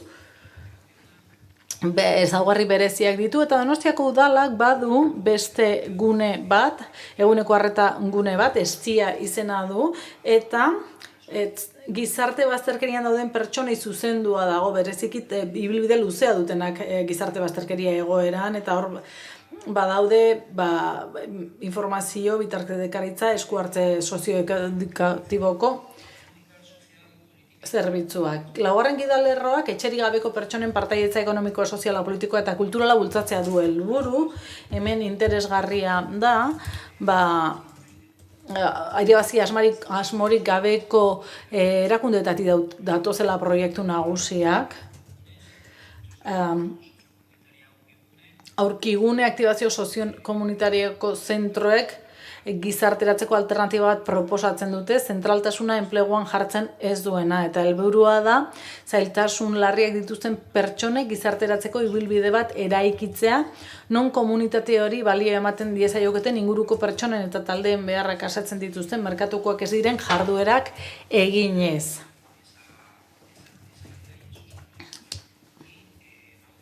Eta Emaus taldeak planteatu digu, eta gero ere azalduko digute, etxerik gabeko pertsonentzako nomada jaialdia. Nik ez dutxe eta xe azalduko, ze Albertok hitz egingo digu horri buruz. Bada jarraibide bat, segurtasunarekin, ongizatearekin loturikoa, espazioa berreskuratzearekin.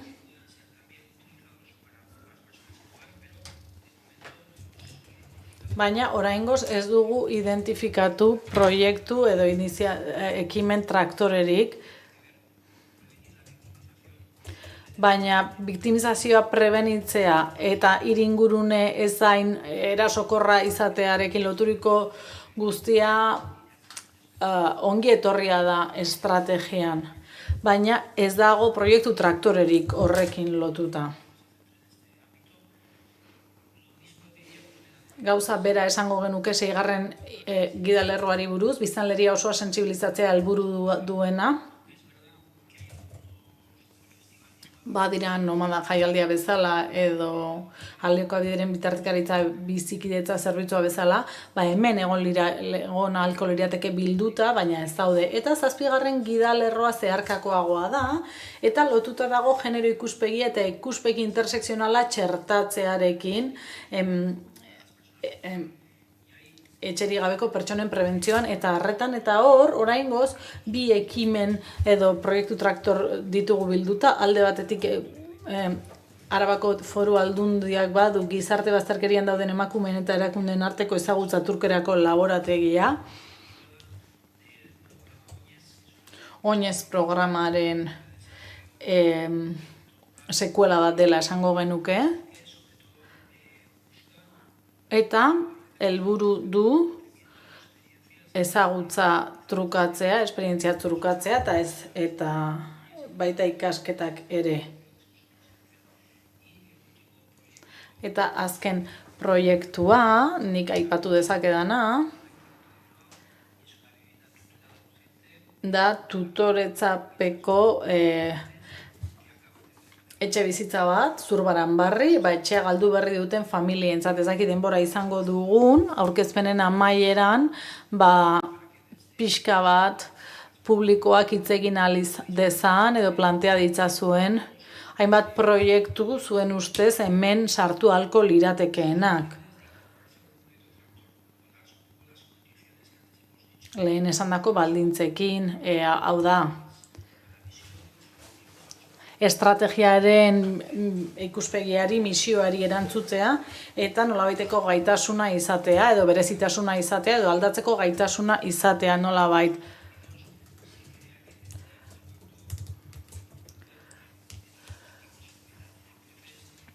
Pentsatuta, proiektu horiek izango dutela inpaktu garrantzitsua.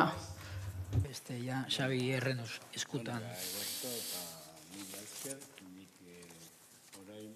Orden batakat eta deitu egingo ditut pertsonak ordenaren araberaz, eta hitz egingo digu lehenengo eta behin, Ana Isabel Garziak, que es directora al área social de Alokabideko gizarte arloko zuzendaria.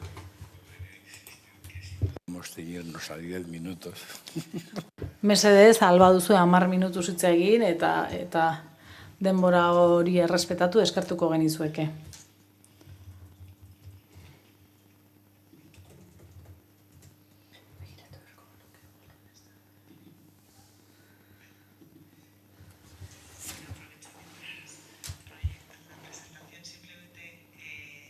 Aurkezpena proiektatu bitartean, eskarrak eman nahi ditut, hasteko, ez bakarrik proiektua zuei hurbiltzeko aukera izatea, ze guretzat ez da berria, baina bai birplanteatu dugu, baina baita ere eskertuta gaude, estrategian hainbat proiektu ekarri ahal izan ditugulako, eta ikusgarritasuna eman ahal izan diegulako etxebizitzen parke publikoari, ze askotan, 16.000 etxebizitza kudeatzen ditugu, eta batzuetan lausotu egiten da, ikuspegi hori.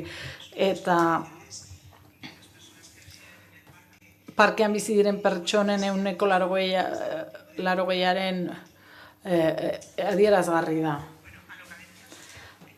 Alokabide Eusko Jaurlaritzaren mende dago, eta etxebizitzaren gizarte funtzioa garatzea du helburu. Gure helburu nagusia, lan nagusia da, etxebizitza publikoak kudeatzea, alokairurako etxebizitzak dira, baina prestazioak ere kudeatzen ditugu. Gaur goizean hitz egin digute, gure kideek, formula edo ikuspegi desberdinez.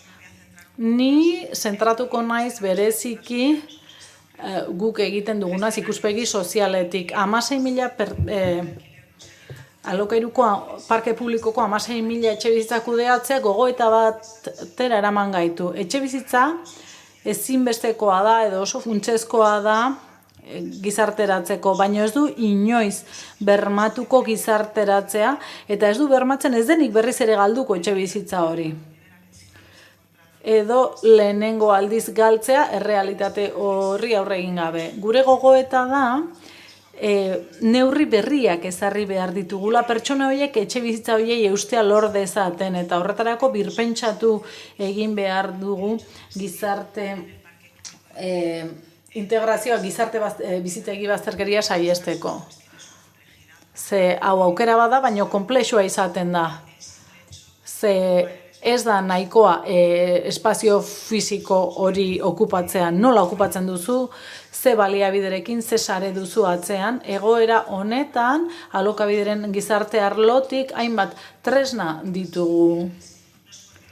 Ez ordaintzeak kudeatzen ditugu, beste administrazio eta erakunde batzuekin koordinatzen gara, sareko proiektuetan sartuta gaude, hainbat esku hartze ditugu komunitateen mailan, bizikidetza ahalbidetzeko, bi etxebizitzak lagatzen ditugu.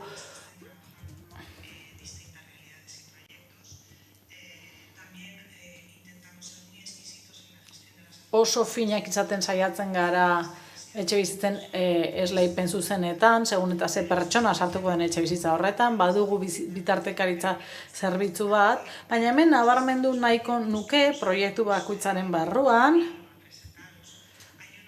badela bat, azpimarratu nahi duguna, eta da laguntza sozioedukatiboko zerbitzua. Eta gero kontratuekin ez betetzei heltzen diena duela 10 urte, hasi ginen edo konturatu ginen pertsona batzuek laguntza berezia behar dutela kontratuko bete beharrak behar bezala betetzeko. Eta gogoetaren barruan pentsatu genuen, zer ikasi dugu akonpainamendu sozioedukatiboko zerbitzutik. Esperientziak esaten zigun, tamalez badela etxebizitzatan sartu eta berriz ere etxerik gabe aurkitzen direnak. Beste zerbitzu batzuk aurkitu behar genituen, edo genituenak hobetu reinzidentzia hori saiesteko. Beste kasu batzuetan, badira pertsona batzuk bazterketa egoeran ez direnak inoiz egon, baina bizitegi bazterkeria egoeran sartzeko arriskuan zeudenak, baina haiengana iristen ginenean berandu zen. Konturatu gara baita ere, etxe bizitza baliabidea ez zela egokiena beraientzat. Eta hor jarri izana, ari zela pertsona horiek bultzatzen, beste prozesu batera ez, etxe bizitza galtzeko prozesu batera bultzatzen ari zen. Eta ahalegin berezi bat egin behar genuen gure begirada aldatzeko, ze azkenean 16.000 etxe bizitza ari gara edo kudeatzen genituen, eta gu nahi genuen dena estandarra izatea, baina egia da, begirada hori aldatu behar dugula, eta beste administrazioetara hurbildu behar dugula, beste erakundeetara, ze horrek euskarri egoki eman diezaiok horri guztiari. Planteatu dugu gure zerbitzuak 10 urte hauen buruan, hainbat, oraindik ez ditugu zehaztu ze lerro edo estrategiak edo zerbitzuak diren, baina bai espezializatu egin behar garela eta aintzat izan behar ditugula pertsona horien errealitateak. Gizarte bizitegi bazterkeriatik datozenak edo hor erortzeko arriskua dutenak eta tresna bereziak diseinatzea haientzat. Helburu izanik pertsona horien autonomia pertsonala bultzatzea eta bereziki kontratua ez betetzeak ekarri ezazkeen arrisku horiek saiesteko.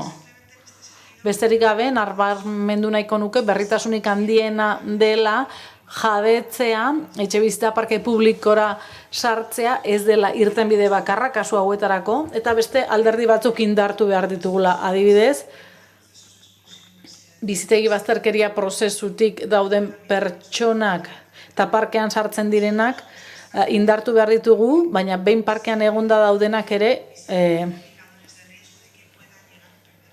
ikusten badugu etxebitza galdu dezaketela horre ere esku hartu behar dugula. Ze bestela pertsona horiek bizitegi bazterkeria egoeran egongo lirateke eta hori izan da proiektu honen planteamendua eta uste dugu horrek lagunduko digula hainbat galdera argitzen. Alde batetik, ze akonpainamendu ereduk saiestuko du reinzidentzia? Zer adierazle dira garrantzitsuenak eta zein erreparatu behar diogu espiral horretan, reinzidentzia espiral horretan ez erortzeko? Pentsatu behar dugu etxebizitza parke publikoa egun dugun bezala hori den pertsona guztientzako helburua edo beste etxebizitza baliabide batzuk aztertu behar ditugu, espezialistagoak izan behar gara eskaintzen diren baliabideetan, eta gero nola hobetu ditzakegu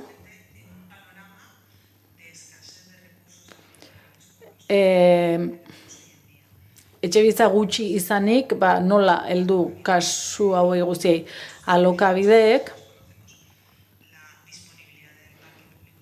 badakigu ze eskuragarrita, etxebizitza parke publikoa oso gaitasun urria dauka, oso mugatua da, ahalegin handiak ari gara gero eta etxebizitza gehiago izateko, baina orain arte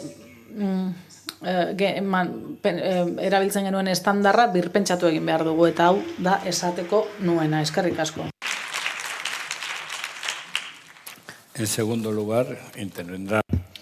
Eta orain, Rafa López Arostegi izango dugu, ez dakit eserleku horretatik bertatik egin nahi duzu, bai, oso ongi ba, aurrera. Rafa López Arostegi, Justizia, Berdintasun eta Gizarte Politika Saileko aholkularia da. Egoteagatik eta aukerarengatik. Bueno, voy a intentar hacer una presentación. Nire laburpena, laburra izango da, 10 minutuko iraupena izango du, saiatuko naiz erlojua aprobetxatzen eta respetatzen, eta modu oso sinplean egingo dut. Hemen zaudeten askok ezagutzen duzue programa hau, eta gainera bertan parte hartzen duzue oso modu aktiboan. Eta normalean, programa aurkeztu izan dugunetan, agintzariko Unai Zabalak eta nik neuk batera jardun dugu, eta hor dauden Maria eta Mikel ere eserita, eta Ignazio ere goizean gurekin izan dugu. Hor Zabalduzko arduradunak, Peñaskal eta agintzarikoak. 3 erakunde hauek koordinatzen dutelako programa. Horrez gain, 3. sektoreko beste 26 eragileek ere parte hartzen dute, eta sare bat osatu dugu gaur-gaurkoz, lankidetzan dihardugu. Eta guztion artean,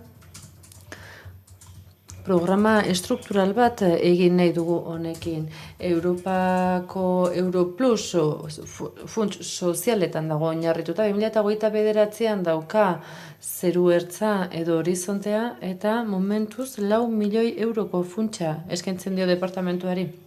Trapezistak 18 eta 23 urte bitarteko gaztei zuzentzen zaie lehen fasean, eta 18tik 25era bigarren fasean, eta hori luzatu egin daiteke beste 2 urtez programa jarraitu ez gero. Ez dauka denbora mugarik momentuz, eta ez dauka iraupen zehatzik ere. Izan daiteke urte beteko 2 edo 3ko esku hartze bat. Ez dugu toperik edo mugarik jarri momentu honetan, ez urtetan, ez hilabetetan ere.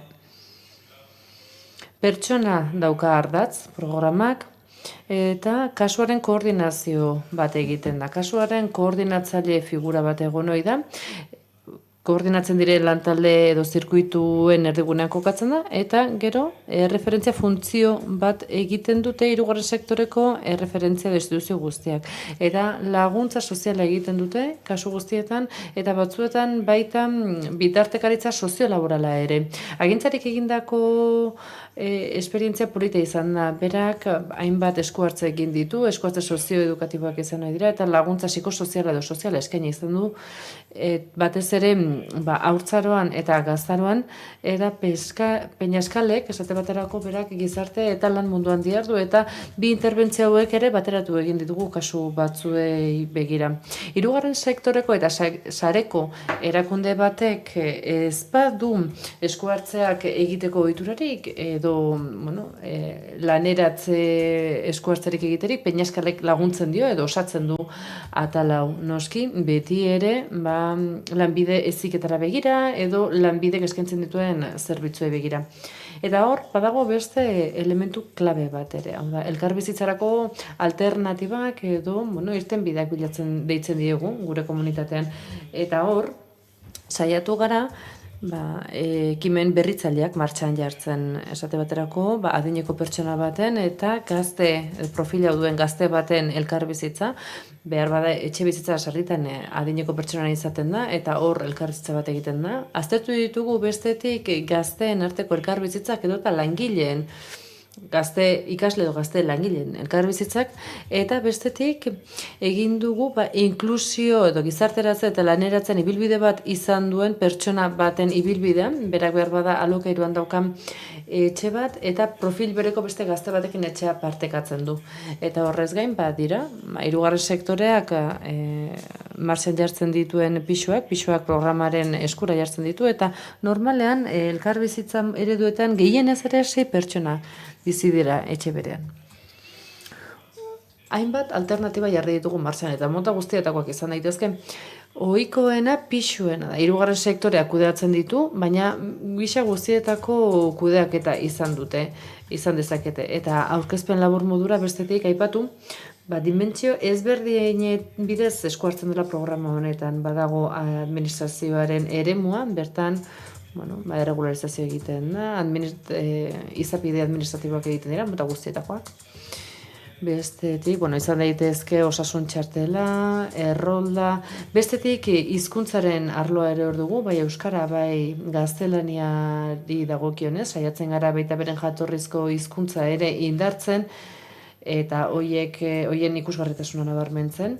Bestetik, beste alderdi formatibo batako, bertan prestakuntzak hortzen da, eta hor zertifikazioak, baliozkotzeak eta kontuan hartzen ditugu, alderdi ekonomikoa ere kontuan hartu behar da, bertan laneratzea hartzen da kontuan, baina baita diru sarreren bermea ere, eta baita ekonomia familiarrerako edo beren ekonomiarako gaitasuna ere, bestetik etxeko zereginak ere bai, hor parte hartzea kontuan hartzen da, parte hartzea azertzen dugunean, aizialdea hartzen dugu batetik, baina baita voluntario gisa izan dezaketen eskuarte sozialak ere hor kontuan hartzen dugu, beti kapital sozial hau sortzea garrantzitsua dela. Eta sare horrek ere behar duela laguntza informal hori hemen gutxi daukagu horretik, eta bestetik alderdi psikosoziala ere kontuan hartzen da. Daukagun denbora kontuan izanik ez nintzateke gehiago sakontzen hasiko programa, baina pixka bat kokatzearren zuekin ikasi ditugun lezio batzuk partekatu nahi dituzke, eta baita aurrera begira ezarri ditugun erronka batzuk ere, hori baita nire aurkezpenaren helburu nagusia. Zergatik jarri zen martxan proiektua, trapezistak, kontuan izan genuen guk bagenuela laguntza sozial bat, eta kontuan hartzen da, laguntza bat baldin badugu beren gizarteratze horretan aurrera egiten dutela pertsona hauek, eta oso azkar egiten dute. Ez dira, helduarorako egiten den transito edo ibilbide horrekin parekatzeko modukoak. Hemen azkar eta gain egiten da gizarteratzea. Eta behin gazte batek edo pertsona batek etxe bizitza bat baldin badauka eta gizarte laguntza baldin badauka, hor ez luke bazterketa adierazleetan positiborik emango. Beraz, iruditu zitzaigun zuela merezi hor bazterketaren ebaluazioa egiteak. Baina beste gauza bada, kasu batzuetan hor egon direla, kasuak, pertsonalak edota inguruak ala bultzatuta, hor gizarte zerbitzuen esku hartze bat behar izan duguna. Baina gehienetan, behin etxe bizitza izan da, ez da halako beharrek izan, eta normalean gobernuaren ekintza zuzenean egiten da, eta emantzipazio prozesuekin zuzenean txertatu nahi dugu, eta helduarorako trantsizio horretan zuzenean. Zer egiten dugu horrela? Emantzipaziorako eskubide hori txertatu egiten dugu gainerako eskubideekin batera, eta zer egiten dugu? Ekintza positibo hori ulertzen dugu gazte gehienek, gazte euskaldun gehienek, badutela emantzipaziorako laguntzaren behar hori. Eta hori kontuan izanik, laguntza bat jarriko da, urtarriletik aurrera gazteen emantzipaziorako. Gaz ere hor dago, hau da, emantzipazio prozesuan laguntzen duen akonpainamentua, modu pertsonalizatuan egiten duena. Eta guk zer egiten dugu, hemen programa bat esartzen dugu ekintza positibo hori egiteko. Zergatik, pertsona hauek, gure erabiltzaileak ez dutelako sare familiar horren babesik. Hori da gure ikuspegia. Bestetik kontuan hartu behar da zein den laguntza sozial hori eta beren erreferentziako figura horiek. Gazte hauek dagoeneko binkulatuta daude eta lotuta daude hirugarren sektoreko beste eragileekin. Eta gainerak hauek komunitatearekin harremanetan jartzen ditu. Honek funtzionatu egiten du, erabilgarria da eta ez genuke zertan hautsi. Batzuetan egiten dugu, hor hemen funtzionatzen duen formula batekin ikusi dugu, eta elkarrekin ikasten joan gara. Hau da, programa bera ere lankidetzan diseinatua da, elkarrekin lankidetzan kudeatzen dugu eta elkarrekin ikasiz goaz. Hori da gure ikuspegia. Horrez gain, kasuaren jarraipenaren garrantzia ere azpimarratzekoa da, egin behar zaiolako. Bestetik, norbere eskubide eta betekizunen behar izana ere hor dago. Hau da, programan sartzeko argi uzten da eskubideak eta betekizunak dauden. Hor argi eduki behar dugulako, gu konpromisoa hartu behar dugulako programan parte hartzeko, eta gero gure betekizun horiek beteta eskubideak ere izango ditu dana. Orduan joan etorriko konpromiso bat izan ohi da, eta gainera hasieratik argi uzten da erantzukizun hori indarrean jartzeko. Eta egiten diren baliabide horien erabilera bera ere erantzukizunez egiteko. Horrez gain, kontuan hartu behar da, etxe bizitza eskuratzeko zailtasuna gazte gehienen arazo nagusietako batela, eta beraz ikerketa gehiago behar dugu eta berrikuntza gehiago behar dugu horri erantzun bat emateko. Gure etxe bizitza parke publikotik haratago joan behar dugu, eta elkar bizitza norbere garapenerako eta gizarteratzeko elementu gisa ere aztertu behar da, eta hor kontuan izan aukera honek zein alternatiba sortzen duen. Horrez gain, beste ikasketa batera atera dugu, lankidetzak duen garrantzia. Lankidetza publiko sozialaren garrantzia eta erakunde ezberdinen arteko sarelana. Hemen, izan ere, askotan, azpimarratzen dugu garrantzitsua dela lankidetza publiko sozial hori. Baina, erakunde ezberdinak, 16 erakunde esaterako sarean lan egitea ere balioan jarri beharrekoa da. Lehen horrelakorik etzen gertatzen, orain, hori gertatzen da, egingarria da eta gainera hobekuntzak dakartza. Elkarrekin ikasten dugulako, esperientzia partekatzen ditugulako, eta gure eredu hori martxan jartzen dugulako eta trakzioa ematen digulako. Gainera, eskubideen egikaritzea ere bultzatzen dugu horren bidez. Zentzu horretan, eta jada 10 minutura noa. Beste bi beharko ditut, gure erronkak zein diren aurkezteko. Zein erronka dauzkagu? Guk planteamendu unibertsal bat egin nahi dugu, horra iritsi nahi dugu, eta hori zaila da, baliabide ekonomikoekin lotuta dagoelako. Oraingoz, aipatu dut, 4 milioi euroko aurrekontua dugu, guk apostu sendoa egiten dugu programa honen alde, eta aziz joan nahi dugu. Baina ikusi beharko dugu noraino iristen garen, eta hau, Euskadiko eta Europako programetan txertatzea ere funtzionala izan daiteke zentzu honetan. Izan ere, rotazioarekin ere oso emaitza onak izaten ari gara. Momentu honetan, 376 plaza ditu gure programak, okerrez banago, eta 450 pertsona pasa dira bertatik, eta irteera gehienak arrakastatxoak izan dira. Hau hasieratik ez genekien, baina ikusten ari gara programak oso emaitza onak ematen dituela, eta horrek jakinarazten digu, guk dauzkagun plaza horiek baliatuz aukera gehiago sort daitezkela. Eta hori lotuta dago baliabideen erantzunkizunezko erabilera horrekin. Besteentzako aukerak sortze horrekin. Hau da, guk egiten dugun inbertsioarekin eta daukagun gastuarekin. Errotazio gutxiago izango bagenu, emaitza txikiagoak izango lirateke. Eta orduan, behar bada, denbora muga bat jarri beharko genioke gure programari, baina ez daukagu horiek, ez delako gure errealitatera. Horrekin, hor bilatzen saiatzen gara, eta hori da gure erronketako bat. Guk ekintza positiboa sortu nahi genuen, programa honetan parte hartzen duten gazte guztiekin, egoera honetan den gazte guztiekin. Eta horrela ez daitezen bazterketa egoerara iritsi.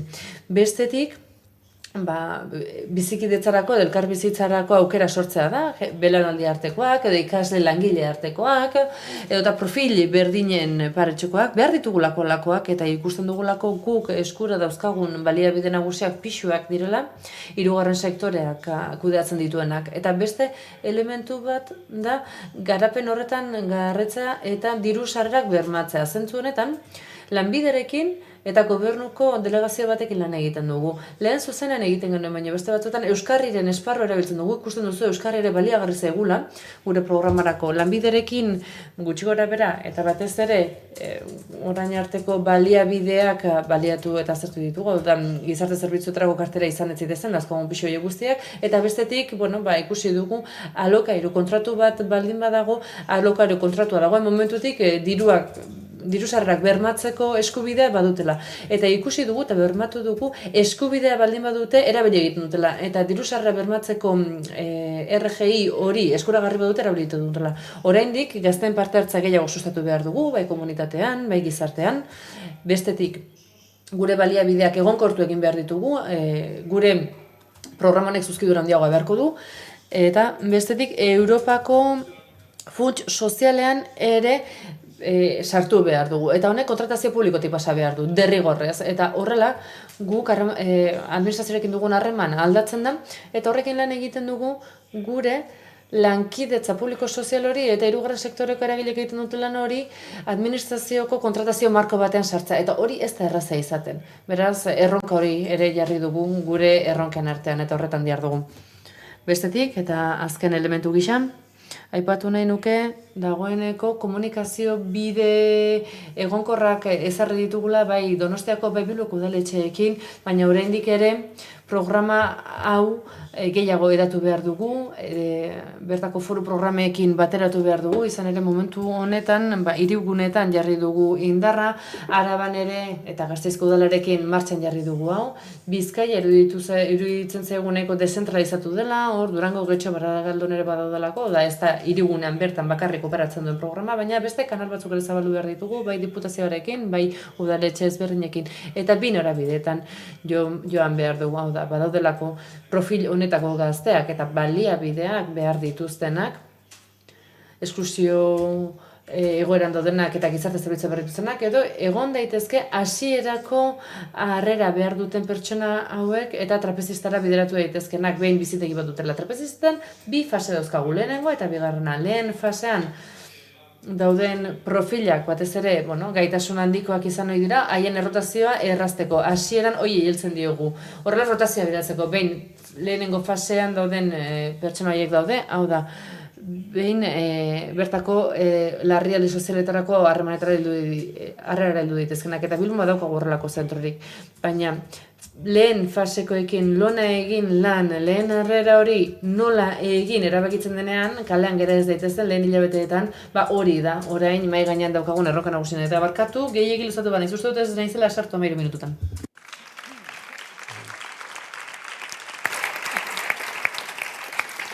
Bueno, hirugarren islaria, Belen Larrion izango da. Berriro goizean izan du zaio, orain bebai, eta dakizio moduan aurren babeseko eta gizarte inklusiorako zuzendari nagusia da Gipuzkoako Foru Diputazioan. Eskerrik asko. Zeurea da hitza. Entzuten da, ez? Bai. Bale. Beitu, nik ez dute proiektu bat bakarrik aurkeztuko, baizik eta 3, baina motzean. Motzean, pentsatu 30 minutu, proiektuko 10 minutu. Motzean 3, eta gero esplikazioak edo informazio gehiago nahi baldin baduzue, Foru Aldundian gaude eta prest emoteko guzti hori. Sí, me parecía como más interesante hablar de 3.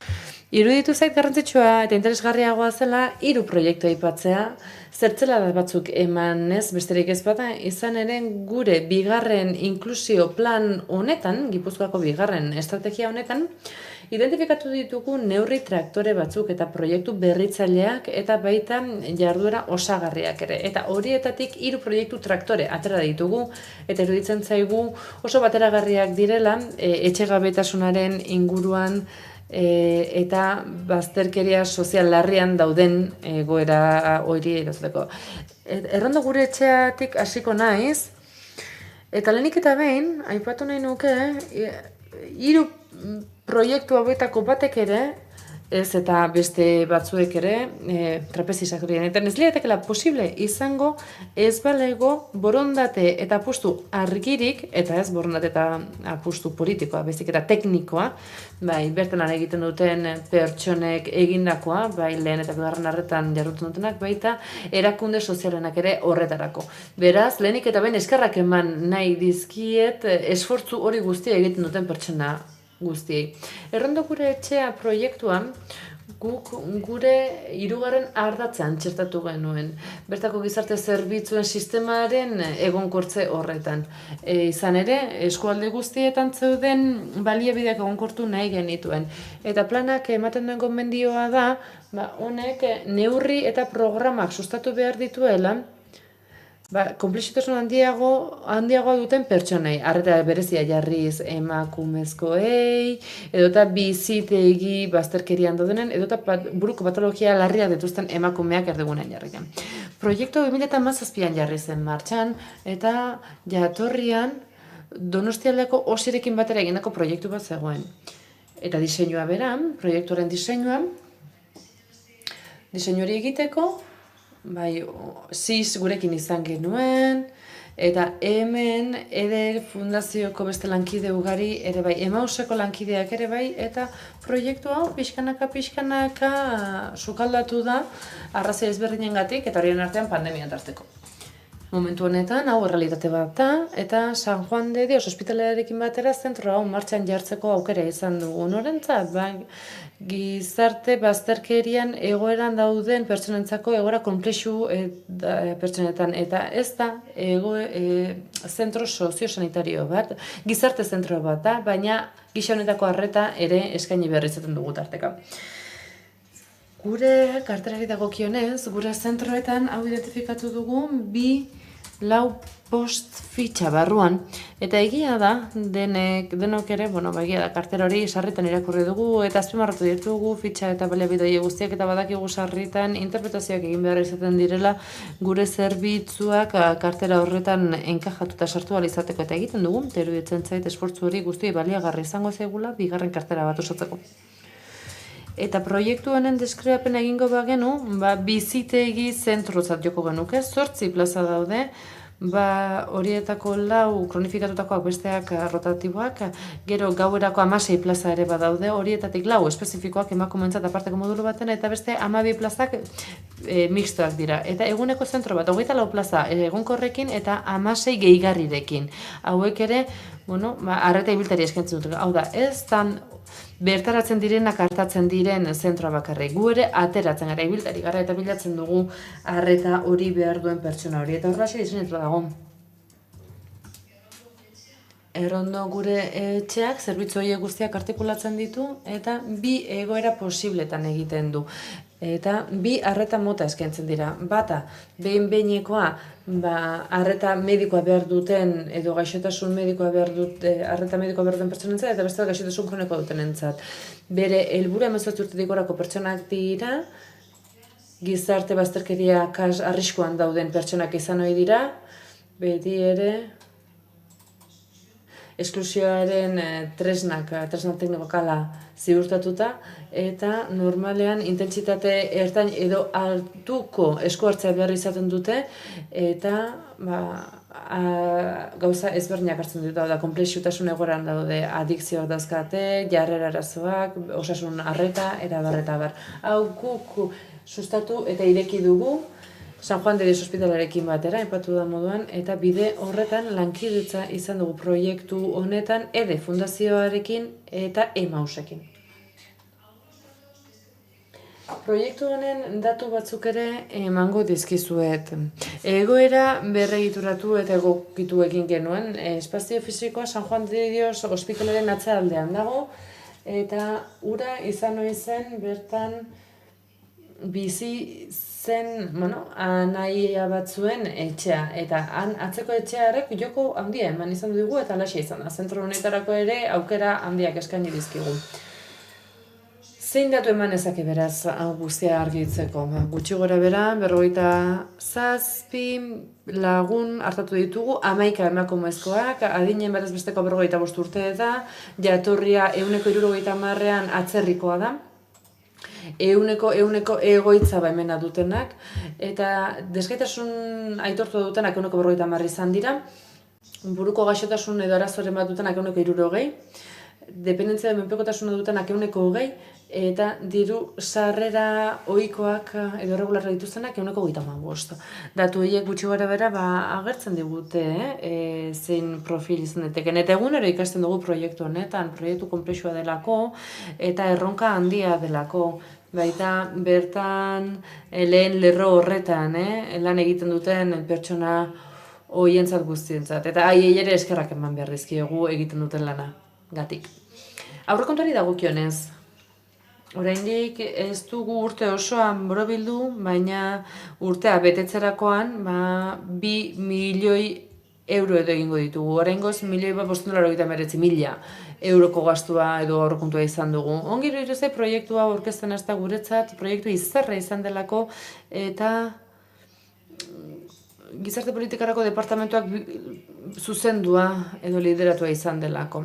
Bigarren proiektua, aurkeztuko dizuedana, izango da bertako eskualdeko laguntzarako. Da guk SEFAK deitzen diogu honi, eta lurralde osoan aztertu dugu bere eragina. Ez gehiegi luzatuko proiektu honetan, hau jakin lotuta dagoela gure planeko ardatz batekin, helburu estrategikoak dauzka, eta gomendio batzuk ere erabiltzen ditu, planaren gomendioak martxan jartzen ditu.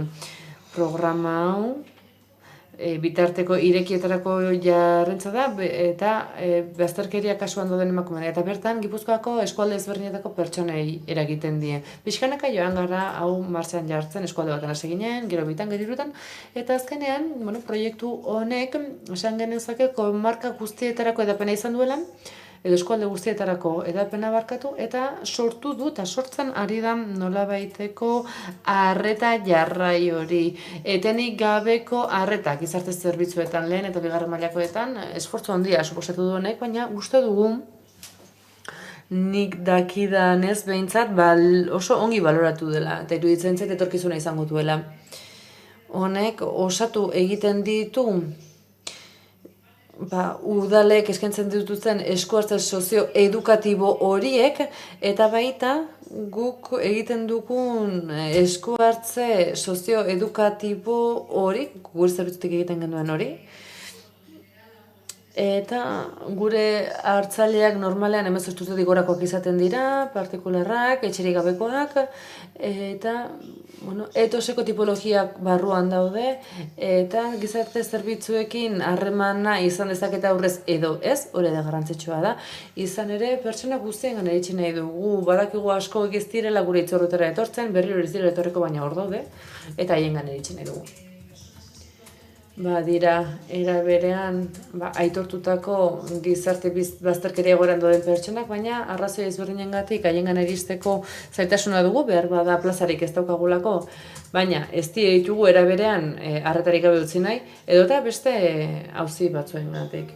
Hau, gizarte erakunde ezberdinekin abiarazi dugu, oraintxe esan den moduan ere iruditzen zaigu lankidetza publiko soziala ezinbestekoa dela, eta zorionez, zorioneko gara, Gipuzkoan, eta hori ere esan beharra daukat.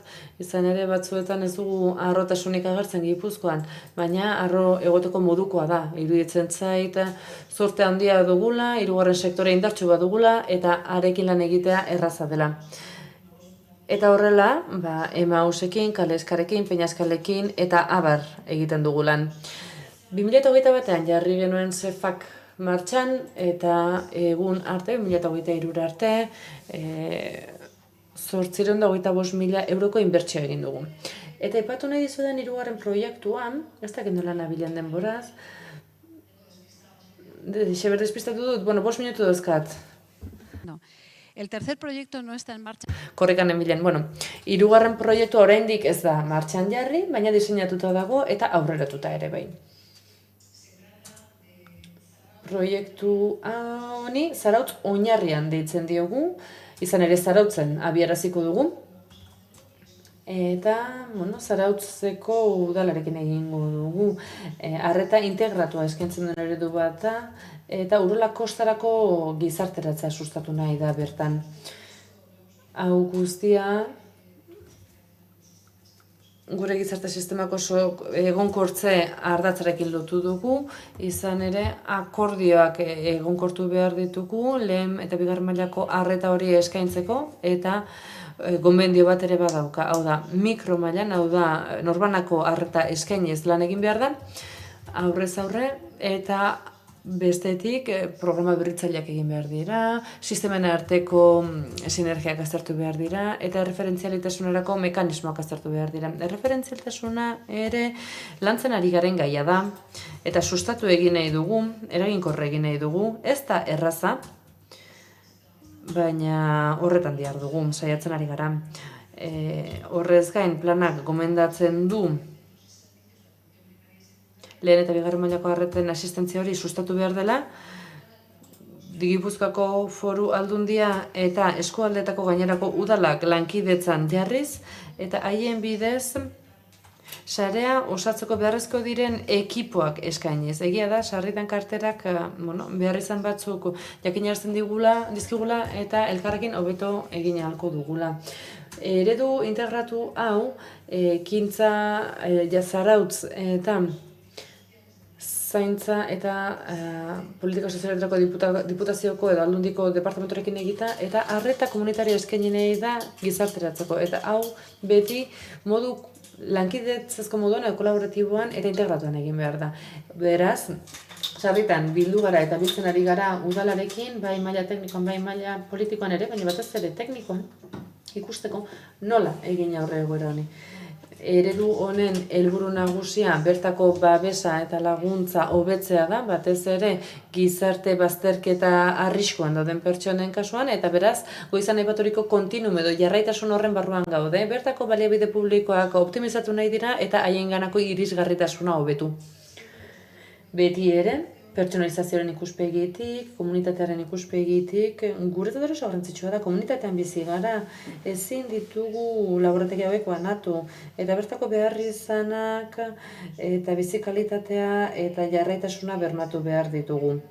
Proiektu honetan honako zerbitzuak barne hartzen dira. Denak ere Zarautzen kokatuta daude, eta beraz, udalak eskaintzen dituen espazioak dira. Eguneko arreta zentroak daude, bigarren mailako arreta hori eskaintzeko, inklusio hori eskaintzeko, baina Zarautzek, Foru Aldundiaren esku uzten dizkigu zentro horik, eskualdeko izaera du, eta beraz eskualde osoan hedatuko da, eta bertako lehen mailako arreta ere barne hartu nahi da. Horregatik konexio hori lortu nahi da. Era berean, proiektu honetan Zefaken, Urrolan Kosta barruan, jakinik eskualde maila horretan diarduela, proiektuaren parte da, eta eguneko zentroa ere hor daukagu gure gizarteratzeko beharrizanak aztertzeko bigarren maila horretan, baina baita bertatik deituko digun programa baten barruan ere.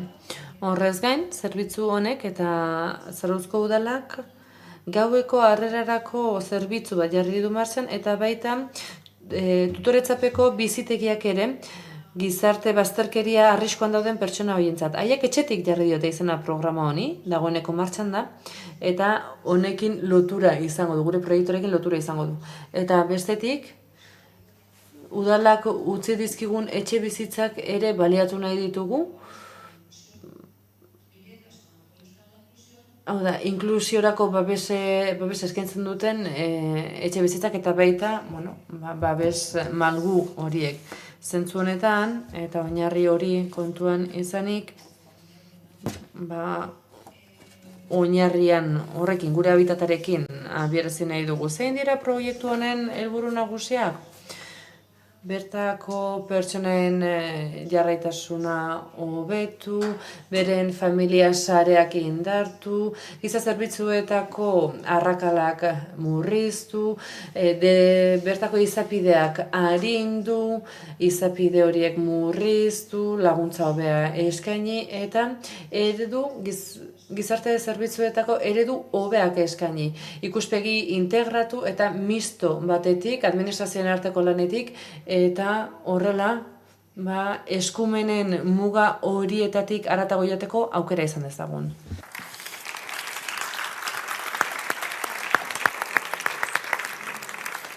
Eta orain hitza dauka Raquel Olaso. Le damos la palabra a Raquel Olaso, directora de la unidad. Raquel Olaso, Bilboko udaletik dator, eta bertako larrialdi unitatetik dator, zerbitzu sozialetatik, orain bai, ezta? Eskerrik asko. Muchas gracias por la invitación.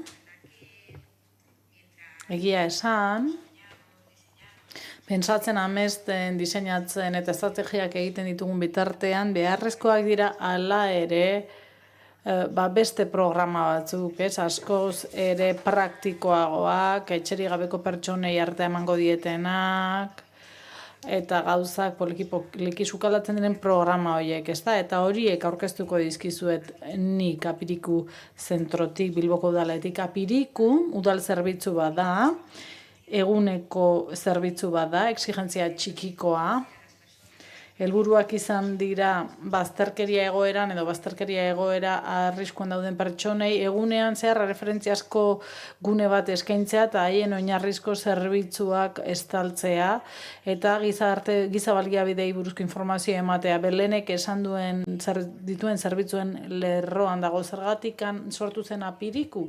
Sortu zen Bilboko Udalak 2008 batean Emaus Gipuzkoari eginiko eskara baten ondorioz. Guna genituen udalarriko zerbitzuak baloratu zertzegoen eguneko arretarekin lotuta, hainbat elkarrizketa egin ziren, hainbat eztabaida talde, pertsonekin, erabiltzaileekin, erabiltzen zituztenak, zeuden zerbitzuak, eguneko zentroak, jantokiak, eta ondorioa izan zen etzegoela prestazio guztiak, eguneko prestazioak, eguneko zerbitzuak biltzen zituen prestazio guztiak zentro berean zeuzkan gune bat, eta orduan gune berri bat sortzeko aukera ikusi genuen.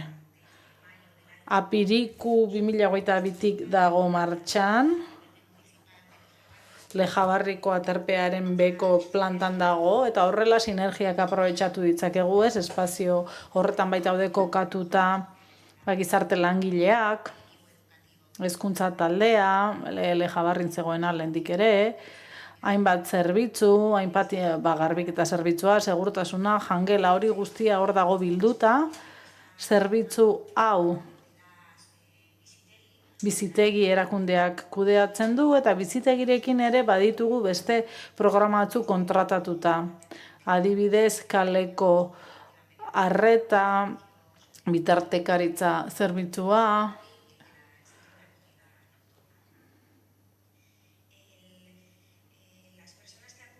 bertara joaten diren, Apirikura joaten diren pertsonak, 18 urtetik gorakoak izaten dira,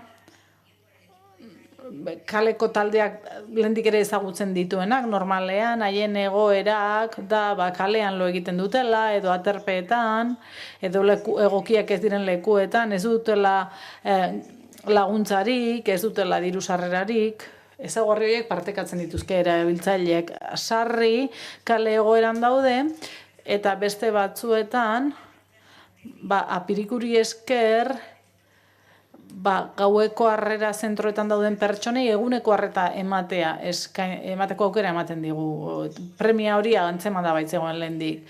Aldaketa ekarri dio harreta zerbitzu municipalari, referentziazko zerbitzua da, udal zerbitzua da, eta han integratzen dira prestazio guztiak.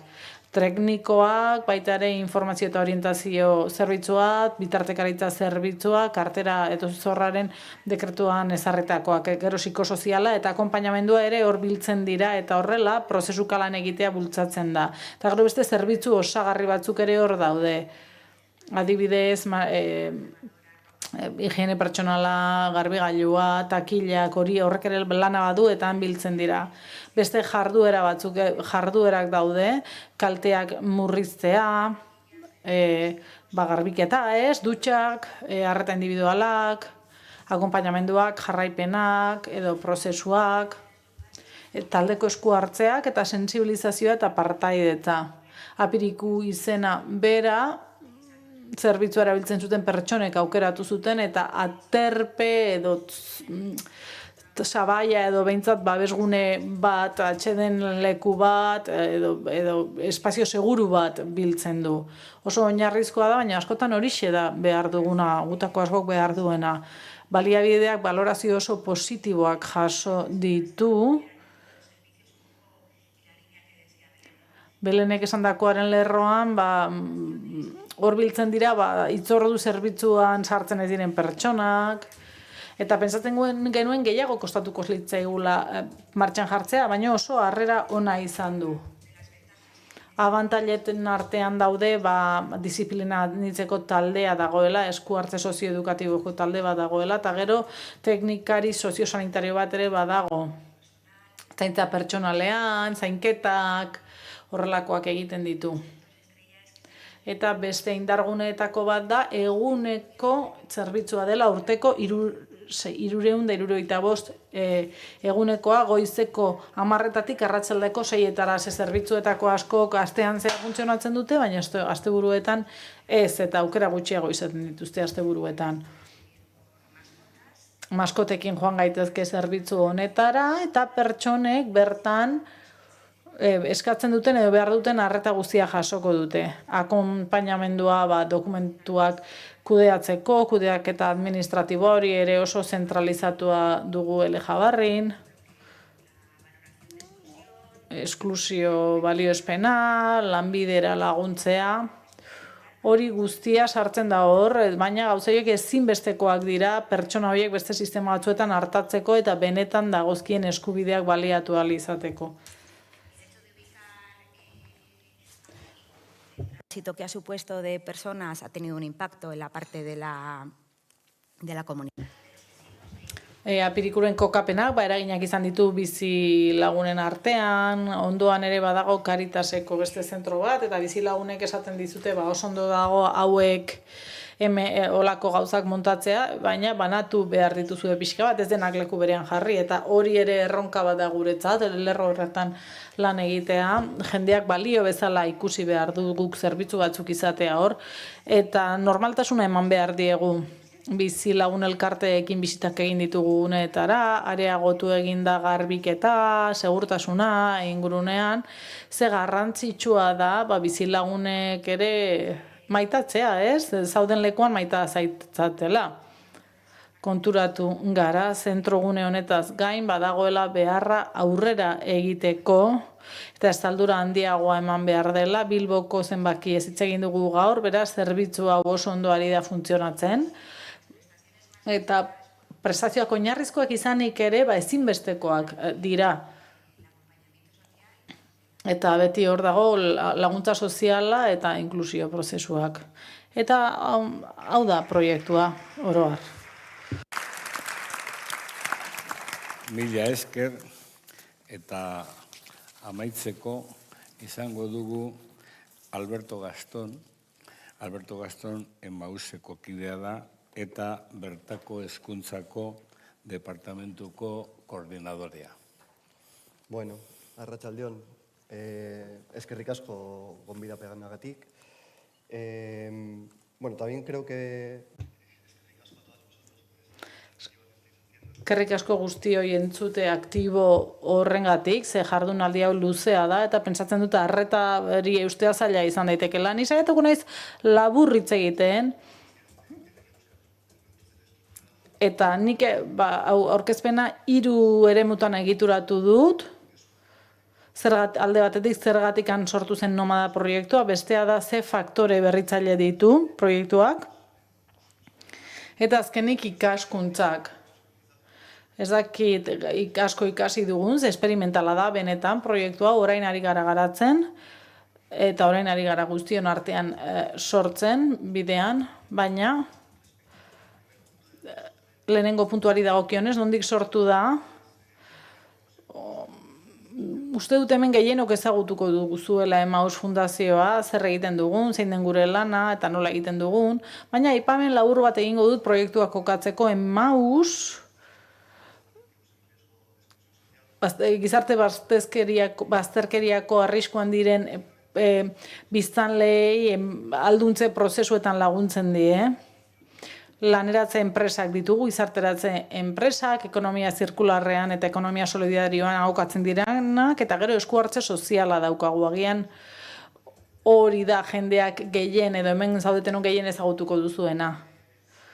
Eta arlo horren barruan, Emmausek proposatzen duen gizarteratze prozesuaz gain, arreta pertsonalizatua lehenesten duena, badaukagu partaidetza komunitarioa eta hori ulertzen dugu funtsezko elementu gisa. Eta partaidetza komunitario horrek norabide bikoa izan behar du, gure guneetan bizi diren eta gune horiek dauden lekuko biztanleen artean. Eta erronka hori handia da. Seguro nik ezagutuko duzu, erronka handia da, zaila da. Zehatz mehatz, guk etik jarri diogu, edo etik izena du nire departamentuak, edo nik lan egiten dudan departamentuak, eta gure misioa da arlo bakoitzaren premiei erantzutea.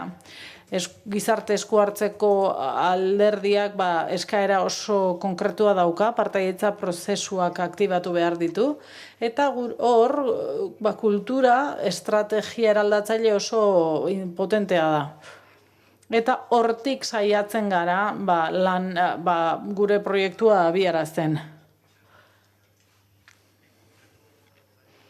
2019 urtean, Avignonera joateko aukera izan genuen. Ez dakit Avignonen izan zareten, Avignon nik ez duen ezagutzen. Orduan ezagutu nuen hiri hau oso lotuta dago kulturarekin.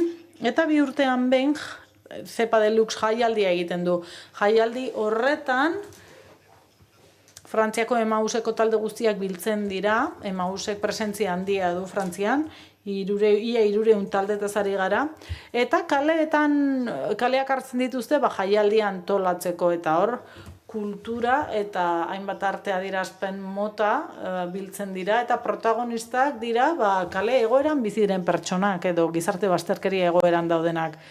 Gu ara joan ginen jardunbide egoki bat aurkezteko, eta asko gustatu zitzaigun, eta pentsatu genuen hori nolabait gure testu ingurura ekarri behar genuela, eta hor hasi ginen pentsatzen nola egin. Gure departamentutik, gure sailetik, hainbat proiektu oso anitzak planteatzen ditugu, eta beti oinarritu behar gara inguruko testu inguruetan edo urrunagokoetan,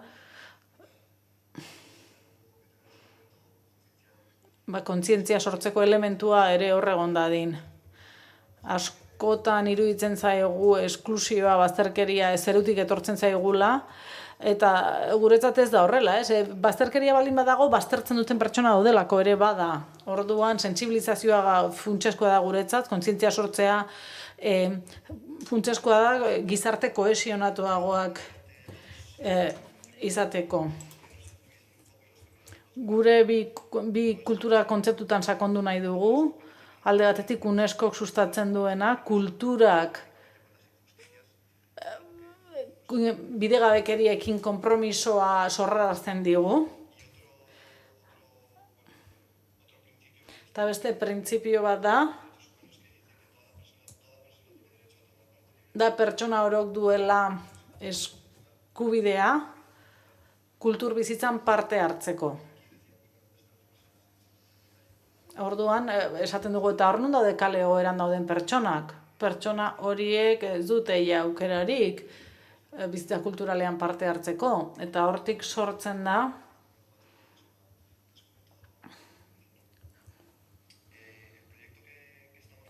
gu planteatzen dugun proiektuak ikusgarriena da jaialdia jaialdian antolatzen dugula eta kale hartu nahi dugula, Donostiako kaleak hartu nahi ditugula, eta hori ere bada Donostiak baditu gentrifikazio arazoak, eta gure proposamena hori da kalea hartzea, espazio publikoa okupatzea, kale egoeran dauden pertsonekin, eta pertsona horiei protagonismoa ematea. Hau da izeberraren punta, baina honen guztiaren atzean bada beste lan bat, sorkuntza kulturaleko prozesu horiek aktibatzea, prozesu motelak dira, oso baxuan kozinatu behar dira, pertsona bakoitzaren kasuei erantzun behar zaie, protagonista, eta ondo aztertu behar dugu zer nahi dugun egin, ez? Gure proposamenak beti egon behar dute benetazko premia batean oinarrituta, ez? Ez du ezertarako balio mural bat egitea horren atzean ez dago arrazoirik. Gaikuntza eta prestakuntza ere oso garrantzitsuak dira, ez bakarrik Emauseko profesionalei begira. Gaikuntza hori ere beste, 3. sektoreko beste entitate batzuei ireki nahi diegu.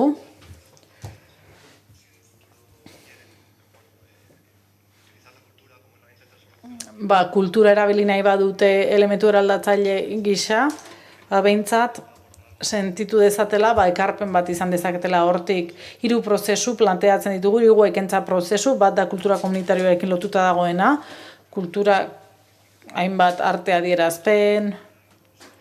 De inserción de las personas en riesgo de exclusión social. Otro gran bloque de formación tiene que ver con el artivismo, con esta idea, ¿no?, de utilizar el arte como medio para denunciar, para reivindicar desde actitudes no violentas, pero bueno, generando un impacto en la sociedad. Y un tercer proceso de formación. Eta hirugarren prozesu bat, mentalitate sozialarekin lotuta dago.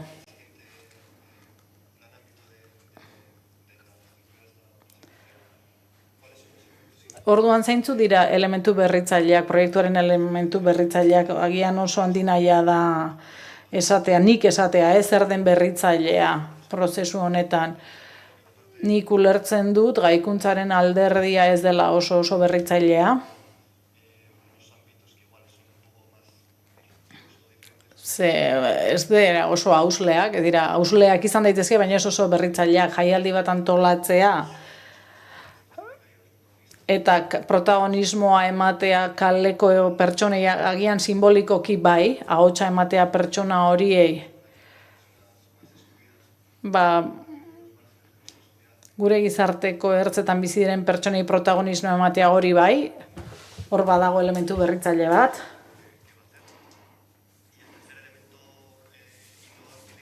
Eta hirugarren elementu berritzailea dago lotutea lankidetza ekosistemekin.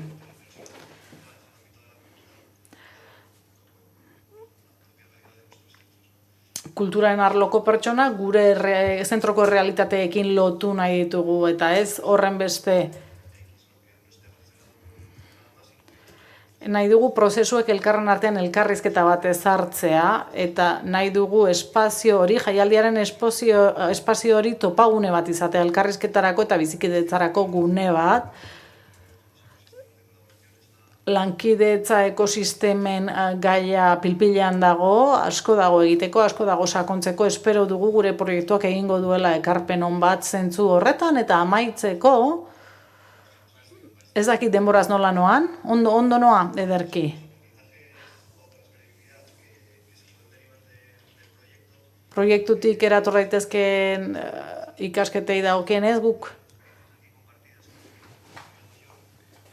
Beste esperientziek ibilbide luzeagoa dute, guk ekainean jarri genuen martxan proiektua hau, orduan ikasketak oso gutxi gaur egun.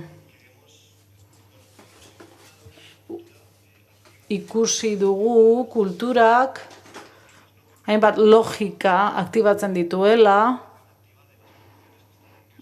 eta horrek bazterkeria egoeran dauden populazioak aktibatzen dituela. Iruditzen zaigu artearekin, artea adierazpenekin lotzeak,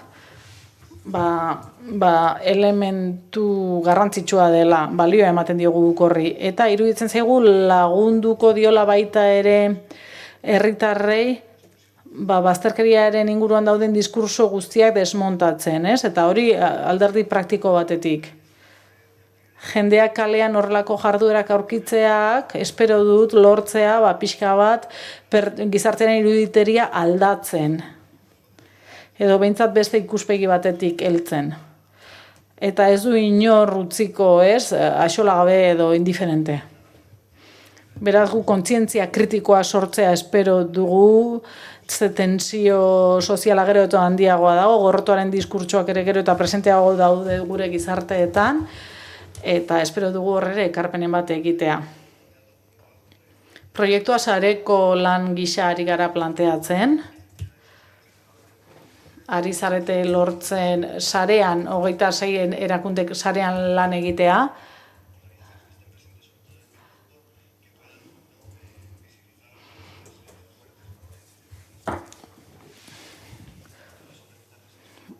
Beste ikaskuntzetako bat da, espero dugu, sareko lana, ez? Eta sareko lan hori indartzea espero dugu. Por último, toda la sistematización, Sistematizazioa, gaikuntza hori guztia sistematizatu egingo da, eta hirugarren sektoreko erakundeen eskura jarriko da, eskalabilitate prozesuetarako edo errepikatzeko. Noski, hemendikan gonbidatu nahi zaituztet nomada jaialdian parte hartzera, aurten epeak oso justuak dira. Lehenengo edizioa azaroan egin nahi dugu, azaroaren 26an eta 27an Donostian. Datorren urtean ere azaroan izango da, eta hor espero dugu, edizio honetan nahi dugu zuek egotea, baino urrengoan ez bakarrik publiko bezala, baizik eta alderdi aktibo gisa. Eskerrik asko.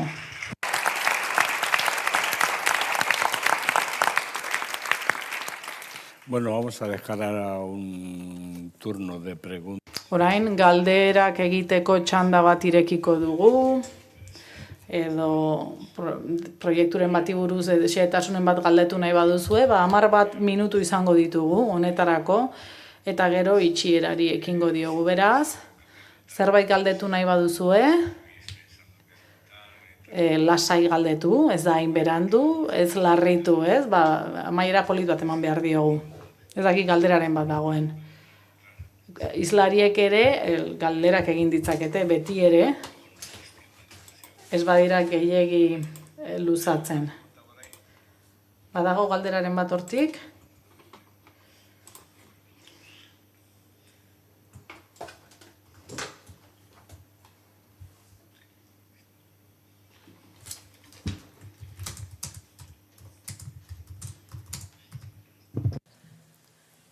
Kaixo, arratsaldean. Sobre el último proyecto que has expuesto, ¿qué disciplinas estadísticas? Azkeneko proiektuari buruz, estatistika hartu dituzue aintzat jaialdia martxan hartzeko, ez dakit. Ez daukagu mugarik, aurten nahi ditugu txontxongileoak jarri martxan, Topik museoarekin lankidentzan ari gara, musika ikuskizunak egongo dira, eta hasieran esan bezala, ari gara, prozesua bidean ari gara eraikitzen. Beraz, edozein diziplinak izan dezake lekua bertan. Eskerrik asko. Besterik? Hemen dago bat. Bai. No, yo por agotar los 10 minutos sin que se quede esta situación tan así, ¿no? En mi caso es una... Nik galdera bat daukat. Egia esan, horrenbeste traktore ikuste inguruan, pixka bat. Ez dakit, deigarria egintzait ez ikustea ez dagoela trakzio proiekturik edo atxur proiekturik ez baratza izpide hartuta. Zuzenean, zuzenduta dagoena bi elementu funtsesko bata, jardunaldian asko hitz egin dugu, hau da, kalean dagoen jendeari, kalean dagoen jende horri zuzendutako, eta gero gozea pasatzen duten pertsonei ere.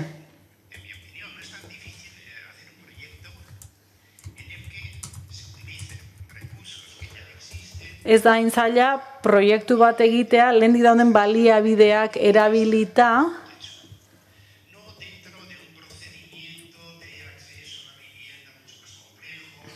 mucho más que corresponde al derecho de un sitio, de una habitación digna, pero por lo menos no estar en la calle. En Donosti tenemos un ejemplo muy concreto. Donostian oso adibide argi bat dugu, badaukagu La Sirena izena duen zentroa, 100 plaza ditu eta neguan bakarrikan irekitzen da. Bautzaren ondorioz norbait hil daitekenean bakarrik. Zergatikan ez dugu aurrekontu bat jartzen, hor hartzeko hainbat eta hainbat pertsona. Donostian 200 pertsona inguru ditugu kalean, kale egoeran, gauza bera gosearekin, zergatikan eman behar zaie jaten kalean, ez? Hemen ikusten dugu, kalean ematen zaie egunero 3 leku desberdintzan 150 bat pertsonari. Nola ez dago trakzio proiekturik gauza horien onduan partxe bat izan daiteke, tirita bat izan daiteke, baina zergatikan jende horri etzaio irten bide hobeago bat ematen.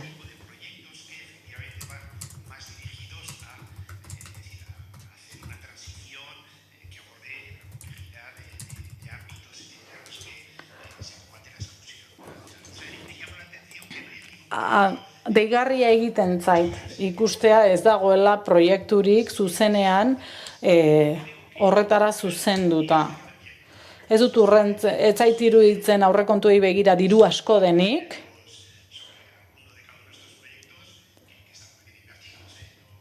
Oso ondo inbertituta dago, ez naiz, ari proiektuei dirua ematen, baina hau askoz ere diru gutxiago litzateke. Eta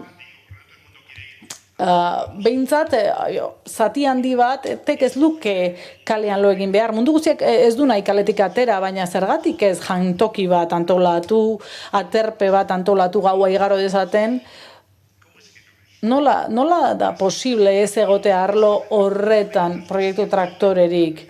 Jende hori kaletik ateratzeko. Es muy positivo y todo. Entonces, no hay proyectos tractores, ¿por qué no los hay? Bueno, ya lo siento, no es ninguna propuesta de proyecto tractor nuevo, aunque si fuera por eso, pues ya hay toda una serie de entidades sociales que están abordando eso, pero en condiciones muy duras de sostener. Voluntarioentzat oso gogorra da horrelako egoerei eustea, eta orain horrelariz dira hartatzen, ez? Eta gainera kalean jatea oso gogorra da, ez dakit. Proiektuen hautaketa prozesuari dagokionez, badaude proiektuak ostatuarekin, alojamenduarekin, Belenek bat azaldu digu, orduan ikusi beharko genuke, zer denez, kaletik ateratzea batzuk badaukate hori.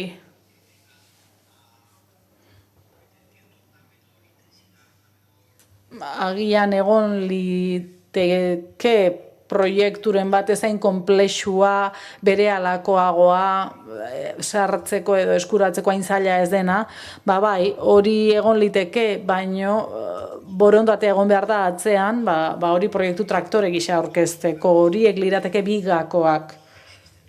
Badira, jendea kaletik ateratzen duten proiektuak, adibidez Errondokoak ateratzen du jendea kaletik. Estrategia honetan proiektu gehiago edukiko lukete lekua. Hor badago elikaduraren eremua ere bai.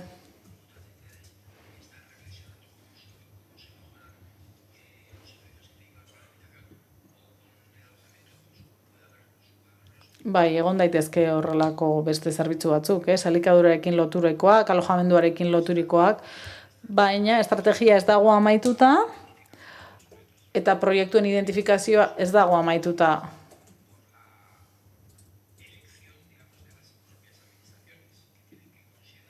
Orduan, administrazioek ere aintzat hartu behar dute, ikusi behar dute, eta ikusi behar dute edatzeko aukera dituen, berritzailea den, hori dana ere aintzat hartzeko elementuak dira.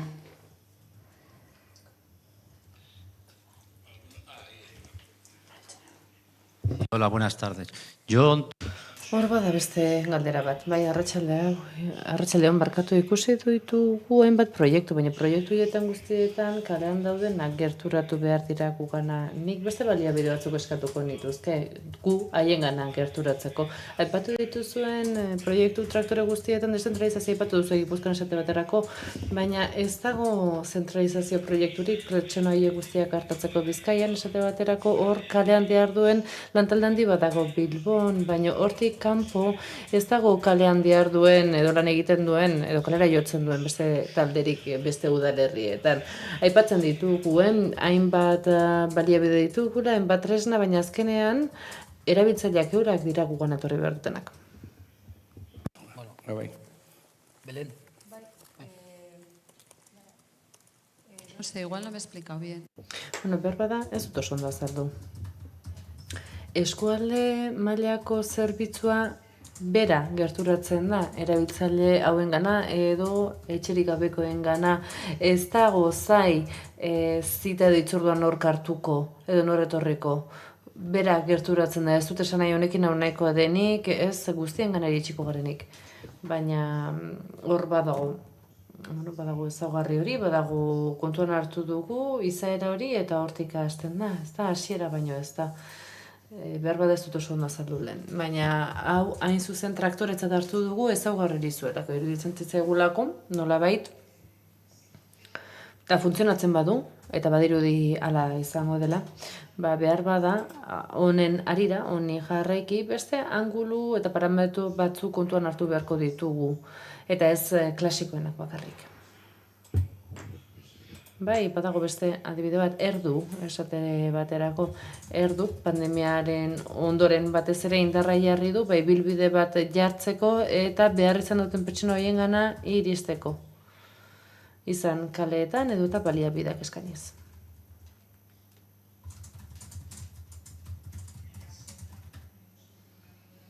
Alokabideren kasuan, gu ez gara bulegotara jotzen, hezitzailea bera joaten da, etxe bizitzetara, eta haiek iristen dira, ikusten da zein diren arrisku egoera horiek, orduan hasten gara nola koordinatu ikusten, gizarte zerbitzuekin, baina hasieran gu gerturatzen gara, etxe bizitza horietako biztanleen gana. Eta iruditzen zait gainera horrek izan behar duela formula. Haien zai geratzen bagara bulegoetan ies egingo digute. Askok. Eta laguntza adierazle askok ies egingo digute. Bai, eta goizean gainetik pasa dut behar bada ideia hau, baina hau, proiektu hau ez da traktorea, behar bada, baina bai berritzailea eta berezia. Berrikuntzarako diru laguntza batzuk jasotzen ditu gainera, Gipuzkoan, eta KAM izan azun, kaleko arreta mugikorra, hau da, furgoneta ibiltari bata, eta hemen egon dira, bera gidatzen duten pertsona eta profesional horiek. Eta pertsona horiek kalean bertan, furgoneta hori erabiliz, bilatzen dute zeintzuk dauden kalean, eta ohiko zerbitzuak erabiltzen ez dituzten horiek nortzuk izan daitezken, arreta psikosozial hori nork jaso dezaken. Haiek identifikatzen dute, eta orain analisi fase batean gaude, ikusten ari gara nola funtzionatzen duen, zer gertatzen den, eta zer egin dezakegun zerbitzu honekin. Baina, esan beharra dut, zerbitzu hau, kalera bideratuta dagoela eta kalean operatzen duela. Uste dut ez dela erraza, beti kalean bizi diren pertsonentzat eta haiekin lan egitea. Eta proiektu batzuk nahikoak izango direla eta beste batzuk behar bada ez. Baina gu formula horiek bilatzen eta irtenbideak bilatzen saiatzen ari gara. Peiok esandakoaren arira, bada hemen inspirazio iturritzat hartzen dudan proiektu bat. Rakelek aipatu duena Bilbotik. Iruditzen zait, egunean zehar aplika daiteken proiektu ere izan daitekela, nik apuntatu egin dut, horren inguruan sakondu nahiko nuke. Izan ere, sarritan gauzei itzul inguru ugari ematen dizkiegu, eta egia da, garrantzitsua dela hausnarketa bat izatea, eta batez ere, lotarako eserleku hau eta leku hauek eskaintzea, goxo eta lasailo egiteko, baina hau, hausnarketa bidez behar bat egunera zabaldu dezakegu. Eta zer egiten dugu egunetan, zer eskain dezakegu, iruditzen zait bata bestean garrantzitsua dela. Zuri entzuta iruditzen zait, eta honetan sakondu behar dugula. Bai, gure ikerketan ere ikusi genuen gaueko harrera zentroetara joaten diren pertsona horretan, jangela leku batean dago, harreta beste egun baten eta bueltaka ibiltzen ziren behartzuten referentziazko espazio bat, han bertan egoteko zerbitzu bat edo bestea erabili, egon leku bat, espazio bat behartzuten. Eta kaleko harretari dagokionez, apirikuren kasuan, batez ere kalean operatzen duen lantalde horren bidez izan dute gure harreta, baina gehienak, gure sarrera proposamen gehienak kalean egindako interbentzioetaz. Izan ere ez zara haien gana joaten, gero etortza eta ekartzean zentroa ikusteko eta hor pixkanaka gerturatzen joaten dira. Eta ez dute zertan abal bat duen plaza baten esleipen eskura eduki behar, zuko errapatzen zenuen moduan. Azkenean guk zabalik egon behar dugu eta ate horiek irekita mantendu behar ditugu, bestela pertsona horiek ez dira gure gana etorriko. Eskua luzatu gabe batez ere. Beste galderarik, beste zalantzarik, bestela hemen itxiko dugu hor bai. Osondo. A mí me gustaría preguntar... Datuen bilketa aipatu duzuenean jakinen nuke, zenbaterainoko ehunekoa duen, indarkeria jasan duten emakumeen ehunekoa kaletan. Aipatu dituzuen proiektu hauetan, batez ere, espazio misto ez hitz egin duzu, gizon emakumentzako espazioz, baina nik jakinen nuke, nik ez dut Euskal Herrian lan egiten, baina berbada izango duzu baliabide espezializaturik indarkeria matxistaren biktima diren emakumeentzat. Emakume hauek gainera, buruko gaixotasunak edota adikzioak dituzten kasuetan. Baduzue, baztergarritasun egoera handia, guando den emakume hauei arreta eskaintzeko modurik, behar bada, aterpetxetan edo udaleko harrera zentroak ez dira egokienak izango haientzat. Ez dakit, badago bestelakorik? Gipuzkoan zerbait badugu. Batetik, errondo gure etxean martxan jarri zenean eta garatzen arikinenean, ikusi zen behar izan bat, eta behartzen espazio publiko bat emakumentzako bereziki, baina hau eztabaida handia izan da. Egia da, egiturari dagokionez eta arkitekturari dagokionez, aparteko sarrera bat eskaini zaiola zentronei, baina konektatuta ere egon behar du. Joko hori eskaintze zen. Errondo gure etxea baino lehen, beste baliabide bat ere jarri genuen martxan. Izan ere ikusi genuen behar izan bat genuela, gure arreta orokor horretan, behar izan bat zegoen. Indarkeria matxista jaso zuten emakume biktima horientzako eta batzuetan modu urgentean berehala erantzun behar zitzaien. Eta sarritan harrera hori zaildu egiten zen, konplexutasun handikoa zen, bertara iristen ziren emakumeen konplexutasun handiagatik. Zegoen profil argi bat, behar bada kalean zegoen emakumearena ez, baina kaletik oso gertu, bazterketa kasua eta indarkeria jasan zuena eta gainera adikzio kasuak zeuzkana. Eta beraz, ohiko, nolabait esatearren zentro batean edo zentro arrun batean, non indarkeria matxistarako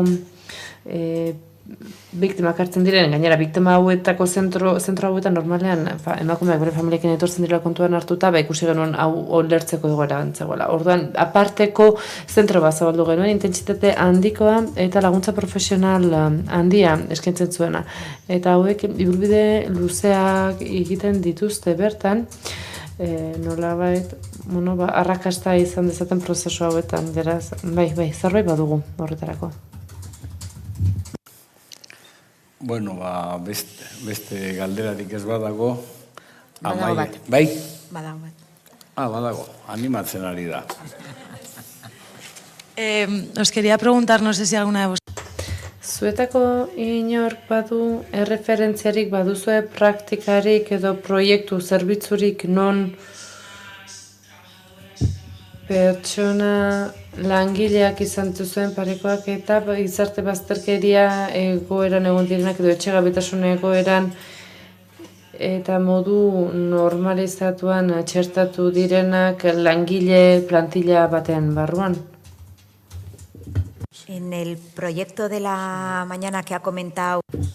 Goizean, Sonia, biziteiko Soniak epatu den proiektuan uste du joan dela, baina borobiltzen proiektuan izan dituzte bertan, aterpetxean bertan lanean jardun duten emakumeak iruditzen zait hori izan daitekela parte hartze kasua eta baita zerbitzu bat eskaintzeko kasua edo aukera, zerbitzu profesional bat eskatzeko nire kasua, hor emakume migratuak zeuden, eta harrera egiten ziten emakumeen profil jantzekoa zuten, eta borobiltzen proiektu horretan, horre eskaintzen zen, uste dut, nik ezagutzen dudan esperientzia ezagutzen.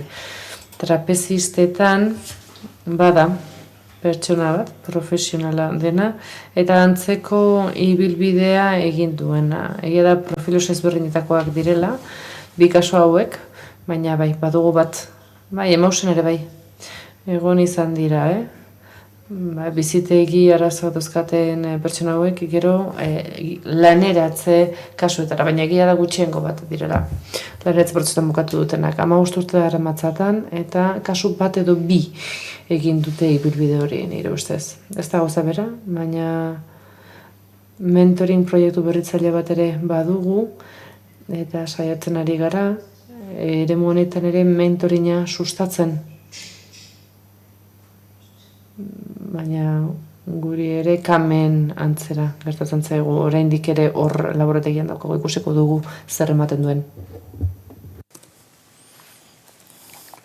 Bueno, ia orainkoan, orduan, ona heldu garelarik amaiera emango diogu ekitaldeari, gaur Euskadiko bizitegi bazterketari buruzko 6. jardunaldiak ospatu ditugu, eta esan da, hau neurri batean ekimen bitxi bat, edo behintzat berezia dela hemen egiten dena, eta, 6. heldu garelarik, niri buratzen zaizkit bakarrik bi edo 3 kontua aipatzea eta horrekin bukatuko dut, ez da? Alde batetik prozesu batean gaudela. Es un proceso de descubrimiento, de aspecto. Gauza ezberdinak aztertzen ari gara, profil ezberdinak eta berriak datuzkigu, eta beraz ikerketa sakondu beharko genuke. Ikerketa sakondu, irtenbide metodologiak eta bilatu eta irtenbide berriak, nola ez. Irtenbide berri horiek, proiektu traktore berriak ekarriko dizkigute behar bada, eta batek daki, agian ziurgabetasun hori murriztu, eta neurri berriak sortu beharko ditugu kasuetara egokitzeko. Espero dezagun hemen prozesua eta lanen intentsitatea batuko direla.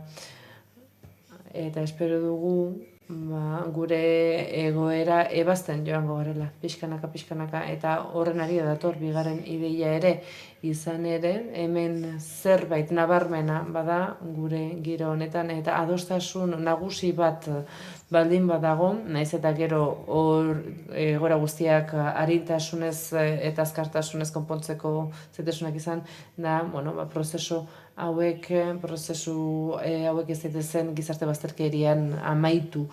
Hori izango litzateke esku hartze nagusiena egin beharko genuken egoera. Eta orain bai, nire liburuari helduz berriro ere, esango nuke, jarraitasuna mantentzea dela ezinbestekoak goizean idei hori aipatu da. Jarraitasun hori mantendu behar da, datuak mantentzea ezinbestekoa da.